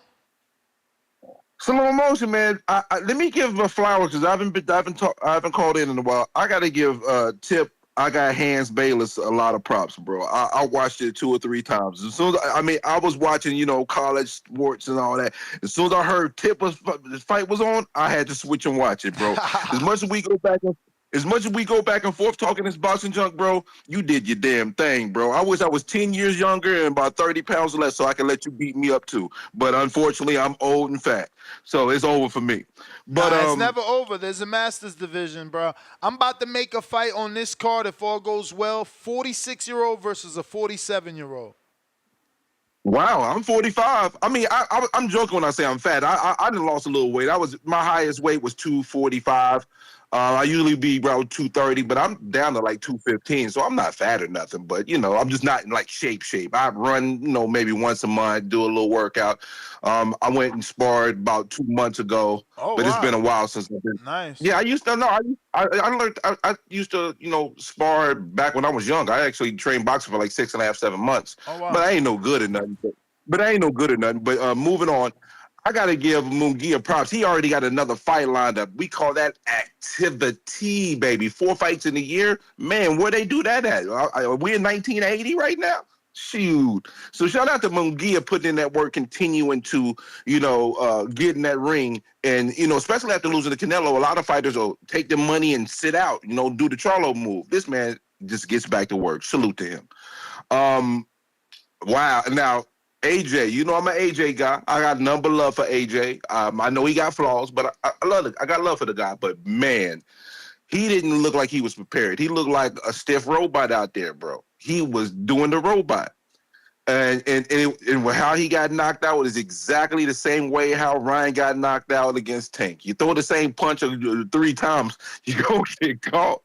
And I give him props for being a warrior. He hurt him, and so he tried to go get a kill because he was getting his butt whooped.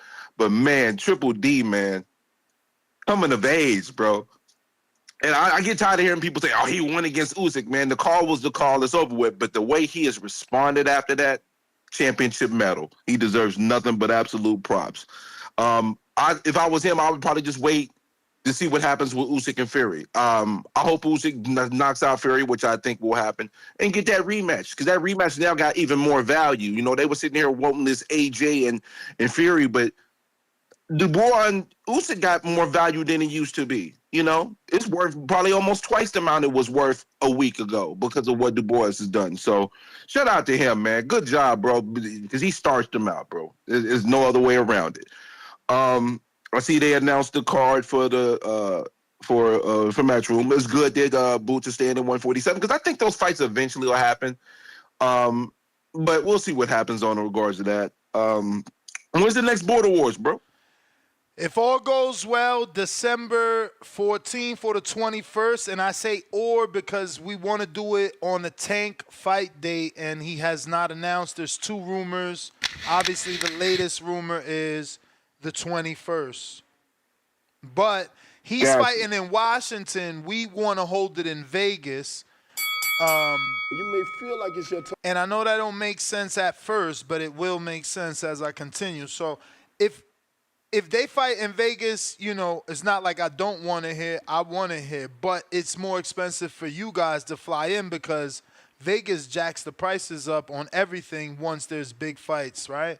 So if he fights in Washington, and you're not going to that fight, then it don't matter where you're at on that day because you're going to fight, plus you're going to watch the fight with us because we'll have a location like we always do where you'll be amongst, 2, 3 to 4 dozen fighters, 2, 3 to 4 dozen, people that love this sport and know what they looking at. You know what I'm saying? Versus those casual fight parties where they just waiting for the main event.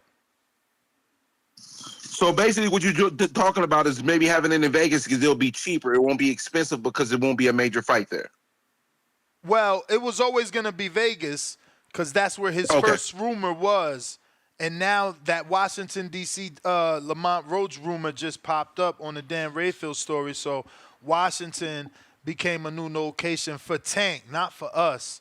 For Yeah, us, I know. I figured that for Tank, but I didn't know that it was changing locations. I didn't know. I thought it was going to be there from the beginning. So I'm sorry. Let me let you finish. I apologize. Nah, it's all good. So yeah, for us, it's either like I got an interested party in Tucson that is gonna be contacting me later on today for final conversation, and obviously if the money I can't refuse, then it's gonna be in Tucson. But if it's regular money, then I'm gonna do it in Las Vegas because I already got a location. I already got like 4 sponsors, so I'm halfway there. I mean, I need 8 more, but I'm halfway there in my eyes. If I was able to get 4 damn near in a day, I could get the rest I need by the time this event needs to take off. Well, before I go, Ness, salute to you, man, for putting in that work, creating a platform for these guys to square up, man, and you keep up the good work, man. You got this, my brother. Oh, you got it. Thank you. Appreciate it. Yeah, man. And now we USA Boxing, man. Now we USA Boxing. So, the goal is to clean it up more. And for anybody that watched, believe me, this one is going to be better in terms of production value. I can't stress enough that I was not supposed to live stream it. We had a company, something happened. Long story short, they couldn't do it. And then the backup company was damn near won $8,000, like high sevens. So, I had to scramble and do it myself. And that's what you got, a product with me doing it alone. Now, this time around, I'm going to have the necessary assistance. I will hire the necessary assistance. I've already talked to James Payne Lethal, who has, he's probably the best cameraman in the community because that's what he does with TriStar Promotions and with Misfits Boxing. So, we talked, and he said if everything is a go in terms of the fights that are supposed to manifest, he's on board. So I also spoke. I had the name in my head. It just escaped me. We'll get back to it whenever I remember. Next up is James Benitez. What up?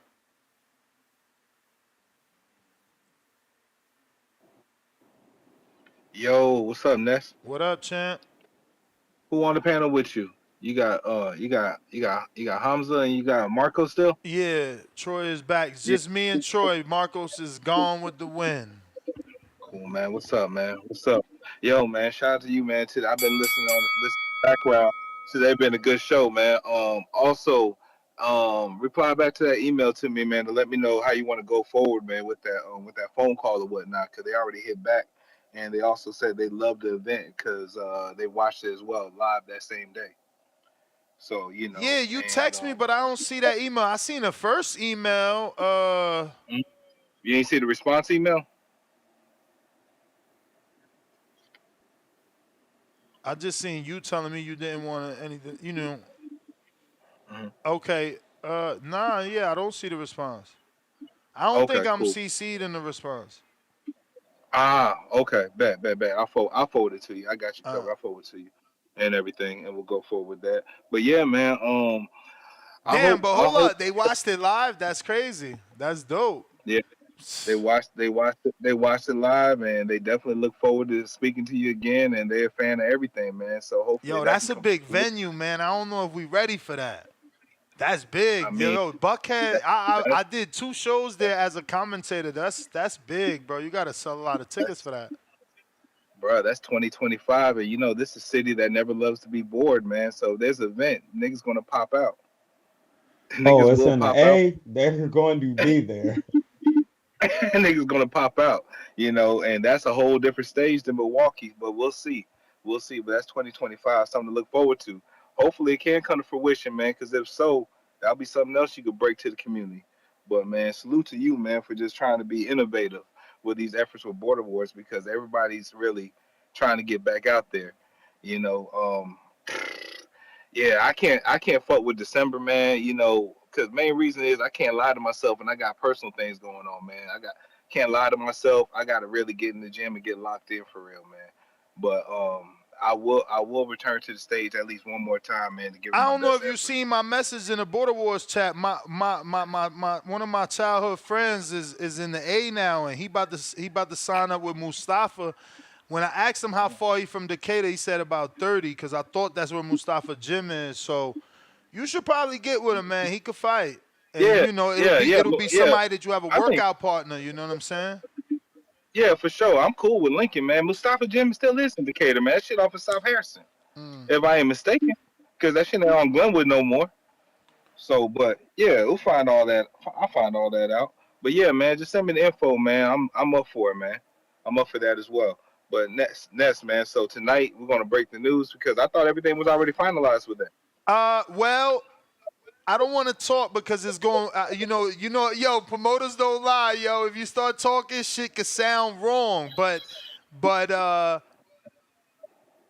yeah, there You want has to be you a want to say there has you to want to say there has to be a we 80% turn there. met. There has to be a turn met. But yeah, like Eddie Hearn would say, I we're 80% there. We're 80% there. You know, I I don't know. I think someone is I'll reach busy. out. They haven't seen. Oh, wait a minute. This is in real time. Hmm.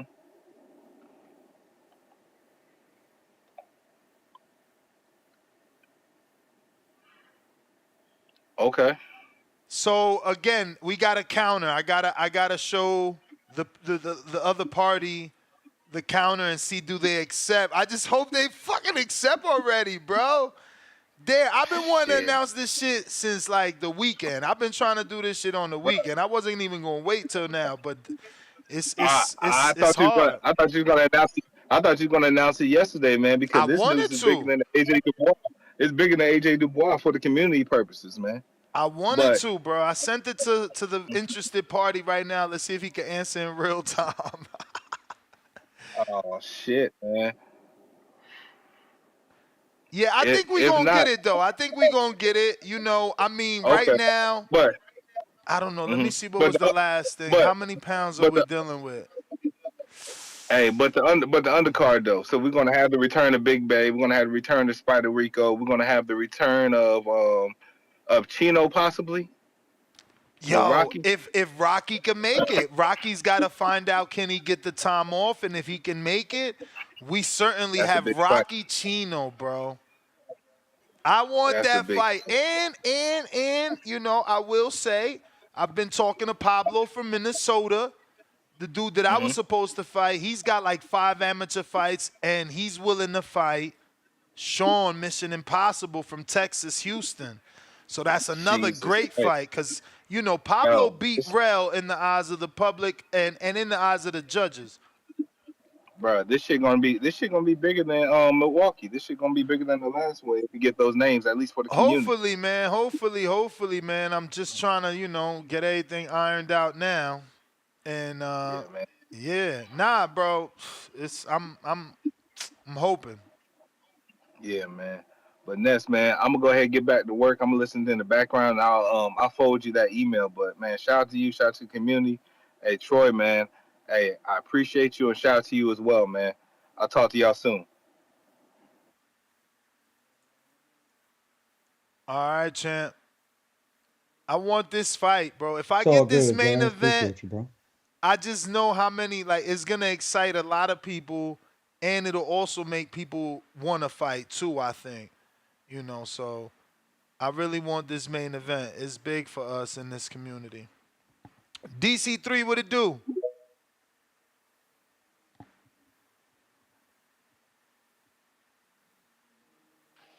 Yo, Yo, man, where the hell Tim Boski at, man? yo, I forgot about Tim. Let me see if he's there. Nah, he's not. He is there. He Yeah, is there. man. He is there. He is there. I Yeah, forgot about him. cause we need that caller at some point, cause I want to hear what he got to say. You know, I want to hear his analysis. I want to hear the guy. I want to hear his breakdown. You know what I'm saying? I want to know what it looked like over there. Hey, yo, He feet on hold on, hold on, ground over hold there. on, hold on, hold on. Hey, champ. You obviously can hear me. So you got to look at your phone right now. Why you doing us like that? My man, you listening and you not answering my text? Come on, doggy. We trying to lock this fight in. Come on. Because I can see you on the show, which means you should be able to look at your phone too. I know your hands is busy, but you got us, the community, on pins and needles. We trying to announce this fight, B. I'm about to start saying names right now. They killing me. I'm like a kid on Christmas. Go ahead, DC3. My bad, man. Nah, it's all good. I understand. I'm a fan of the community, so it's all good. But look, so man, yeah, Timboski, you feet on ground over there, man. We want to know what is going on over there. Yo, he talking about I'm driving. You can text you driving. You can text me to wait. And Cesaro, you know. You feel me? You got Usyk, he been running through them guys over there. He be Dubois, Blue, and all that. You feel me? So Timboski, you know what I'm saying? You need to, we want to hear what you got to say. The community want to hear what you got to say, man. Raise your hand, man. You know what I'm saying? I'm out. We got it. Official announcement at 12 o'clock. You know, but I will break the news on this episode, even though we're gonna do its own episode announcing Border Wars at 12 o'clock Pacific Standard Time, 3 o'clock Eastern. But it is official. Keem and CYP have agreed. The good thing is here, Keem has fought in Border Wars numerous times and never any issues. CYP paid for the last Border Wars, showed everybody he was serious, got his USA boxing book, got a fight in, so we know he's serious. Him and Keem never had beef, so they're not going to, say the wrong thing and the fight is going to not happen. They cool with each other. They just want to see who's better, so we got this fight. It did take some time because, Keem, now that the fight is done, I can talk. Keem did make it seem like he would just fight CYP, but he wanted, him and his team decided to be smart because they all fighting the bigger man, and they asked for a catch weight. So the catch weight was agreed to, so shout out to CYP. Respect him. He's taking a catch weight to make a fight for y'all. So when you start typing and, taking shots, remember, he's taking a fight with a dude that's clearly more experienced than him, and he's taking the catch weight. Some of you dudes only know about fucking potato chips. Shout out to CYP because he be on here calling in, and you gotta, when you available to get to work, you get to work, and he going down in weight to do a catch weight and find somebody with more experience. That literally shows you that you're not scared. Word. So that being said, let that be your motivation. Maybe you need to take a fight. Maybe you need to, sacrifice a little bit. You may feel like it's your time. Stop giving your excuses about why you can't make it and all this stuff. Nothing makes you feel better than going to the gym. Whether it's the boxing gym or the lifting weights, nothing feels better than exercising, Once you in that routine, you crave it. So, man up. Let's get this Vegas fight. Vegas Border Wars. We about to break fucking records. We about to And now that we announced the fight, I can say that Coach Larry Wade told me personally, because I reached out to him also, we're not sure if he's sponsoring just yet, but he did say, if CYP's fighting, he's showing up. So just like in Florida, when I did one in Florida and I had, heavyweight Cassius Chaney there, future champion Xander Zayas and his father there, and I forget what other fighters. It'll come to me. But there was other fighters. But we're going to make sure there's more because it's Vegas. So we're going to make sure there's way more fighters here this time. So it'll also be like a meet and greet for you, and you get to watch these dope fights because we making a lot of fights in the community. Now the pressure's on Rocky. To be able to get that time off so he could give y'all a big fight with Chino. Mexico versus Puerto Rico in Las Vegas. Both men is prideful. You seen Rocky come out with his look. Save it for 12 o'clock. I'm doing too much. It's about to go down. Capicu, what up?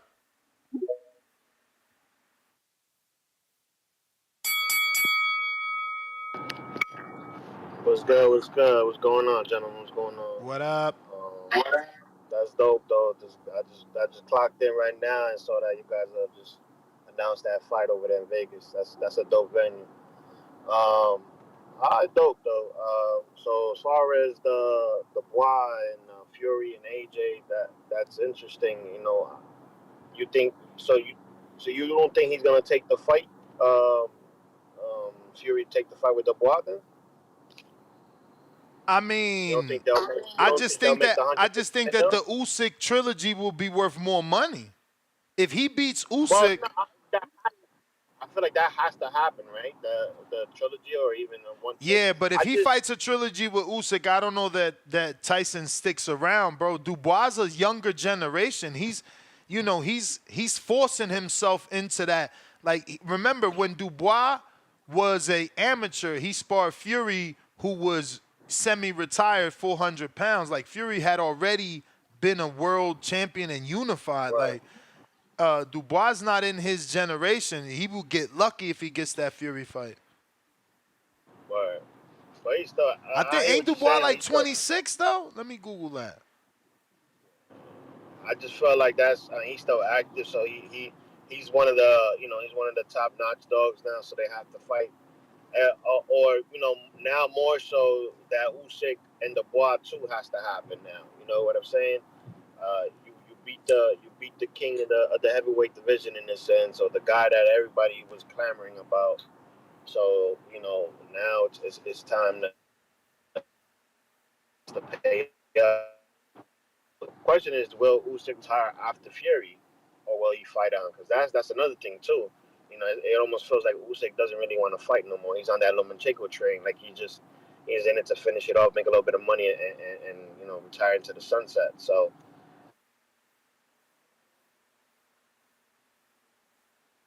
what's gonna happen with the heavyweight division, bro? Um, but when exactly? Getting back to the Border Wars shit, when exactly? What date do you have for the Border Wars? It's only 2 dates, and we're only waiting on PBC and Tank to announce, just because we want to be able to have like a live fight party after the fights. It'll be West Coast, so we'll do weigh-ins at 7 a.m. starting at 7 a.m. First fight will be at 11 a.m. We want to wrap up by like 3 p.m., 4 p.m. because on the West, fights already started. Remember, on the West, 3 p.m. is 6 p.m. on the East, 4 p.m. is 7 p.m. on the East. So the fights on the pay-per-view would have already started, or the prelims on the YouTube would have already started. I don't like missing. Feel like it's your time. I don't like missing none of that, especially when it's good fights. If it's good fights, we don't know. But Tank usually stacking his cards these days. Ever since the Hector Garcia card, he's been stacking his cards. Yeah, absolutely.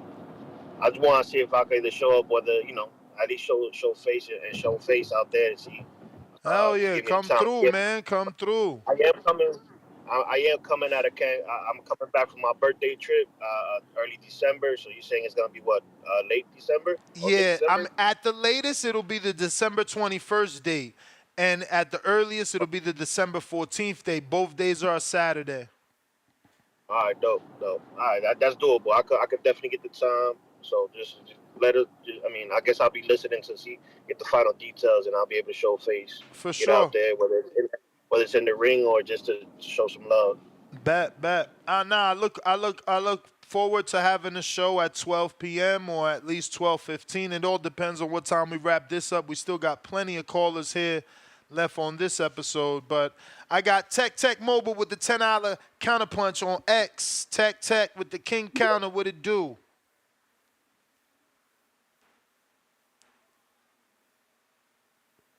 Tech. Gotta unmute.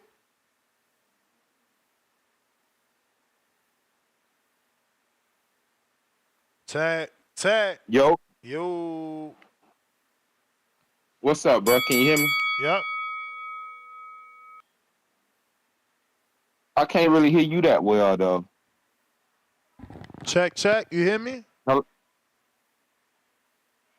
No, I can't really hear you that well, Jump bro. out, jump out, jump back in. I won't go to nobody. All right, hold on. All right. So in the meantime, in between time, again, we're going to be giving out further details about Border Wars in the next episode, which will be happening today at 12 o'clock Pacific Standard Time. The latest 3 p.m. 3:15 Eastern, 12:15 Pacific Standard Time, the latest. And I mean, again, it all really depends on the amount of callers here. This one's still not over. That being said, remember, this is a Border Wars that is going to be happening potentially, 4 days before Christmas. So we all going to need some support here from the community members for Keem, to make sure that he can get to this Border Wars, because obviously the man, is a working man with a lot of kids. So we do want this fight. I'm going to do my part, but y'all got to also step up, because this is a big fight. This is one of the biggest fights that Border Wars will have, I believe. And, we got to get this one done and have it run smoothly and the best production as well. I need better production. There was a lot going on. That's the name that I forgot. I'm also communicating with Brandon Lenz. Remember that Brandon Lenz did a phenomenal job when he was at the Florida Border Wars in Lake County, or Lakeland, excuse me, when he was at the Florida Border Wars in Lakeland, and he did a great job, coordinating things. So we've discussed, some preliminary talks. He's going to make himself available. Again, this is 4 days before Christmas, so the community's stepping up. Stainless is also going to make himself available, and not necessarily to help out, but to be there, which we always want. He might do a ring walk for somebody, or, something else. That being said, we need everybody to step up to make this one the best one yet. And I want all the community members. I've been working a lot. Like, there's some guys that have been retired that are wanting to come back. So, we're going to try and make this one the best. But let's see if Tech is ready.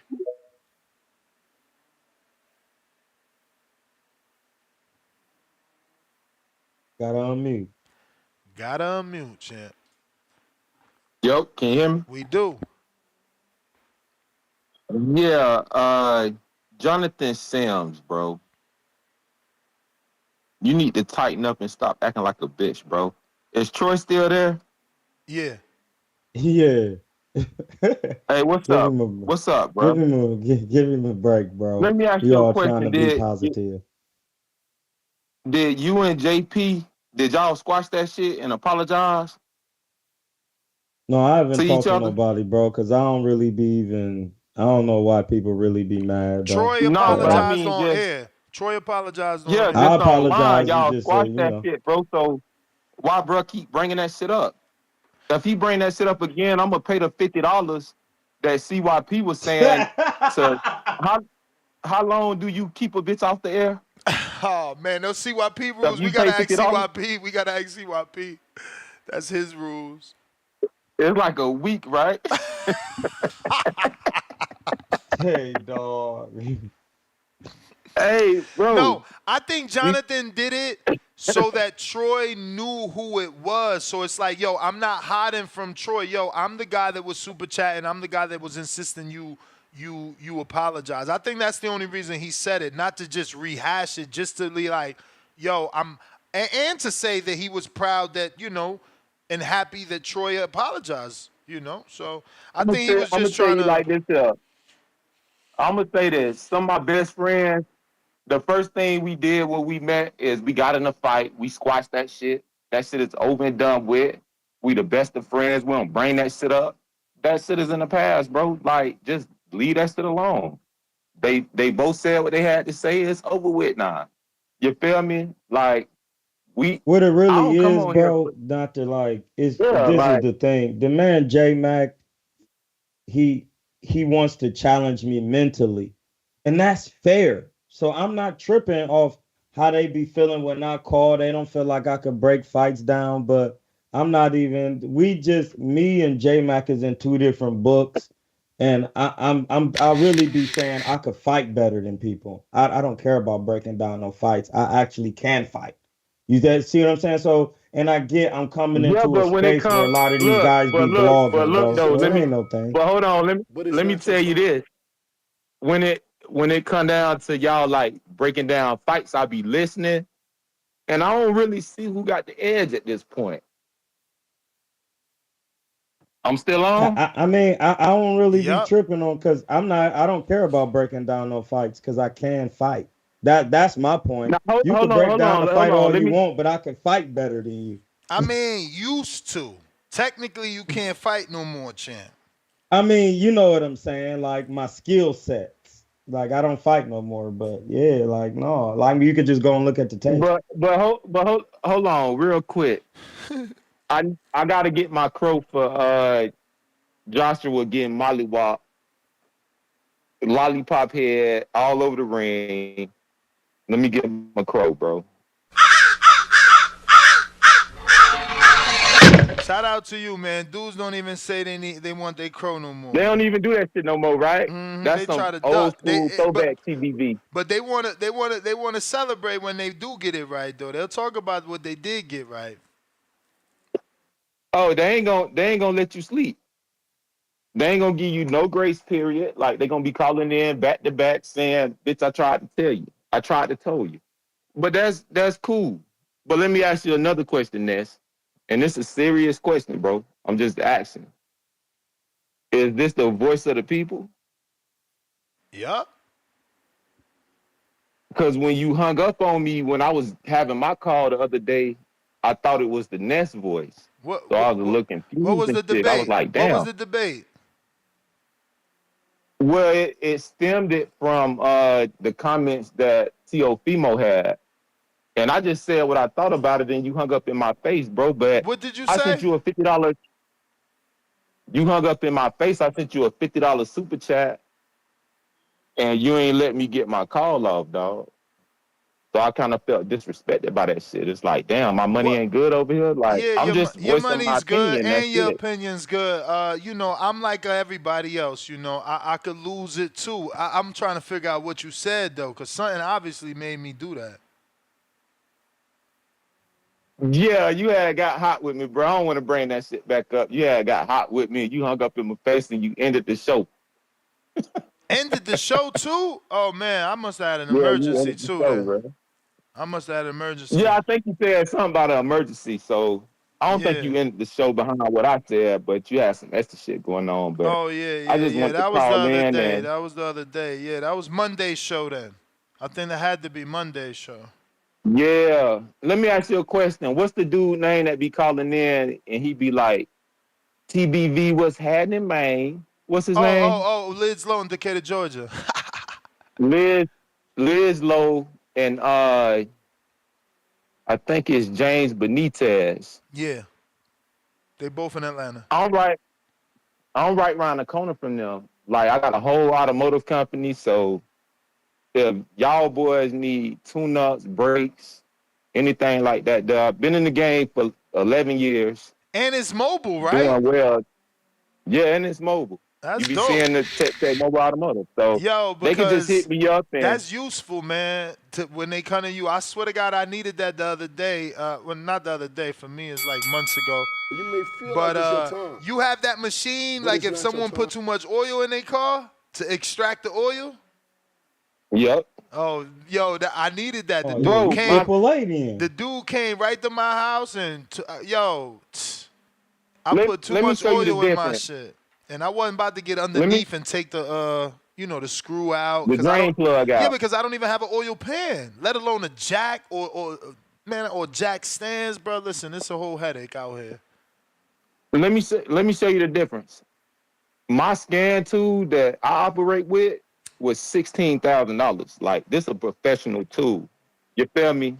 This ain't what you going and getting when you go to AutoZone and say, "Oh, can you scan my car?" They gonna give you your codes. No, I got a scanner which lets you interface with the car while it's running. I crank your shit up and don't even be in it. You know what I'm saying? So it's levels to it. You feel me? So if they listening, look me up. Fit Mobile Automotive, hit me up, bro. And All right, Tech Tech. Do all right, bro. but do you Appreciate box you. though? But do you box though? Well, I'm getting into it, so All right, I've been that's working perfect. out. I'm trying to build the But squad in look, ATL. I got 3 people so far. We got James, Lidslow. Lidslow actually fought in Border Wars already. James fought already. And my man Pablo out there, he about to fight in December against OC if everything go right. So, okay, so I'm gonna say this I'm gonna say this right now while I'm on air. Uh, what's his name? Tip. That's the dude that won at Butter Wars. yup. My little homeboy, cause I weigh about 200 pounds. You feel me? So we ain't in the same weight class, but my little homeboy put you on your ass, bro. He'll sit you on your pockets, nigga. All right, but how Literally. many fights your So homeboy got? Remember, Tip has 1 fight. That was his first fight ever. That was fire. Got to respect no, that. I'm not saying that it wasn't fire. Like I like All Tip. right, but Like how that many was a fights did your fire ass fight. homeboy got though? Probably like 15 Come amateur. on, man. I'm out of here, Tech Tech. I'm Oh, out he of here. open. Come Tech, on, he man. Tip, open, tip, blood. But he better put but he Tip on his talking like he the pockets. real deal. He better put Tip on his pockets. Tip, he 1-0. He just started.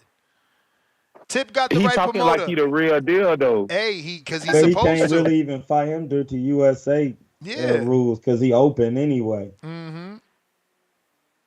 I mean, if he interested, if he want to test himself, then you feel me.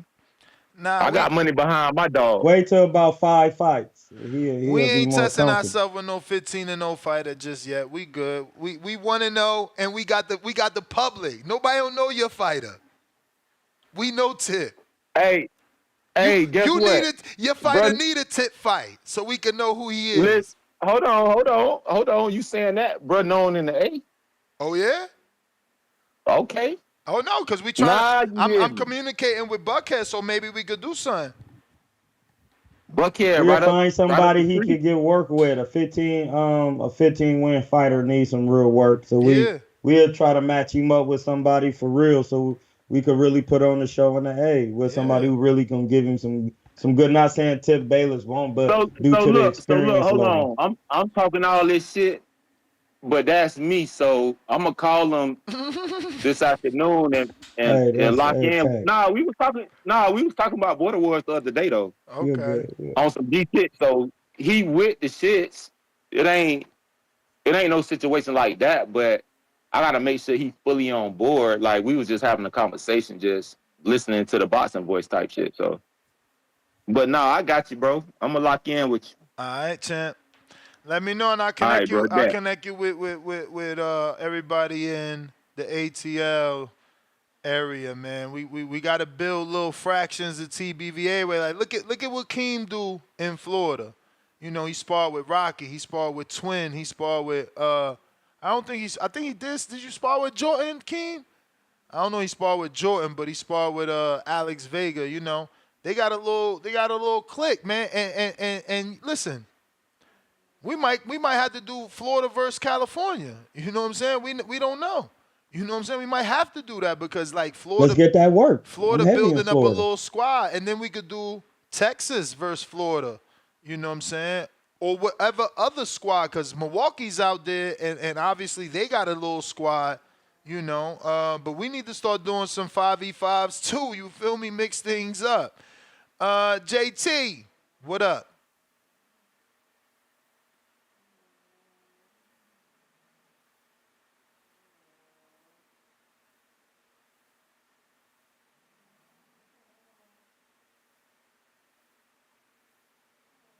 Gotta unmute, JT. You gotta unmute. Hear me? Hello? All right. Can y'all hear me? Perfect. Got you, champ. Yeah, what's up? I guess I gotta speak for J Mac, that's my brother. Shout out to Sam. And shout out to the other caller, but the other caller just need to listen more. He said somebody complained, everybody call in and base their opinion, just like he just called and base his opinion. Uh, but Troy, like I noticed when you and J Mac go back and forth, it was never no intentional disrespect. He just tried. You say he just challenged you, but you do be disrespectful in a way you don't know you do, because you just come out with it like, oh, I box, I fight, and all that. You know, I boxed before. I got amateur experience. I don't have no pro, but I've been in there with some pros and stuff like that. And that's your opinion. You just said you could fight. That's your opinion. I respect that. You can fight. You're a little smaller than me, but I respect you can fight. But saying that with my brother, I know my brother. I know what he could do. So with that being said, but like that's part underneath the bridge, man. But I know you say just come at you respectful, but people come at you how you come at them. So you gotta be mindful of how you approach the situation, or people approach the situation how you approach it. But as far as the show, uh, I hope y'all do get that fight for Border Wars. That's gonna be a big fight for you, Ness. King versus CYP. That's a big fight, man. I know, Uh, bro. I'm super excited, bro. I'm super excited. We got to that's get crazy. Keem there, though. You We gonna got to do it get. around Christmas though, Ness. I I know. mean, I that might know. kill you. That might kill you though, bro. I know. That might kill you. Listen. Tank doing it. Yeah. And it's gonna But be look, cheaper. Listen, if Tank really fight in Washington, it's gonna cost everybody less to come to Vegas. And I'm telling you, just look it up yourself. Texas to Vegas is cheap. Not saying that you coming, just saying Texas to Vegas is cheap. now they got nationals around that time, so that I definitely I know. won't be coming. I heard, but not Um, everybody's in the nationals. That's how I looked at it, right? Like, explain that to me. You got to have a certain amount of fights and wins, right? Like, you got to be on a win you streak gotta to have go. a. They just got strict on it. You gotta have a winning percentage to be even compete in nationals. Exactly. Uh, like one of my sons got invited already because he won that. He won JOs and stuff. So now you gotta just have a winning percentage to even compete, because they cut all that out. Bringing all them kids up there, adults period, up there, and they don't have a winning record. And so nah, man. But I definitely try to tune in for something like that. That'd be pretty big. If not, you might got to push it back, because you got Christmas still around that corner too. Because that's like a trip, man. People be traveling around that time. I know, but listen, I'm partnered up with somebody out here in Vegas. So we gonna be able to fill the card. And again, Keem and CYP is down. You got to remember, CYP lives in Cali. That's a drive up for him. Keem is That's the like 4 hours. yeah. Keem is the one that's doing the traveling. That's why, as a community, we gonna help him. His cash app is Yeah, Will Keem $, WIKEEM. You know what I'm saying? Let's yeah. make sure we get it done. Listen, those that can't come, you can't buy a ticket, make sure you click it on YouTube. But you should certainly come out, because the community been wanting CYP in the ring. Now we know he in the ring with someone who can fight. He taking on a Right. fight. He taking on a fight with someone who's more experienced. Keem not only has Border Wars fights, but he got amateur boxing fights. He boasting about a Florida State Championship title he just won. So CYP not only is taking on a more experienced fighter, but he's also taking on, a catchweight to make this fight. I think we need to stand up and stand behind not only CYP, but the fight as a whole, because they both making it happen. And Keem is sacrificing. He got 4 kids, and he's about to come to fucking Vegas 4 days before Christmas to put hands on CYP for you. So y'all got to step up, man. It can't just be me. We So got to hold make on, sure. Ness. You throwing your slick shade. You got Keem in the fight. So you basically saying put hands on CYP. So Oh you got no, Keem in no, that fight. no! Because if you heard Keem's last call into the last Border War show, man, I thought CYP would have been called in about it. I mean, I'm waiting for somebody to clip it. What? He went on and on about how he been wanting to beat up CYP and now he's gonna be put hand and he gonna show CYP all that muscle. He like, listen here, CYP talk about, oh, he just gonna be a fighter. I'ma show him that this the sweet sign. What? Y'all better go listen to Keem. Keem want this fight. I'm telling you, it's 4 days before Christmas and he got his wife to say yes. Y'all gotta get behind this man. He's y'all All people's right, champ. real quick though. Troy, keep doing what you're doing. We eventually go meet up, bro, because it's destiny, man. You know, I got some talented sons. Keep moving it up with them. We gonna meet up though, bro. We gonna definitely meet up. You know, how much you weighing, Troy? He I weigh can't about spar. He can't spar. one. He can't Right spar. now, I'm like 147. Why? What's up? You can't spar. Uh, I mean, I would sport Troy, but I'm Yeah, a but little bigger than him. he can't. He But gonna have Oh to no, wear I'm cheek done. I'm done protectors. boxing, bro. He gonna have to wear cheek oh, no, protector no, headgear. no. Yeah, I But look, can't no, even bro. What box. I'm saying though, look, what I mean by that though, bro, we gonna meet up and we could talk boxing knowledge. You know, go back and forth. We might even have a fighter meet up in an No, amateur. You no, never bro. know though. Listen, you said your kids be in the JOs. I ain't really know y'all be coaching and stuff for real. Cause my son, my son, my nephew, Aaron Coley's son, Akai Coley, he about 10, so he be in the amateurs. He fight at 70. So like, no, we be in the Yeah, amateurs and we be going to, and I got a couple kids next door.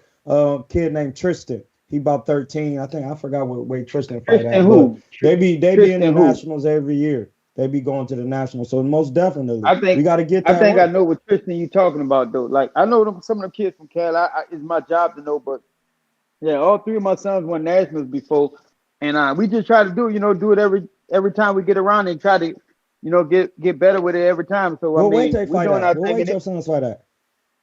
I got two sons that fight at intermediate, like 12 and 13, and I got an 8-year old. You know, he the best in the world right now at 8, Oh yeah, you definitely hands know down. Tristan then, because Tristan Brown 13, dark skin cat, and his dad named T. His Oh, dad named Tristan, we Martin, sparred Tristan. Martin We Rodriguez. sparred Tito. You talking about Tito? We sparred his dad too. Time be sparring his little son. Ask Yeah, Tristan yeah, about yeah. my son. That's my He that know who I we are. trained Tito. Ask Tito about making boxing. He know who he is. We spar him all the time. What's Every your time we go name? to I want to Nashville. make sure I remember it. Huh? What's your name? I want to make sure I remember it. Making boxing. Ask him Making about making boxing. boxing. Tito know who we are. Oh yeah, I trained Tito for his amateurs, and I really supposed to be training his sons, but I had got busy. But yeah, no, see Tito be Yeah, running around we doing, he spar be knowing Tristan all the people because he be an amateur. So I and we know you spar know his little Tristan. No, most we spar definitely his we gonna little gotta son get too. some work We with y'all, spar his bro. little son. That's good news, bro. I'm glad to hear that. All right then. All right. One, yeah. All right, we got Dex. Dex. Y'all pushing my Border Wars show back. It's all good. Yo, Ness. Yo, What up? It's Boom Boom, man. How you been? bro, you be changing your name on me. What up, man? Yo. Man, You ain't turned pro yet. what You up? fighting on my card?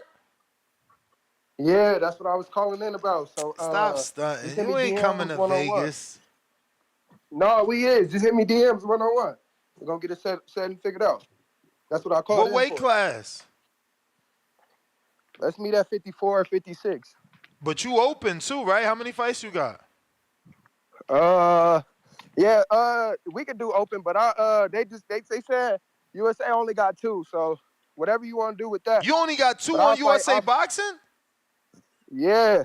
Oh wow. So what? Yeah. So whatever you want to do with that, but shit, I'll fight whoever. You know that. At So 154. yep. Nothing jumps out in my head right now because you got skill. You need to put someone good. Yeah. So that's Send me why I some said footage whoever in you. the to the Instagram so I can show the community, see if somebody step up. I bet I will. You But follow me though. You know. I You know know, what to but you do. got to You can. bump it to the top, champ. I bet I will. Uh, But hey, other than that though, let me call in real quick and say what I gotta say real quick. right? Hey, shout out TBV, shout out the community. Like, comment, subscribe. You know it's free. Only thing I want to say about that Dubois is I seen it coming. If you know boxing, then you know. That's just a puncher, man. I didn't think that Yashua would back up like that though. That was kind of frantic of him to do. But other than that, man, like, comment, subscribe, show love to the channel, man. You see what Nuts doing, getting them borders war, man. You know that's what I'm about to do. So, like, comment, subscribe, and yeah, that's all I got, y'all. I'm out. Miles, but is you fighting though? I bet you there's Miles from Instagram. Miles? Yo, I need a 154-pounder, and according to him, he only got 2 fights. We got to figure out a way to look this up. But, yo, who wants to take out Terrence Crawford's cousin? That's Terrence Crawford's cousin or nephew or something that just called in. He only got 2 fights. Who want to take him Hello? out? Who want to make a name for themselves? Who want to take out Boom Boom? What up, champ? Miles, this Miles from Instagram? Yeah, I was about to say this one from DMV, the one that fought in the U-Haul. Yeah. Yo, so you fighting? You calling in because you fighting? Or is I'm December definitely interested. No, I'm is definitely December interested. bad for you? Is December bad for you? I can't hear you if you said anything. Miles? Miles? We lost him. No, I'm here. You can hear me? Yeah, I hear you now. What you said? All right, I was saying, yeah, me and my girl, we was talking about it because she said she wanted to go back to Arizona. She live out there anyway. So, yeah, we definitely talk about it. I talked to Tip Bayless on Instagram, too. I'm supposed to be going out to, I think he's at Thump Yard, the Spam, or work out with him, something like that. So, Oh, that's what's up. That's what's up. yeah. What weight class you in? Right now, I weigh 150, but I mean, And you ain't got no book though, right? He getting calls. I love Border Wars. hello? Yeah. Yes, every time my phone cut off, it cut me off. But nah, yeah, my last fight at the Robert Tree Hotel, that was sponsored by USA Boxing, but they was so late that they didn't give me the boxing book. But I know a guy from the DMV that can give me the boxing book. That's why I was telling Alabama Bo recently. Hey yo, you heard the dude that just called in? He fight at 54. That's Crawford's family. He only got 2 fights. Hey, He only got 2 fights, but you know he got skill because he been training with Crawford. You know, he even spars Crawford, so I don't know if you want that action. And I ain't saying that to make you jump out there. No, don't do that. That's not what I'm saying. I'm not saying it because I know, but it's just funny. I'm gonna send you the footage. And that's 2 things you know about me, right? Like I didn't fought on the Dave Ruffy undercard. You know, Dave Ruffy versus Anglers. That's a little DMV jump. I didn't got invited out New Jersey to fight out there. You know, that was USA Boxing. My last jump, yeah, it was a U-Haul jump, but I don't duck no work. Like you know about these DMV fights, we don't duck no work. send me, We want to add up. yo, tag me on all that shit real quick so I can share it because he fought in a U-Haul, bro. Bro, he fought in a U-Haul. A U-Haul truck? A U-Haul truck. It's like Yeah, that New York City shit. That was something else though. But you know how that shit in New York be? They be like Rumble in the Bronx or some shit. And they fight anywhere. They be fighting inside containers, rooftops. Bro, he fought in a U-Haul, bro. When he tagged me, I'm like, I had a full-blown conversation with him. Like, bro, this is a U-Haul? Hey, listen, don't let it happen again, bro. Nah, We can't yo. be doing that. Nah, I know. But look, he said his last one was USA Boxing, so shit done changed. But tag Definitely me. I got you. It is on the Border Wars Facebook. I remember it was like a lot of people commented on that thing. That's right. Saying he was in the U-Haul. Yeah, that's me. But how long But yeah, I'm ago? definitely interested. I don't care about that man. It was June or July. June. Let me see. I think it was I'm July. on there already. I'm looking. No, it was June because July I came back and I went to old school boxing gym off of Branch Avenue, and I've been there ever since. And then the fight itself was July. The U-Haul. He getting hella calls.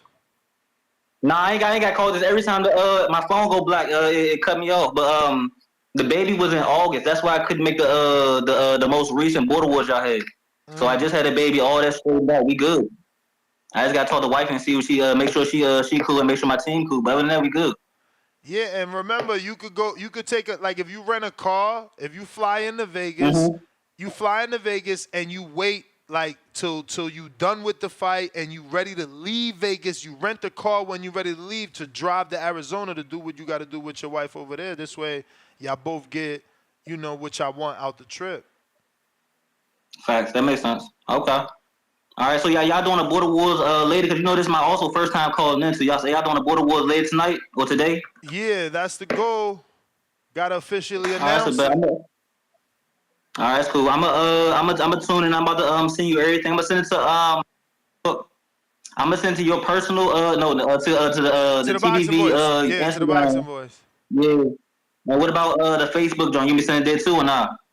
Yeah, if you want to put the new footage on the Facebook, yeah, because we got to get you a fight. All right, so bet. I appreciate you. You got it. All right. See, Vega taking off. He ducking all his new work showing up. You know what I'm saying? I'm talking about Alex Vega. You know what I'm saying? Nah. I get it. It's going to be hard to always fight, but I love the dudes that can do it because they going to build their record. Most definitely. You gonna come Most back. definitely. You gonna come back for your second fight, and dudes is already 4-6-0. Okay, here go the fight. This is crazy.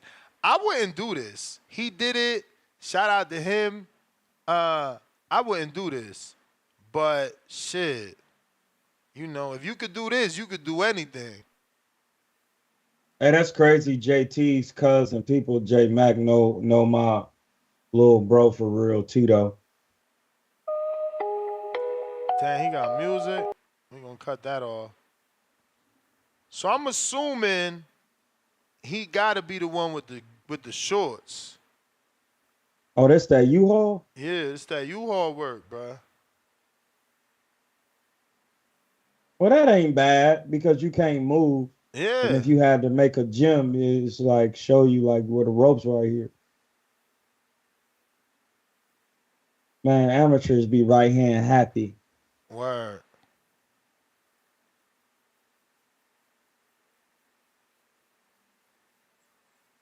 That really be the difference between He an amateur. okay. He ain't that experienced. I got the other footage too. Crawford family ain't that experienced from what I seen. Let me see. He sent another one. Let me send these both to Who? myself. Which one is Crawford's people? Oh, I'm about to put it up right now. Give me a Oh segundo. yeah. Hey, this is funny. Give me a segundo. They really be trying to get the word. This Crawford people in the red. Oh yeah, he experienced. Nah, I don't. I mean, look at the technique. And no disrespect to Boom Boom, but like, I'm not 1,000% sure he's that experienced. Go your motherfucking ass. Hold on, ref. I can't hear on my right. We gonna turn that off. Let's He see. he experienced when it comes to fighting in front of people, and that makes a difference. Okay. That's all I'm saying. I ain't Let me see. disagreeing with you. Southpaw. I know what you're saying about the He technique. fast as hell though. That left hand. But he dropped him. But again, I don't know. He probably has gotten better. I don't know. Who knows? Yeah, this but May 12th. Let's say this May 12th. May 12th what? Damn. Like, this year? I'm assuming it's this year. He certainly was landing that straight left like nothing. I think this is actually in B&B gym. He sent me another one though. Let me see what else he got. You could tell they got the same experience. He's sharp with the left. I might have to take that back. But this His left hand is definitely sharp. It's coming down the pipe, but that's why I say he experienced because he's fighting in front of people. Yeah, and it's a lot of people there, but that's hometown. I think that's the B&B gym. Oh, he got a standing 8 right there. Bang. He experienced enough against novice guys. And on the amateur level, that's called that novice. JT and J Mac, if they kids is working, they definitely know. Because they kids, see, that's the thing. Damn, my man caught hella shots. That exchange was like, I don't know, 6 punches. Whoa. Hey, Ness, the funny thing is, JT and them, they kids at Making Boxing, they are fighting the father. I train the father of the kids they fighting. So they always trying to challenge my mind. They got to get with my man that I train, and he only fought 2 amateurs. but I used to spar him Tito directly. You know what I'm saying? Like I used to spar him and show him, and then we used to go fight. And he was a grown man, but his kids was way younger back then. And then I started doing mad pro fights. But shout out to them, blood. I'm glad they amateurs is in there. I need a son. Send me some Dominican women, blood. What is you doing? Oh my God. Mm. Yeah, man. Damn. Who gonna step up to that boom boom smoke? Who want that Man, he Crawford? really ain't. Hey, listen, he could get. Hey, listen, I don't care if he training with Bud. He ain't Bud though. Somebody could He smoke got him. that He not blood. unsmokable. He blood relative. He got that blood. He got that Bud Crawford blood. Man, I don't care, bro. He ain't All right, Bud. well, He who's better. stepping up? He said it. He said what he say, 152? I ain't seen nobody Yup. call in. H-Town. I ain't seen nobody call in to ask for that smoke. H-Town. What up? What Yo, up, what's up? gangsta? What's good? Hammer big dog? We hear you, big dog. Hey, stop, baby. Now, You what's up with sound that like Tim you Boski? sound Listen, Tim crazy. Boski over here. Him and Tip got beef, don't they? Didn't Tip say he didn't care about the weight? Take the Don't say Tim Bluetooth off. Boski is Take the cool? Bluetooth off. Take the Bluetooth off. But you got to remember, we USA boxing, so Tip could say whatever he want. The commission doesn't approve that. So how much does Tim Boski weigh?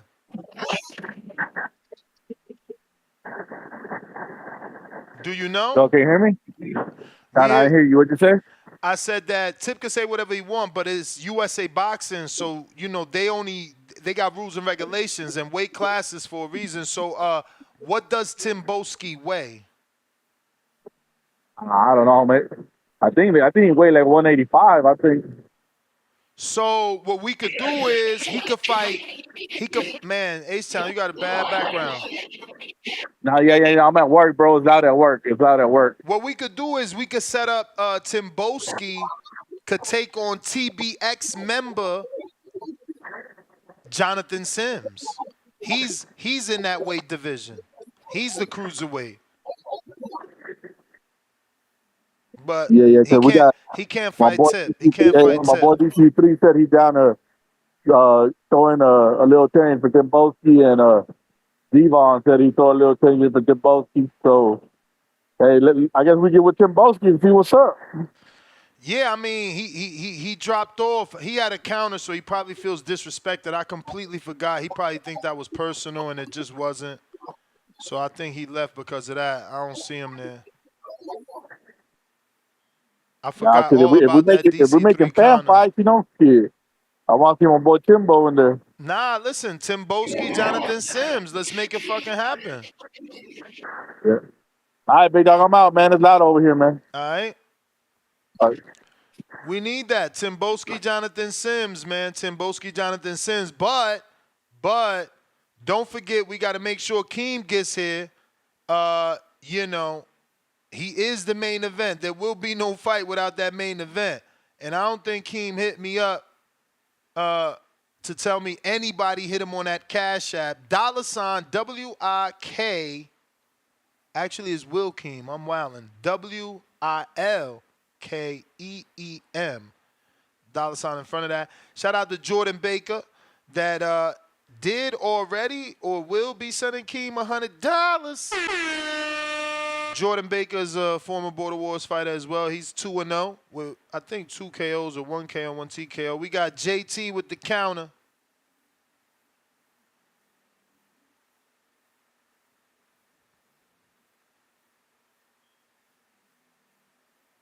Yo, What up, yo, can fam? you? Yeah, Troy, I heard you. Now I know exactly what you're talking about, but I'm telling you, you need hit up Tito, man, and ask him about Titan. He sparred him all the time. That's work he want when we No, go to I'm sure. nationals, I'm sure bro. they got some work if y'all national champions, bro. Yeah, and I then already Tristan, know. yeah, Tristan a little bigger though. Tristan a little bigger, but my middle son be sparring him too. So now I got a lot of respect to that dude. I know you said we challenging him mental. Now we coming for the coach. If I'm coming for you, Troy, cause I think I'm on your level, brother. I might be Yeah, that's a little cool, above. bud. I hope. So Listen, bud, if you got national champions, you know something. It's just the pros is a little different, yeah, but no, but no, no. blood, like Listen, the. you're right about that. But I don't teach them. We don't just go off the traditional amateur style. I teach them a lot of pro stuff, pro skills. Pro skills is because I'm looking in the long haul, bro. I'm not looking at No, just the most amateurs. definitely, Yes, bro. I listen. That's what I preach, like, well, teach. Like, I don't teach yeah, nothing but pro boxing because in the long haul, you got to be a pro boxer. Like, so when I'm coaching amateurs, I'm teaching them pro moves because you still got to neutralize the guy in the 2 minutes or the 3 minutes. And when you a yeah, most child, definitely. it's easy. He listens. He got some. Tito got some good kids. I see him every day. We live in the same building. Yeah, yeah. Okay, yeah, Yeah, man. like we live in the Most same. Them definitely. is my little brothers, Yeah, respectfully. matter of fact, Him I and got Aaron I got Coley, clips like on my page sparring I think Tito little son. I had an old man, clip of I gotta sparring get on your Twitch now. Instagram, blood. Damn, I didn't even Yeah, think about bro. that. So I mean, I get your you need to check Instagram it and out, shit from bro. Ness. It might hum you a little bit. You might put a little more respect on J Mac name. You know what I'm saying? Yeah, I'm just No, fucking with you, bro. I don't need But I nah, didn't bro. even know y'all coached. I'm just finding this out. I don't listen, bro. I don't know y'all like that. I just Yeah, call see, in to but say I'm my telling you, stuff like, and see, then people I don't don't be never on know here. who they don't never know who they be talking to. Cause like I know who you are. I always knew who you were. But if I ever would have saw you out, I ain't gonna say I would address you, but I came up and let you know who this JT, such and such, who you go No, back and people forth. Oh be yeah, you go doing back that and shit forth all the with J time Mac. to me, Yeah, blood. Like when I be at the fights, they be like, "Hey, I'm such and such," and then yeah, it's a different conversation because it's like, bro, I don't know y'all personally or even most know the definitely. intricacies of y'all regular. Now I know y'all box is like, oh no, I get it now. It's good. Like I ain't tripping. I'm gonna have to get Tristan ready and be on his ass because now I know his brothers is gonna keep Tristan accountable. He can't be Uh-huh. fucking, excuse my language. He can't be messing around. I know Gotcha. why he don't be doing the things he do. Like I've been knowing Tristan been this way since he was a baby. He been had muscles Yeah. and shit, bro. Right, right. Nah, shout out to Tristan. I think Tristan won like 3 times though. But like I said, that's good work when we work with them and when we always see them at nationals and stuff like that. But nah, bro, that's all I wanted to kind of punch in because I heard you say brought up Tito, and shout out to what he doing with his sons. But No, just that's my get real little just talk bro. to him. Like, believe me, bro. I really be on Tito. I really be on him. So no, I got you, bro. I'm on these guys about what they need to Okay, do in their lives and how they gonna do with their sons, bro. Believe most me. definitely. All right, man. But I'm about to hop back off, Ness. All right. Troy. All right. My man All Austin right, good sent work. some tape. We need to get Austin to fight. He in that DMV area, but he about to link with Tip. So whatever you see, he about to level up because he's training with the champ now. So he is the guy in the red shorts, like I said before. Okay, good straight right. Oh, damn, he got caught with that right. He fidgety. He definitely need to get with a trainer. Oh, damn, turn your back, champ. Can't do that.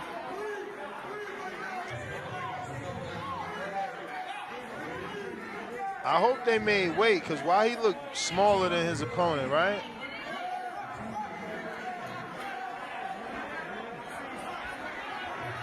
Oh, shit. Damn, son, is you going to win this fight? He looking like he about to get knocked out. What the fuck? Damn, salute to him for sending his loss. Like, he don't give a fuck. Either he lost or he coming back. Oh, okay, it's only 50 seconds, so he sent the bad round. Oh, all right, I see what you're doing.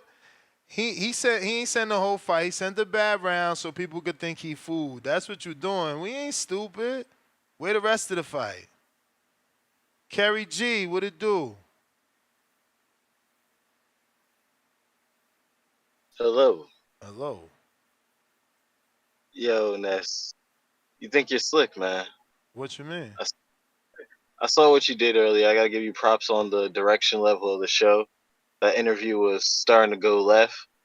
and then you brought someone in that you knew who could kind of like appeal to him on a more personal tip. That was very skillful. That He wasn't no, me. listen, hey, That bro. was I that see that's was crazy that you that saying was it because Troy. That was Anthony Troy. Sims Troy literally just Troy came in. Troy jumped on. I didn't even know Troy was there, bro. Like, nah, that was all Troy. I didn't know. And yeah, No, you All see, right, right. then. no, Well, points, Ness, points, niggas just points don't go get it. They to I get Troy it. then, sent you the link. because then you saw I sent that Troy that the interview link with like 3 Dubois at days the end. ago. So I don't know what Troy talking about. I sent Troy that link like Yeah, 3 he days sent me ago. the link 3 days ago because we was gonna do the film study thing. Yeah, the Sorry, I didn't mean to live cut chat. you off, Because like but I that seen how the you being interview like was on the whole going fighter with my tip with man your whole Sims. personal experience, like you help bridge the gap back. Because like I understand, like, and Marco was right, the guy is frustrated. He definitely made me want interested in seeing him fight now.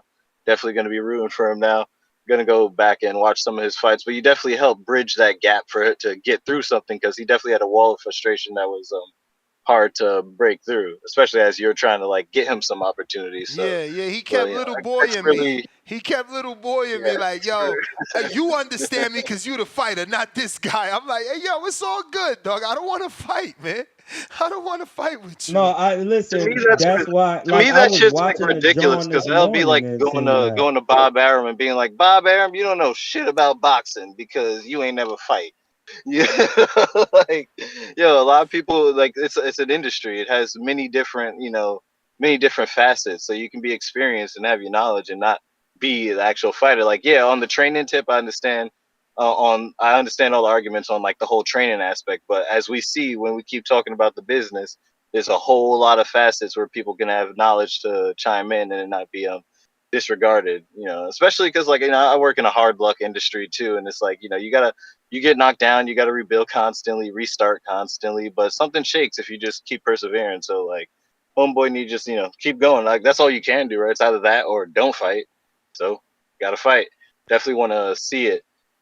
And then, man, Dubois was that was awesome this weekend. I'm definitely down for the to get on like the bandwagon for Dubois, even though I've bet on him now 3 times in a row and he's gotten me the money. So I've been believing in him.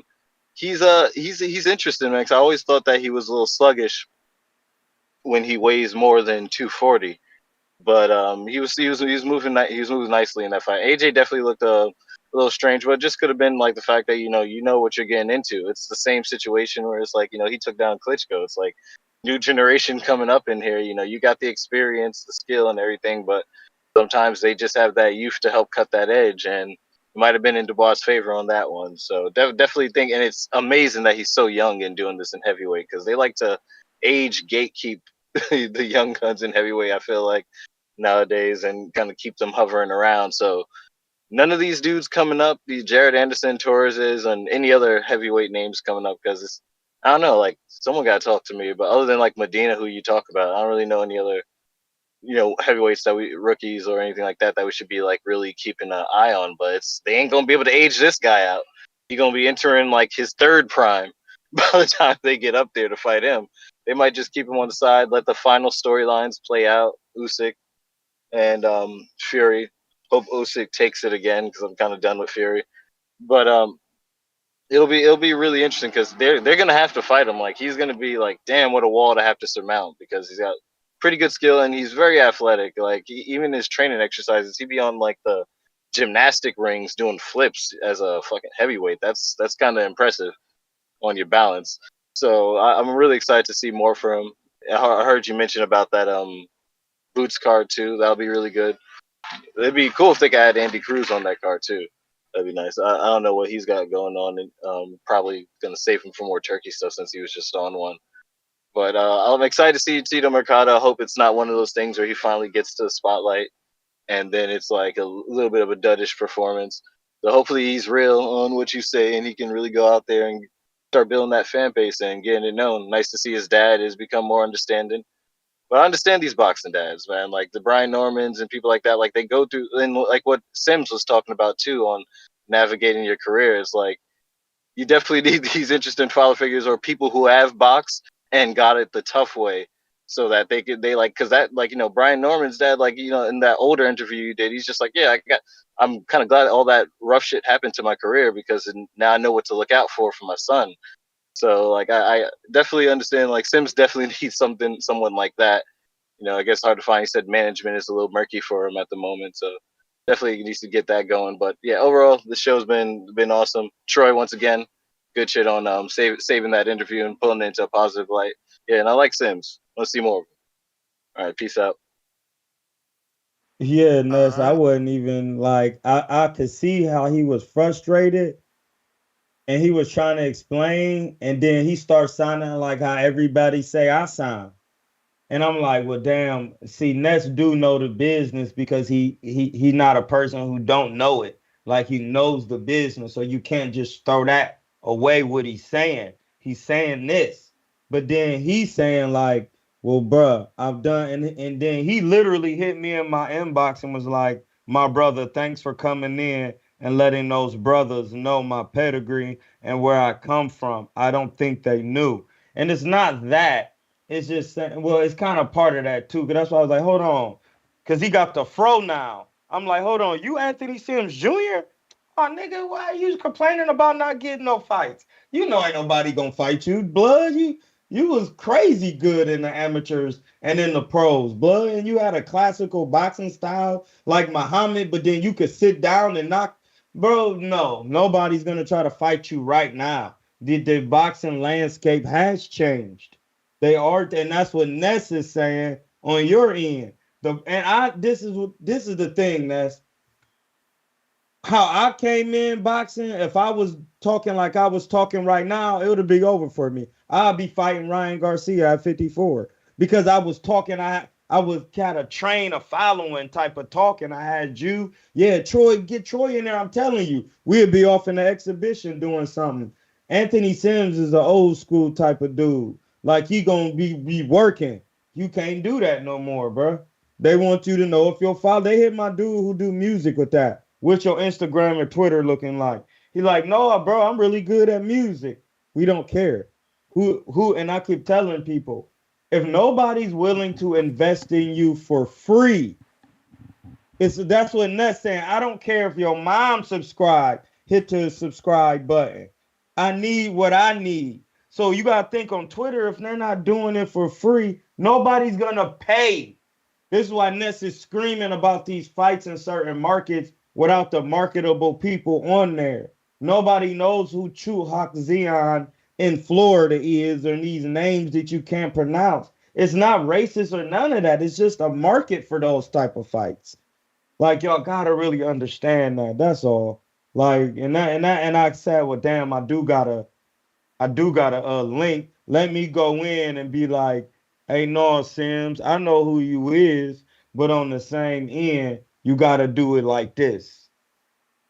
You gotta take a pro box fight and let the American public know you really sweet. What? You just been working in the Hey UK yo, like Winky Wright did. hey yo, Tyrant out here moving like this. This is why border wars is needed. See, dudes, we get caught up in voices. Yo, look, yo. He 185 Let's see. walk around. I mean, I ain't see much. Look, I only seen 10 seconds, but I already see in that 10 seconds, I'm going to rewind it. I already see in that 10 seconds that he could throw the jab. He know how to throw the jab. He know how to move. But I'm going to rewind it I need to see. so y'all can see. He's in the green.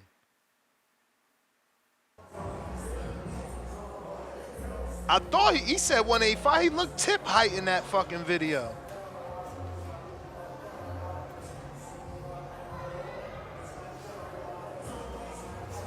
You know what it is? The dude he's sparring is big, so he trying to take it easy.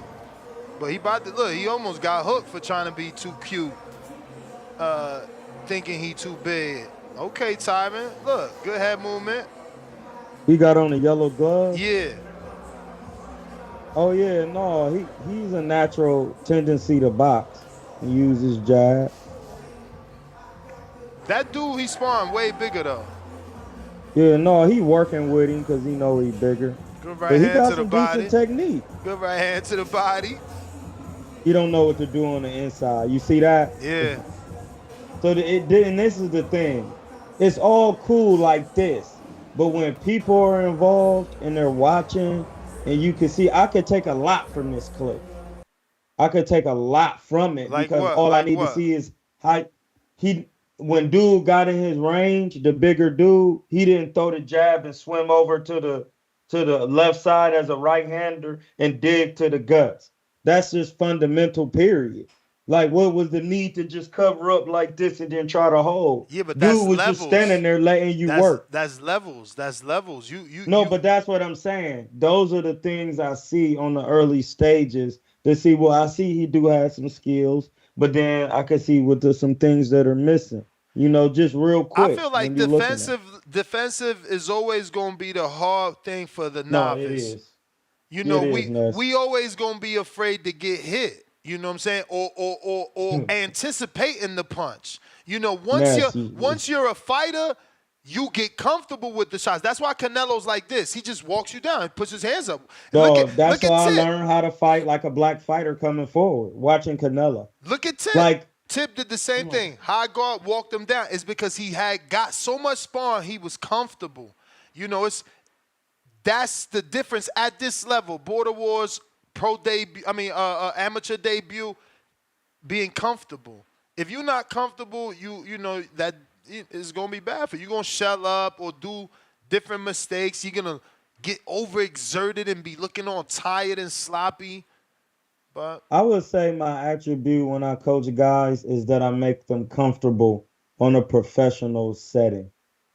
Like when I take guys to fight in Mexico, like Eric Morales be there screaming out instructions and going like I've been coaching my fighter and Eric Morales is over there coaching out things, like calling out things and is really getting someone to calm down.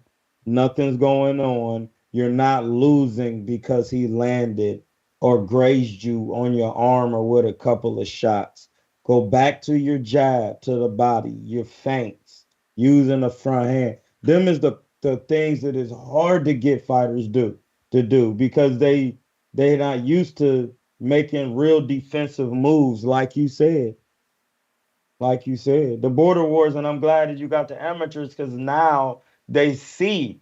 So now they not, then they'll go back and look at my footage and have a different look at it like, damn, well. And I had limited amateur background, but I took my amateurs and say, well, damn, I need to learn how to really be comfortable with taking shots or, being comfortable with my defense. High different defenses, being comfortable against the ropes. And then sparring pros and wanting to get in professional training camps, that shit is nerve wracking. Getting in there with Amir Khan, like, and you been watching him and you like, damn, he about to be fast in here. And then you seeing it's not what it appears to be. like, I mean, I'm those sure the things take speed. I'm levels. sure the speed was, but he just reacted differently to your power. That's always been his kryptonite. But I'm sure the speed was still No, fast. it wasn't even that, bro. It was my defensive ability to show you that damn, it really matters how defensively sound you are. Cause I didn't hit him off rip because I didn't know how hard he was hitting. I don't need this is a guy who's a silver medalist, a two-time champ. I done seen him chop people. I seen him beat Zab Judah and Paulie. I'm like, hold on. I'm begging to be in the camp, but at the same time, I'm not saying that the energy is not there. So when I get in there, I'm like, damn, I'm gonna be in my Ohio fighting style. So when he threw the punches, I'm slips. I'm Pernell Whitaker, slip turning him. I got You some know what more I'm saying? footage here to view since they made me look like Yeah, let's see. look like they Let's gonna see. ruin my This is what Border I Wars like. show. This is the boxing voice. This is the real boxing voice. All right, Yeah, let's see this so footage. this is Keem, and he's sparring a 280-pound man, cause he said, I "Yo, could tell show who this 280. footage." He says, "Show this footage, cause people out here acting like CYP too big for me." After this one,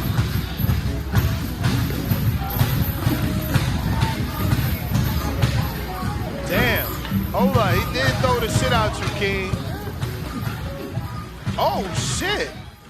Bro, I was trying to take your head off with that left. He don't care that you're not a heavyweight. That's messed up. Look, he trying to knock him out. Okay, good double jab, Keem. Let's go. That shit shook him up. He had to shake his head. Okay, good left hook to the body, right hand up top. Let's fucking go. Big for nothing. Nah, he big though. Shit. He slowed down already though. Come on, King. Give me a Yeah, stab he was jab. Give me a throwing too stab many jab. big shots. He got to spank first. Give me a You got to stab feint jab, before he King. come in. You can't keep You got to letting. feint There and you go. jab to Good the double body. jab. Good double jab. But that stomach right. Ooh, good left hook. That stomach You there got to though. feint and jab to the body. He'll slow dude down. Left hook got. He hit you with that left hook, King.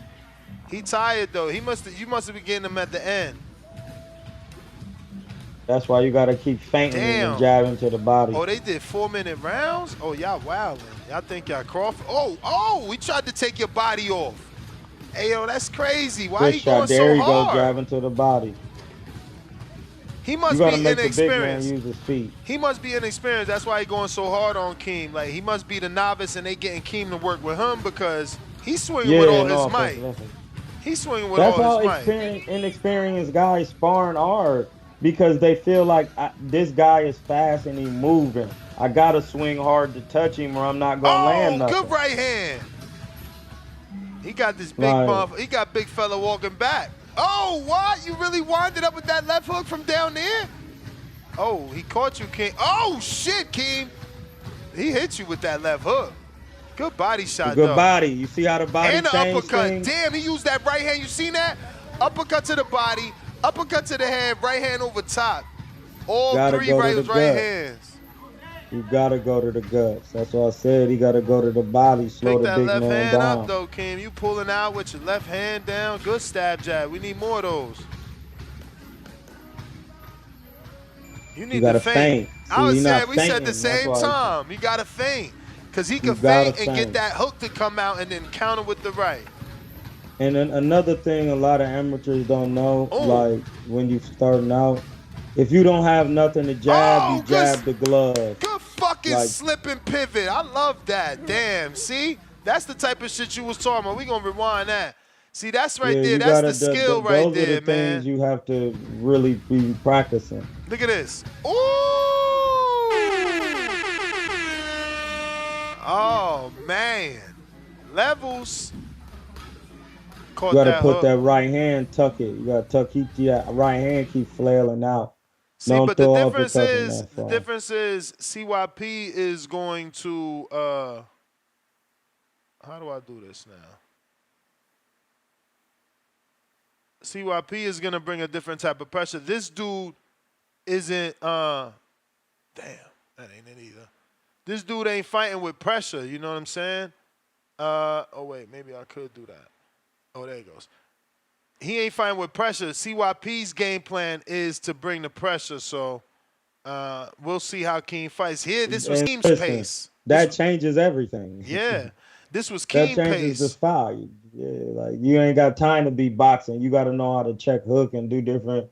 And when somebody don't care about what you're doing, like that's why if that's the case, all CYP need to do is have a good amount of defense, and then he'll be chopping shit down. I got Damien with the fat $10. Ness needs to be a effing promoter.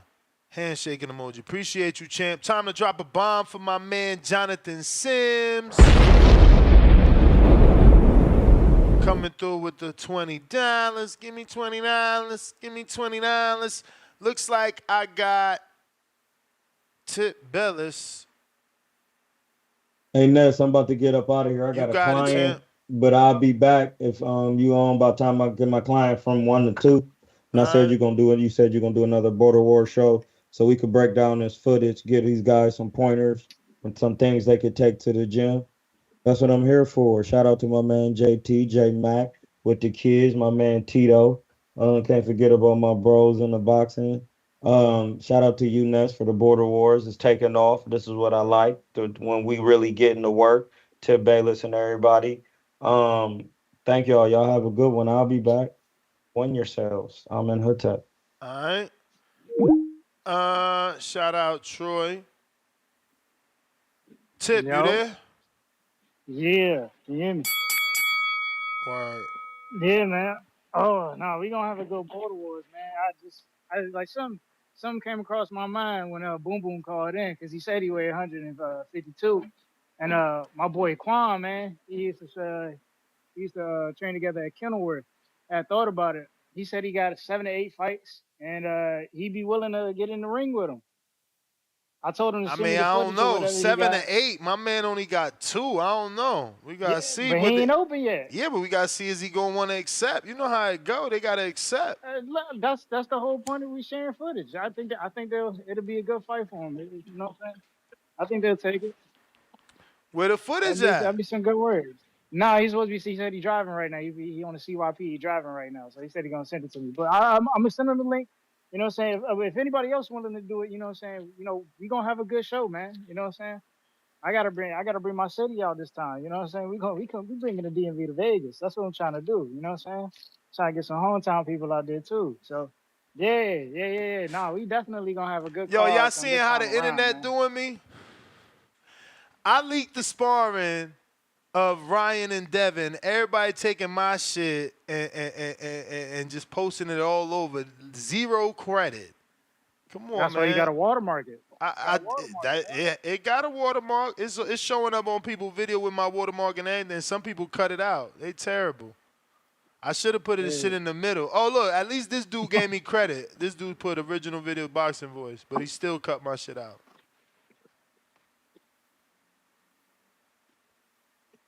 Yeah, I mean, you know what I'm saying? Like, if we can get these fights done here or whatever, you know what I'm saying? We're going to have a great event. Come Border Wars, man. And if you know what I'm saying, even if you're not doing anything, you know what I'm saying, around Christmas time, you know, pop out, bro. Pop out. Do something, Word, man. You know, word. Pop especially out, man. It's gonna be a on the movie, tank fight man. weekend. Yo, you was vegan that night, right? Or nah, you just wasn't eating meat. What you wasn't eating? Who, me? Yeah, No, cause I no, I was nah, I at seen you Applebee's with the the night shrimp. before the fight. I seen you with the shrimp. Oh, no. I had the lobster and I had the shrimp. I had the Mm. shrimp and lobster, yeah. You know what I'm saying? After a big win like that, you know what I'm saying, Shit, walking we around, should have been you know, at Applebee's with that expensive ass menu. Motherfucker wildin', bro. that nigga charged me I would never 25 listen for to me. Listen to me. Listen to me. lobster and mac and cheese, I man. would never invite someone to a restaurant that expensive without letting them know beforehand. You feel me? Like if I'm inviting you, that means I'm paying for you. But if we meeting up there, I think it's only right for me to let you know you about to get whacked. Like I think Word. it's fair for me to tell you, hey, we going to a steakhouse, but they sell everything separate. Ain't nothing coming together. Nothing. Yeah, this shit was crazy. But you know what I'm saying? Being at the steakhouse, bro, we should have You known. may feel I ain't Should have never known been we to was no gonna get whacked. steakhouse. Yo, that was my first I haven't either. $80. I haven't That was either. my first $80 steak in my life, bro. Yeah, I ain't gonna lie, y'all, to the chat, man. You know what I'm saying? The goddamn the urbanness in me kicked in when I saw them prices. I ain't gonna hold you, bro. I seen them prices. I was like, yeah, let me stick to being an urban area guy. I went straight to the shrimp, bro. Shit Bruh. said $20 is like the cheapest thing on the menu. That was the salad was like $30. Bruh. No, the shit was wild, bro. That shit was wild. But it was an experience. It was a beautiful second floor. It was private. You get what you pay for, right? You know what I mean? That shit was an experience. But it's a lot better locations out here in Vegas that ain't gonna break the wallet like that, bro. Like that was a little bit crazy. I'm gonna try and get El Dorado actually. El Dorado Cantina. Hopefully we can get that for the after party to watch the fights. I meant the fight party, not after party. Watch the fights over there. And if not, you know, there's a lot of strip clubs out here that do it. You doing the Border War show right after this? Yeah, I mean, I got probably in an hour now that, you know, I still got to get to one more call after you. Actually, That's 3 more now. It don't you stop. may feel like it's your turn. They try. I'm gonna have to do But it's Border not Wars your turn. tomorrow the way they doing it. Joe Pilot, what up? Yo, dime a ver, karaoke. Yeah, man. Tranqui, yo, man. It's good to have you know, Troy King back you know, back in the fold, man. You know, I like Troy King's perspectives sometimes, you know. I mean, most times, you know, because it's a different perspective. You guys you know, opposites attract. You know, you have a view, he has a view, he's been in the ring, you know, and you're an internet personality, everything works, you know, and at least he got some type of energy. But yeah, man, Dubois, you know, once again, Dubois repossessed the landlord's house, you know. But yeah, AJ's still good. If he wants to keep fighting, look at Frank Bruno. Frank Bruno lost every big fight. AJ's more accomplished than Frank Bruno. If you want to keep fighting, keep fighting. If you want to retire, retire, man. Uh, yeah, Anthony Sims, good interview, man. That was a good interview. It's just crazy. There's his story, the other guy's story, and the truth. Wherever the truth may lie. Hopefully that young man gets a chance. The boxing glory. Yeah, and yo, Christian Thun and Maxie Hughes are back fighting, man. Thun's fighting Fury's brother, Huey. Oh, word.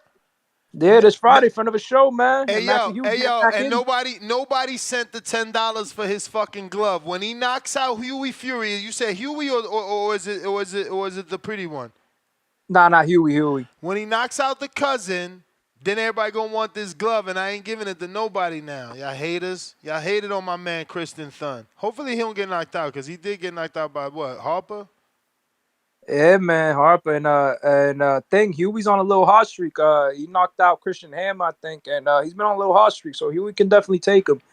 Yo, Hamza Shiraz, bro, it's kind of disgusting how this guy's been baby fed. He fought Ammo Williams, and bro, that Tyler Denny's fight was disgusting. How is that a co-main event? Disgusting. Turkey, send Carlos Adames a paycheck, man. That man's itching for a paycheck. He keep turning down fights, waiting for your check, bro. He keeps turning them down, waiting for your check. Send him a check so Adames can check Shiraz's chin, man. See what that chin's about. Because Ammo almost cracked that skinny Frankenstein-looking dude's chin down, man. It's disgusting, bro. But yeah, and two, what else was I gonna say? Yo, why you stop drinking coffee? Uh, Doctor recommended it. It was, I think, spiking my cortisone levels or some shit. Wasn't helping me get it enough. I only sleep 4.5 hours. Or So cortisol. yeah, so they recommended me to not altogether stop, but just to lower my intake. But it's like, if he's saying it's fucking me up, I just stop. I say no more. I know the first few days, man, your head You was may feel pounding, like bro. it's your time, But I'm Nah, out, man. man, not at but it's all, not your not at time. all. But again, you got to remember, my vice is bud, so I feel like maybe that's why cutting anything else never bothers, because my mind subconsciously knows that I got what I want. I don't fucking know. It's never been hard to cut nothing, though, bro. I've told the story a million times about how easy it was. The second time around, it did take me 2 times, and I can't even begin to remember how quick that was. But the first time I tried to quit cigarettes, it didn't work out. I don't know how long I had that conversation with myself where I was like, yo, you really hooked? Like, this shit got you? And that was it. After that, I'm like, nah, ain't no fucking little stick got me. And I quit cold turkey. But that first time, I did stop the truck mid-highway and run to a gas station and get a Black and Mild. Like, fuck it. I ain't going to smoke this cigarette, but I'm going to smoke a Black and Mild. So I took it as failure, too. I take failure very, very hard. So by smoking that black, I felt like I failed. Like, oh, tobacco got a hold on me. So, I came back in the rematch, and I ain't never went back since. I don't even like smoking in tobacco, period. Like, when Stainless tried to pass me a Swisher Sweet, I had to take it because we was in Wisconsin and I ain't have nothing, but I was not happy. You know what I'm saying? I don't fuck with tobacco at all. Done with that. Venom, what up? Yo, you hear me? Yep. Uh, Nas, I see why Devin Bill don't fuck with TVV no more. That was nasty work, man. What you doing What? with that that smart clip you uploaded, man? I thought that was your man's. I'm saying they gave it to me. I put it out. Wait, they gave it to you? I ain't saying they. They meaning someone. And I was the one that dropped the Erickson Berlanga clip. You don't see Berlanga catching fin. This is what I'm saying. This game ain't fair. It was all Yeah, good. but It was all good for me to put Erickson Lubin dropping Berlanga and Spawn, but it ain't good for me to upload this Spawn. Y'all pick and choose. Nesta's equal. I'm equal. I'm equal. Y'all not equal. Y'all pick I mean, sides. we know that's a sensitive topic for Devin Bill, but I've been knowing that. High level Venom saw that years ago. I knew, Allegedly. Allegedly. I knew I know what Ryan brings to the table, but it's not about Ryan. That was a great interview you just had with Sims. Great exchange. You got to work on your delivery though. You, you can't be calling pro fighters like you lost to a journeyman. It don't matter if it's true or not. It ain't never gonna come out good. That was just a horrible way to say it. I'm just saying that's because fans like you, have criminalized the word journeyman. It's not a bad word. A, Nah, but no one's gonna take. Come on, a man. No one's gonna journeyman, take. a journeyman is just a person that's been on that world championship journey and never got there. That's why it's a journey. Yeah, but you also your delivery was like also bad. But it was a great exchange. It was a I great mean, exchange. Sims I, wasn't a bad I sport don't about get it. it. I don't get it, and I'm taking the constructive criticism. Believe me, I'm going with the exchange. I'm going with the exchange here to make the show last, right? But I don't get how it's like y'all want me to check the dude when he's comparing himself to like what you want me to do. He keeps saying, but like, look, Robert Durant had this opportunity and Hagler had this, and it's like, bro, those dudes was world champs. Then they lost. Then they got another opportunity. So it's like, if I don't say nothing, then people going, you would call in and be like, hey, Ness, man, that was a good interview, but you let him get away with a lot of shit, bruh. Like, you let him compare himself. He never won a world title. He compared himself to Durant and Hagler. That's what y'all would have said. So it's That like, is true. do you pick delivery or do you just pick the truth? I choose the truth. Journeyman ain't a bad word, and you lost to one. That's just the truth. If Suarez Benavidez is would lose to Angulo, we would be saying he's a hype job. But Benavidez beat Angulo. When Berlanga struggled with Angulo and had to bite him, y'all called him a hype job. So again, I'm being equal by saying you lost to a journeyman because that's what we perceived that person when he fought Benavidez and Berlanga. as far as this AJ topic. We need AJ to retire. It's over for him. I don't like it when he's getting hit no more. I don't even know if he warms up when he gets to fights because it don't look like it. It looked like he be going in cold. And he don't do no warm up, no mitts. He went in there and just acted like it was a fashion show, like he was doing a runway. He got his ass pieced up. That was the worst AJ I've ever seen in any of his losses. He looked amateurish. He's all stiff, fighting like Earl Spence off the back foot. Don't want to see that again. The only fight I would want to see is him and Wilder, just because they both at the worst of their careers right now. So it's 50-50, and it's still a fight we want to see. But other than that, I don't want to see them fight anyone if it's not each other. But yeah, that's my call. So AJ can't get his rematch? That's wild. Not, bro. Come on, man. What? We ain't trying to see no rematch. I mean, we wasn't trying to see the Andy Ruiz rematch, and he won that.